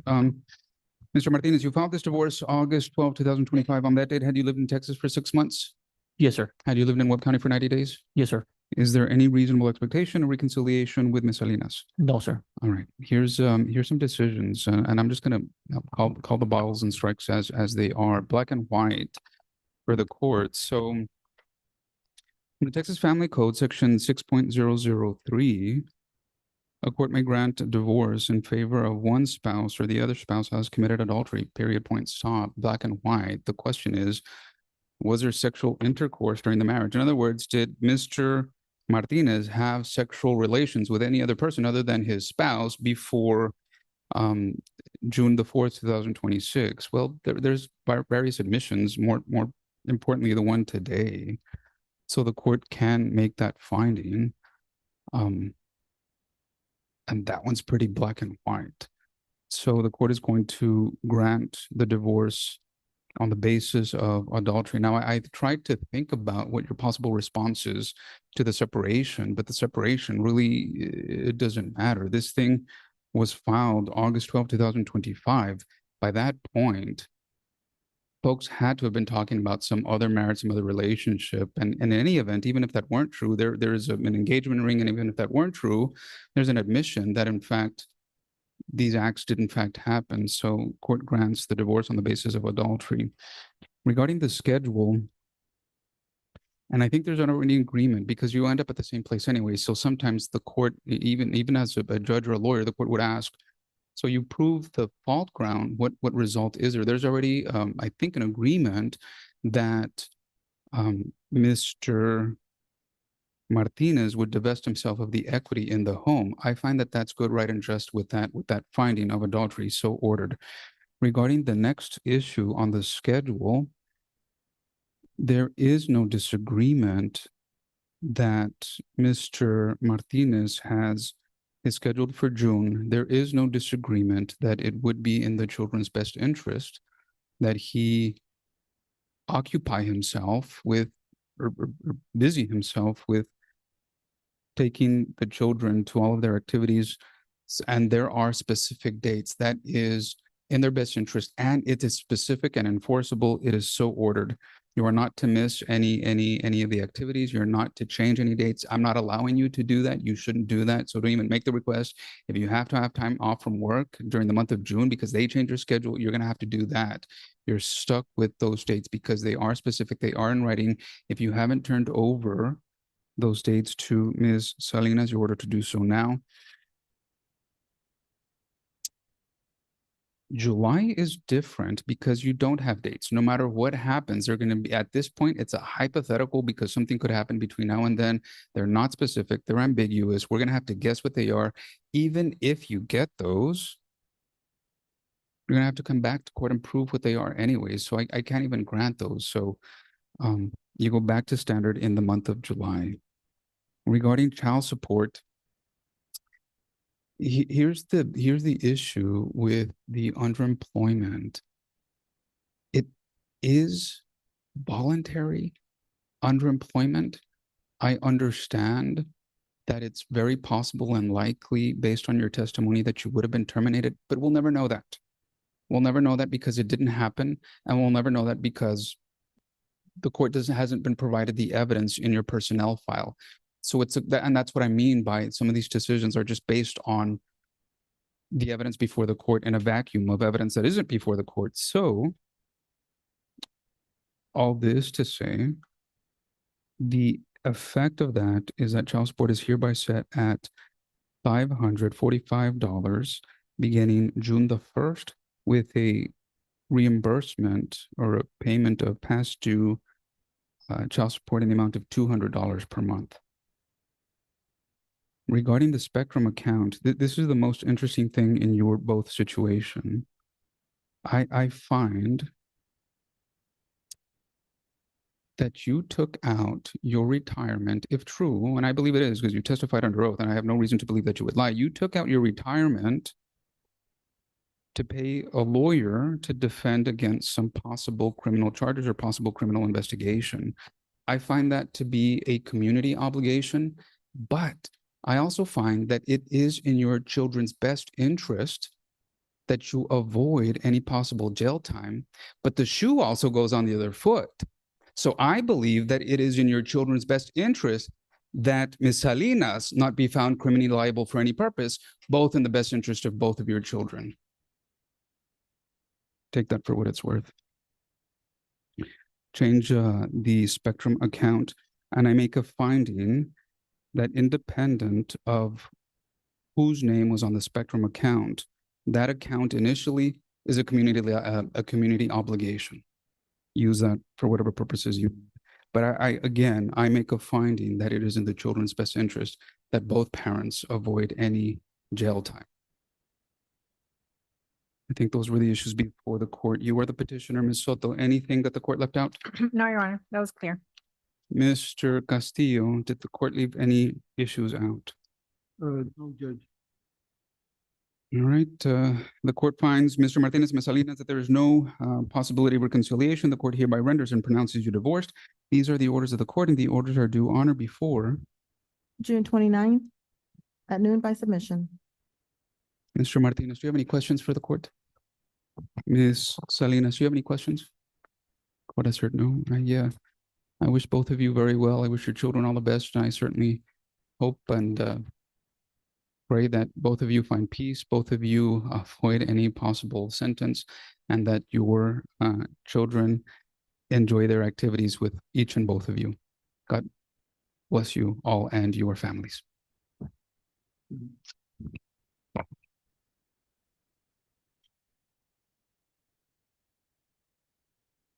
Noemi Mireles versus Luis Castillo, cause number 2023 FLC 1507C3. Court marks Mr. Vela present in person, Ms. Noemi Mireles present by video conference. Luis Castillo is present in person. Mr. Vela, what is the announcement, if any?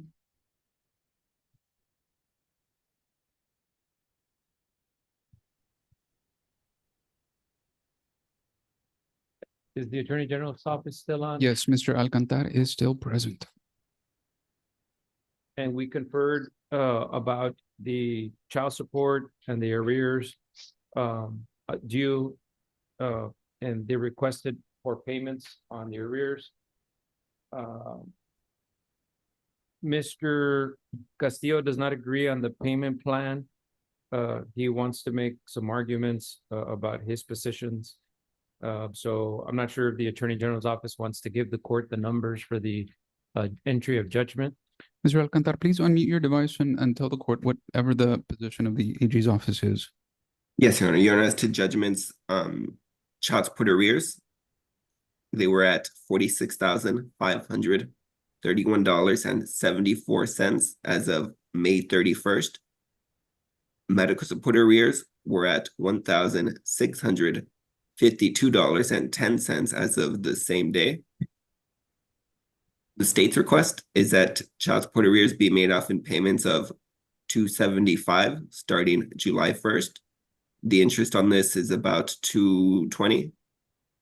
And medical support arrears at We're asking to be made off in payments of $25 a month, starting next month as well, July 1st, 2026. Mr. Castillo, the Office of the Attorney General says that you have an arrears of 46,531.74.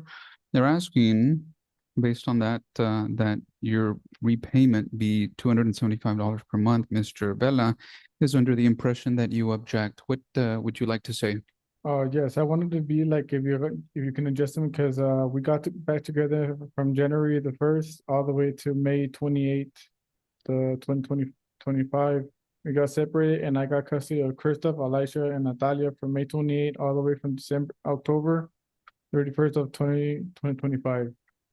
So I wanted to, if y'all can give me credit for all of that, then adjust all the. Tell me the date so that I can get a response. What are the dates It's that you want to January, put? January the 1st, Listen, give me the dates. Oh. Go ahead.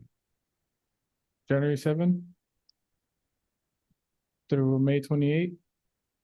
Then I got custody of Christoph, Elisha, and Natalia on May 28th as well, and returned them on October 31st, 2025. You're asking for 5 months worth of credit? Yes. All right. What say Ms. Mireles, Mr. Bella? The respondent objects to the request for an offset or a credit in any form. There is no live pleading on behalf of Mr. Castillo requesting any type of offset. I would object to the court entering an offset as requested. Additionally, there's been no modification ever filed by Mr. Castillo. The original order that was set in this case arose or was issued by the court back on July 8th of 2024. No petition was ever filed to modify or to stop child support for any alleged cohabitation with my client. And I would ask the court to deny that request. Mr. Castillo, that was a very formal way to say what I'm about to say. So Mr. Bella is telling the court, Judge, you can't even grant that. Under constitutional protections and arguments, due process says that in order to make a request, somebody has to be given notice, be given time to respond, some time to prepare, and then you come to court. So the question I have, and I'll ask you and then I'll ask the clerk, Mr. Castillo, have you ever made a request to the court for an offset? Okay. Let me ask the clerk's office to confirm. Is there a pleading by Mr. Castillo on file in writing in your office that requests a modification or a credit? No, Your Honor. So here's the thing about this case and the last case, Mr. Castillo. Even if I think that it's a good idea, and I'm not saying I do, legally my hands are tied with it, because if I did, it would be wrong. Mr. Bella could take this on appeal and he would be right. On a constitutional basis, every person is entitled to notice so that when they come to court, they know exactly what they're looking at. So for that reason, the court denies the request. All right. That being the case, do you have any other objection to the finding of an arrears of $46,531.74 with a repayment of $275 per month beginning next month, July the 1st, and for child support arrears and $25 per month for health insurance arrears? No, sir. Is that included with my other child support case? The 275? I don't know the answer to that, and I don't even know what the question is. Do you understand the question, Mr. Alcantar? It's an AG question, not a. Yes, Your Honor. So for the arrears, this is separate from your other case. But when we talk about current support, we are going to be giving him credit for his other case. But for this, the arrears amount that the judge just read, that's separate from your other case. Did that answer make sense to you? Yes. Okay. Do you have any other thoughts, comments, questions, arguments, or objections? No, sir. Court has heard no. Anything else, Mr. Bella? On the issue of judgment and arrears, no, Judge. Anything else on the record on this purpose, on this basis, for this reason, Mr. Alcantar? For judgments, no, Your Honor. All right, so anything pending after that, Mr. Vela? Yes, Judge. There is then the issue of the Attorney General's office filed a modification on behalf of Mr. Castillo requesting a modification of child support. We've been here before the court on multiple occasions where Mr. Castillo has given me and the Attorney General's office a copy of his tax return for 2024, showing that he was making $97,878. He gave us a copy of his 1099 for 2025, showing that he made $37,000. And he's given us paycheck stubs up until May, showing that he's making $880 a week. But I guess he's being paid cash. There's no deductions on there. And that turns out to be about $45,756 per year. The Attorney General's office has calculated child support based on 5 children before the court and 3 children not before the court, rendering a percentage of 34%. Based on his current salary, the Attorney General's office is saying that his current child support should be $1,083. We would ask the court to consider setting child support at $1,350 because it seems that Mr. Castillo has been employed at 50% less than his $97,000 that he had in 2024. And after speaking with Mr. Castillo, he explained that he had lost his license to traffic tickets. And so I've asked him to recover his driver's license so that he could be employed in the oil field. And I told him that we have 5 children who need his support and that we have a lot of arrears that need to be paid. Mr. Castillo explains that this is the salary that he has now and he hasn't been able to get anything else. And I empathize with him, but we do need to be paid based on his prior experience. And so I would ask the court to entertain setting child support at $1,350, Judge. Based on his 2024. Right. Mr. Alcantar, what response, if any, does the AG's office have? Your Honor, when I spoke to the parties earlier, I was under the assumption that as to the modification, it was going to be an agreement for a temporary order at the 1083 that I had given, guideline amounts and medical at $60, because Mr. Castillo had said that he's going to be working on getting his license back because he said he wants to go back to working in the oil fields. So we were hoping to give him about 3 months.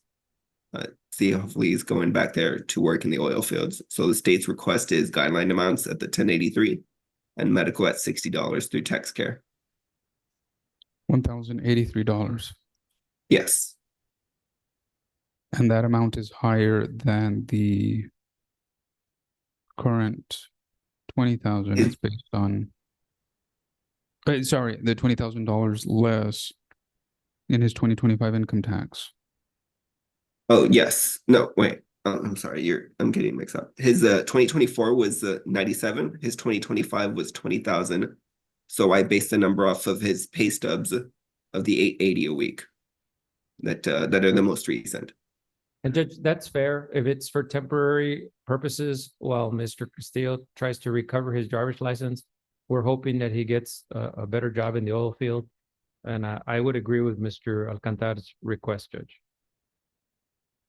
Or set for final. How do we're doing this temporary? Why don't we make it temporary final until somebody repleads? I'm not sure I follow what the court is saying. We're set for final, and I'm hearing temporary. I don't know how we do temporary at final. Yeah, I understand, Judge. The alternative would be to consider what I had requested, which was to do $1,350 child support starting from July 1st with the $60 medical reimbursement that's required to be paid to the state because the children are on Medicaid.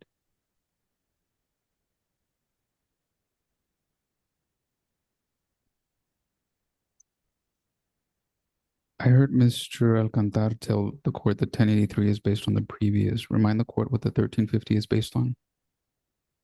Judge, in 2024, Mr. Castillo was making $97,878 per year.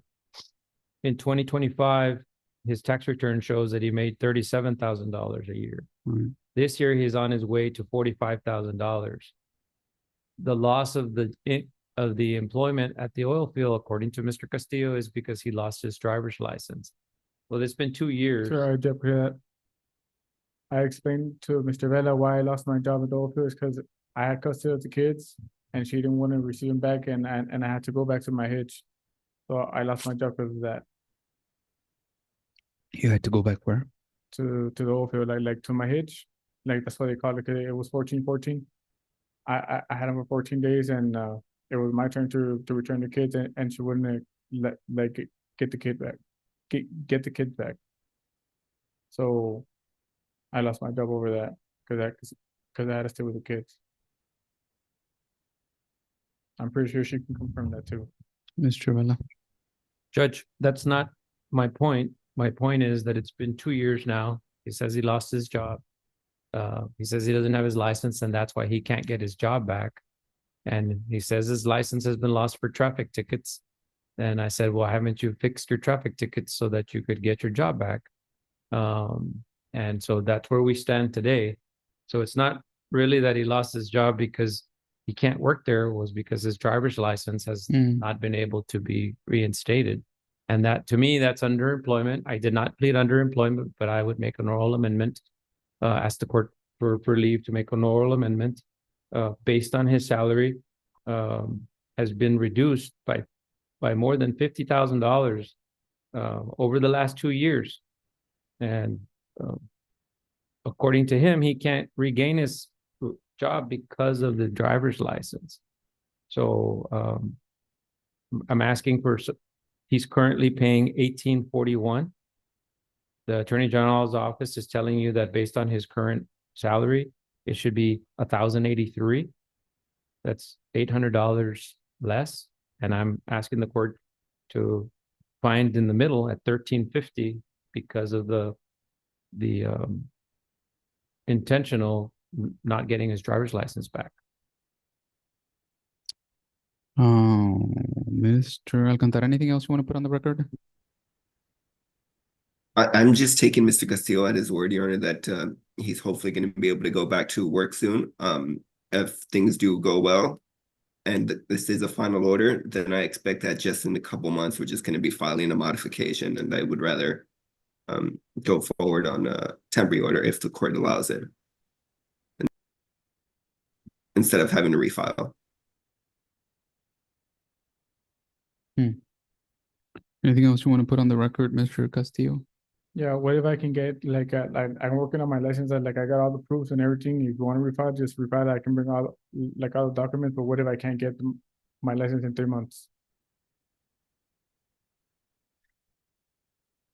But oddly enough, Mr. Alcantar, Mr. Vela, I share that concern, not because it's if this were a civil lawsuit, I think collection would be, because at the end of the day, the whole purpose of this is that the children get money. But what is there any guarantees? I mean, there's 46,000. There's little basis to believe that this. I mean, he hasn't paid this amount in this time. I mean, I really hope I think Mr. Vela's right on that. And I hope that you do get this job and you get your license, not for your sake and not for Miss Mireles, but for your children. Your children certainly need, they can't fend for themselves financially. They depend on you and Miss Mireles. You tell the court, what are you actively doing to secure better employment? I'm still looking for a job as a diesel mechanic. I'm getting $22 an hour, so that's what it adds up to 40 hours. But do you have a specific place where you've applied? Are you talking to people? Do you have a company? Do you have 5, or are you just shooting in the dark everywhere? No, it's a wholesale company right now where it is like it's good money, $100. It's just 40 hours. if they can grant me the overtime, that would be better, but it's a 3 shift, like it's 6 guys right now.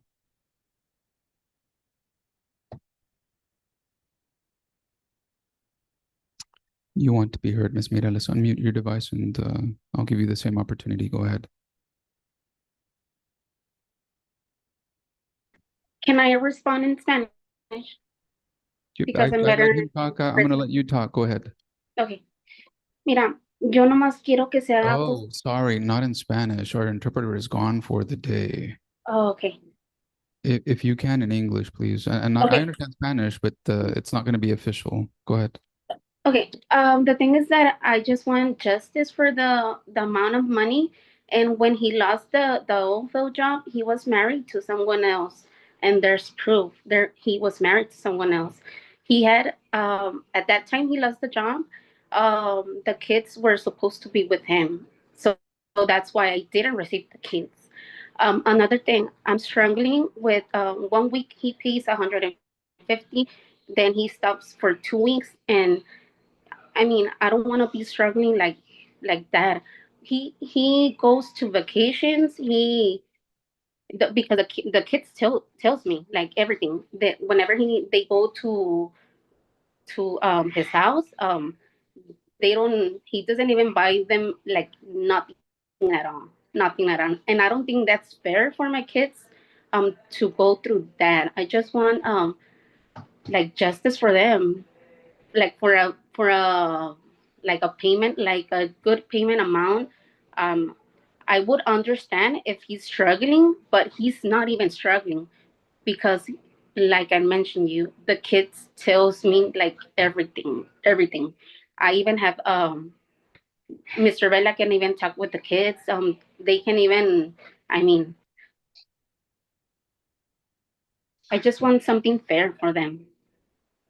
All right. Does any other person want to be heard? All right. So it's only the issue of child support calculation, a judgment for arrears, repayment amount for child support and medical support. Any other issues? The other issue is we had previously agreed and announced to the court a modification that had been done, which will be final. And if I could refresh the court's memory, and this is agreement of the parties have agreed to lift the geographic restriction that was previously placed in the order from July 8th, 2024.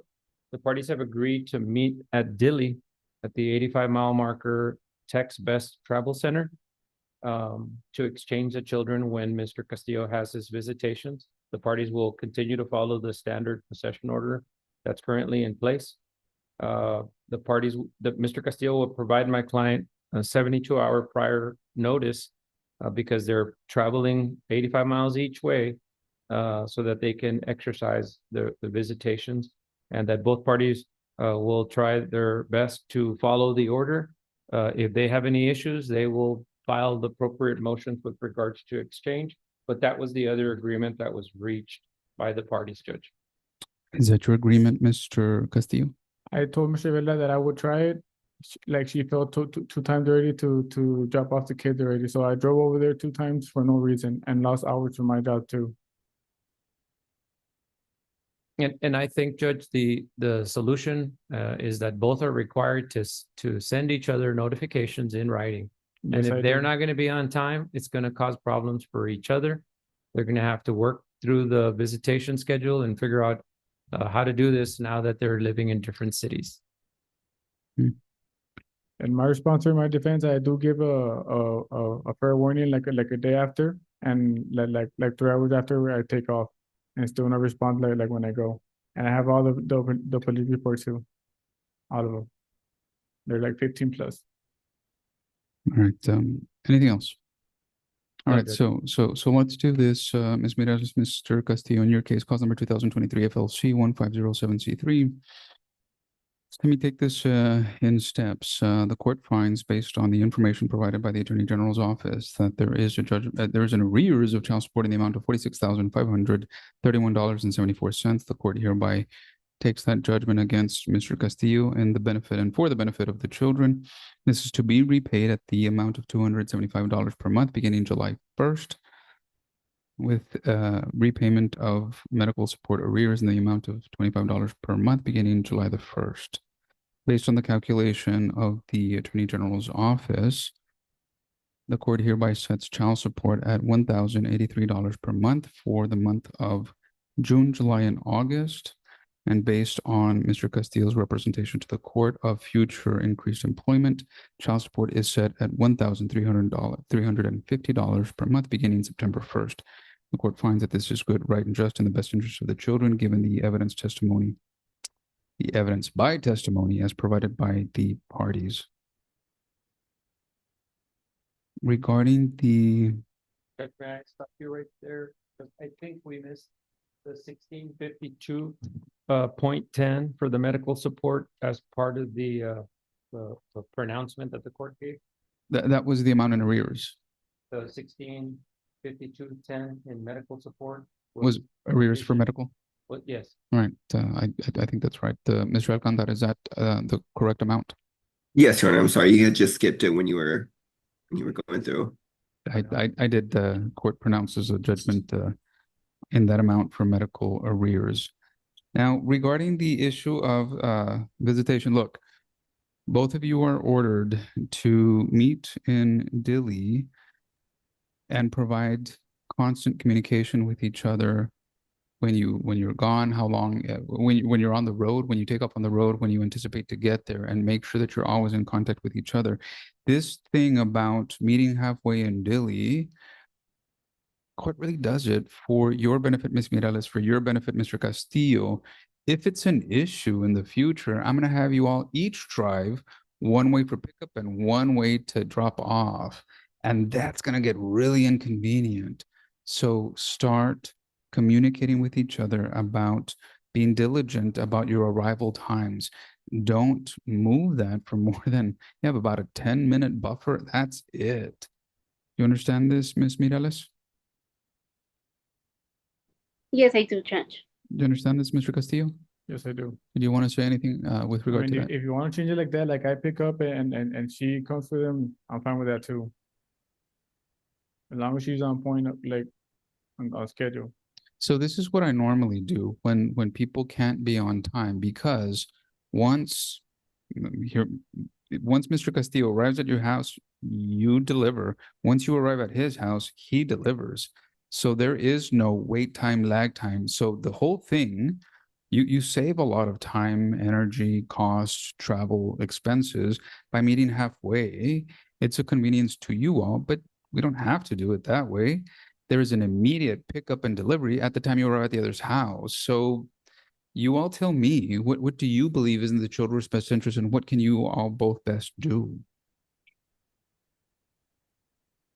Can I speak? Yes. Okay. I do respect that halfway, but he needs to respect the days he should the days he gets the kids, because sometimes he doesn't respect the days the kids, I mean the calendar day, he doesn't respect that. So that's why I get mad, and it's been like 2 times I denied like going halfway because he didn't respect the time and the dates. May I ask Ms. Mireles a question? And I'm sorry, Ms. Mireles, and I do Mireles, have, Ms. Mireles, and I do have, Ms. Mireles, your lawyer will be asking you some questions. Go ahead, Mr. Vela. There's a little delay in the communications, but I just want to ask you one thing. Do you prefer to pick up the children from Mr. Castillo after his visits at his home, and that he pick up the children when it's his turn at your home? Or do you prefer to meet halfway the way I announced to the court? Which one would you prefer? no, it's better for me halfway because I don't have nothing to do in Laredo, to be honest. Okay, thank you. And so my client would prefer to keep the halfway as we had previously agreed on the record. And we both are instructed to follow the orders as best as we can, and to follow the schedule the way it's written in the standard possession order, Judge. All right, meet halfway if they're, but communicate with each other all the time, whether when you leave and when your anticipated time of arrival. I don't want to If you need to, you can always come back and request whatever modification. What I'm not going to want to hear is that nobody tried, nobody communicated, everybody's late. Be on time in Dili and stick to that possession order schedule strictly. Don't move any dates. These are the orders of court. The court finds that these orders are in the best interest of the children. These orders are due to the court honor before June 29 at noon by submission. Ms. Mireles. Do you have any questions for the court? No, I don't, Judge. Mr. Castillo, do you have any questions? I'm good. I wish you both well, and I wish your children all the best. Any other cases for Mr. Vela or Mr. Alcantar? I believe that is all for Mr. Vela, Your Honor, and Mr. Alcantar as well. And Judge, if I could just ask Mr. Alcantar if he could send me a copy of the proposed order and I'll add whatever I can on the issues Yes, that are not related to the Attorney General. I'll send the child support issues to you, Mr. Vela. Thank you. All right. I wish you all well. Have a great night. Thank you. That leaves one case on the court's docket, page 7, case 18. Abigail Sondo versus Felipe Elizondo III, cause number 2026 FLB 465C3. Court marks Mr. Martinez King present and participating by video conference. Abigail Elizondo, is she still present? Yes, Your Honor, I'm gonna admit her. She's in the waiting room. All right, the court will. Yes, sir. Have a good night. Court marks Miss Abigail Elizondo being admitted by video conference. Felipe Elizondo, are you present? He's in the waiting room as well in virtual. Court is admitting that device.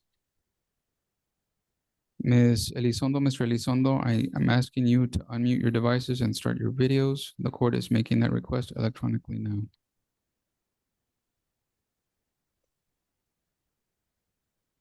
Hello?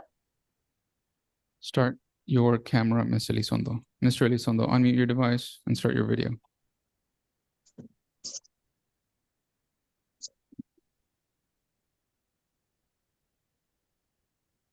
As the parties attempt to do that, Mr. Martinez King, what is the announcement? So we have come to an agreement on this, and we have e-filed the decree and emailed it over to your coordinator as well as the CC2 filing email. Fantastic. So this just involves a prove up. Correct. Ms. Elizondo, Mr. Elizondo, I'm going to ask that you raise your right hands. Do each of you solemnly swear or affirm that the testimony you will give in this cause will be the truth, so help you God? Yes. Yes. Ms. Elizondo? Yes. All right, you may lower your hands. Mr. Martinez King, who is your first witness?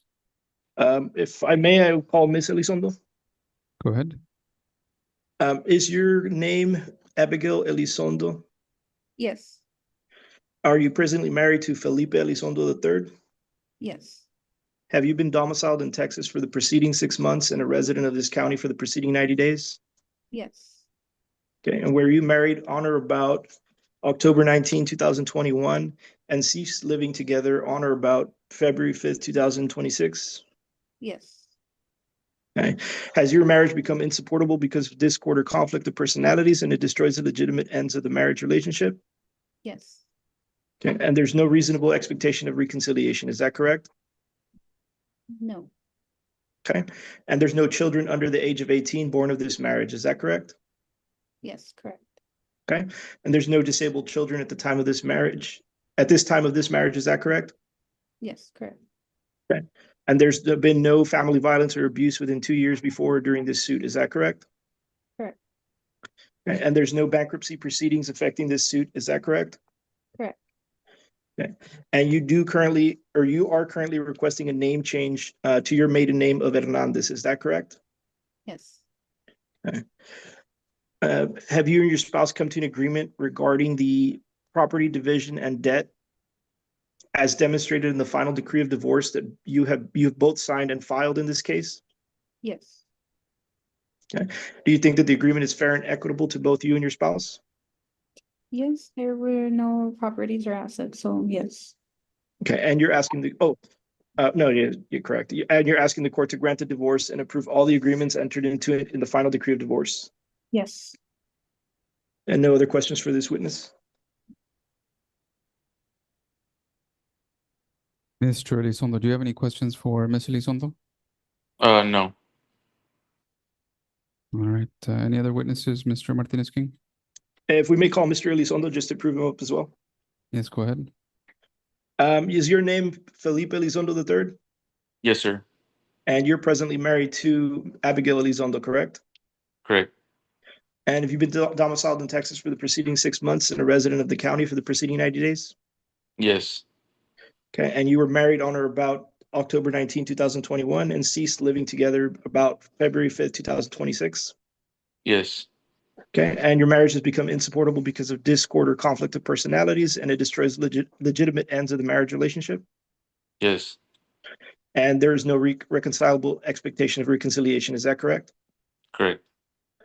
Okay, and there's no children under the age of 18 born in this marriage, is that correct? That's correct. There is no disabled children at the time of this marriage, is that correct? That's correct.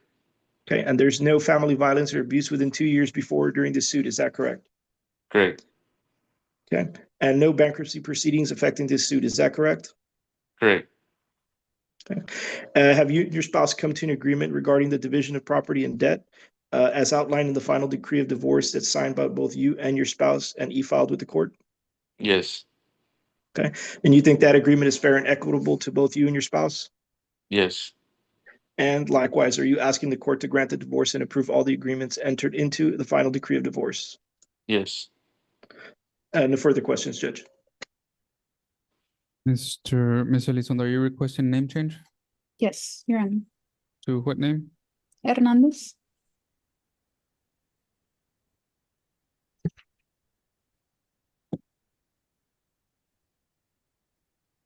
Is there anything else you want to say, Ms. Elizondo? No, Your Honor. Is there anything else you want to tell the court, Mr. Elizondo? No, sir. Mr. and Mrs. Elizondo, in your case, cause number 2026 FLB 465C3, the court at this time finds that it has jurisdiction over your case, meaning this is the proper court form and venue to consider your divorce. The court finds that you entered into marriage on the 19th day of October 2021, but you stopped living together as husband and wife on the 5th day of February 2026. The court finds that your marriage has unfortunately become insupportable due to a discord or a conflict of personalities that destroys the legitimate ends of the marriage relationship. The court finds that no children were born, adopted, or are expected of the marriage. The court finds that there is an agreement regarding the division of your property. The court hereby adopts and approves your agreement and finds that your agreement is in fact a just and right division. Ms. Elizondo, the court hereby changes your name to Abigail Hernandez. And at this time, Ms. Hernandez and Mr. Elizondo, the court finds that there is no reasonable expectation of reconciliation, and the court hereby renders and pronounces you divorced. Mr. Martinez-King, the final decree of divorce that you filed with the court, is this a true and correct rendition of what the court just pronounced and rendered? Correct, Judge. The court has signed your final decree of divorce. I am tendering the original to the clerk's office. And that concludes your divorce, Ms. Hernandez and Mr. Elizondo. I wish you both very well. Thank you, Your Thank Honor. you. Any other cases for Mr. Martinez-King? That is all for Mr. King. Good to see you, Mr. King. Have a good night. Thank you, likewise. Thank you. Ms. Flores, have all cases been called on today's docket? Yes, Your Honor, all cases have been called. This now concludes this docket held at Webb County Court of Law 2 for Thursday, June the 4th, 2026. The court continues to embrace the latest technology to provide safe and uninterrupted access to justice without delay. Today's docket was made possible by the appearance of counsel and parties and by the assistance, diligence, and preparation of the Webb County Court of Law 2 staff and the employees of Webb County that provide judicial support to the court. For the employees of Webb County still present, the clerk's office and the sheriff's office, the court appreciates you all. Have a good night.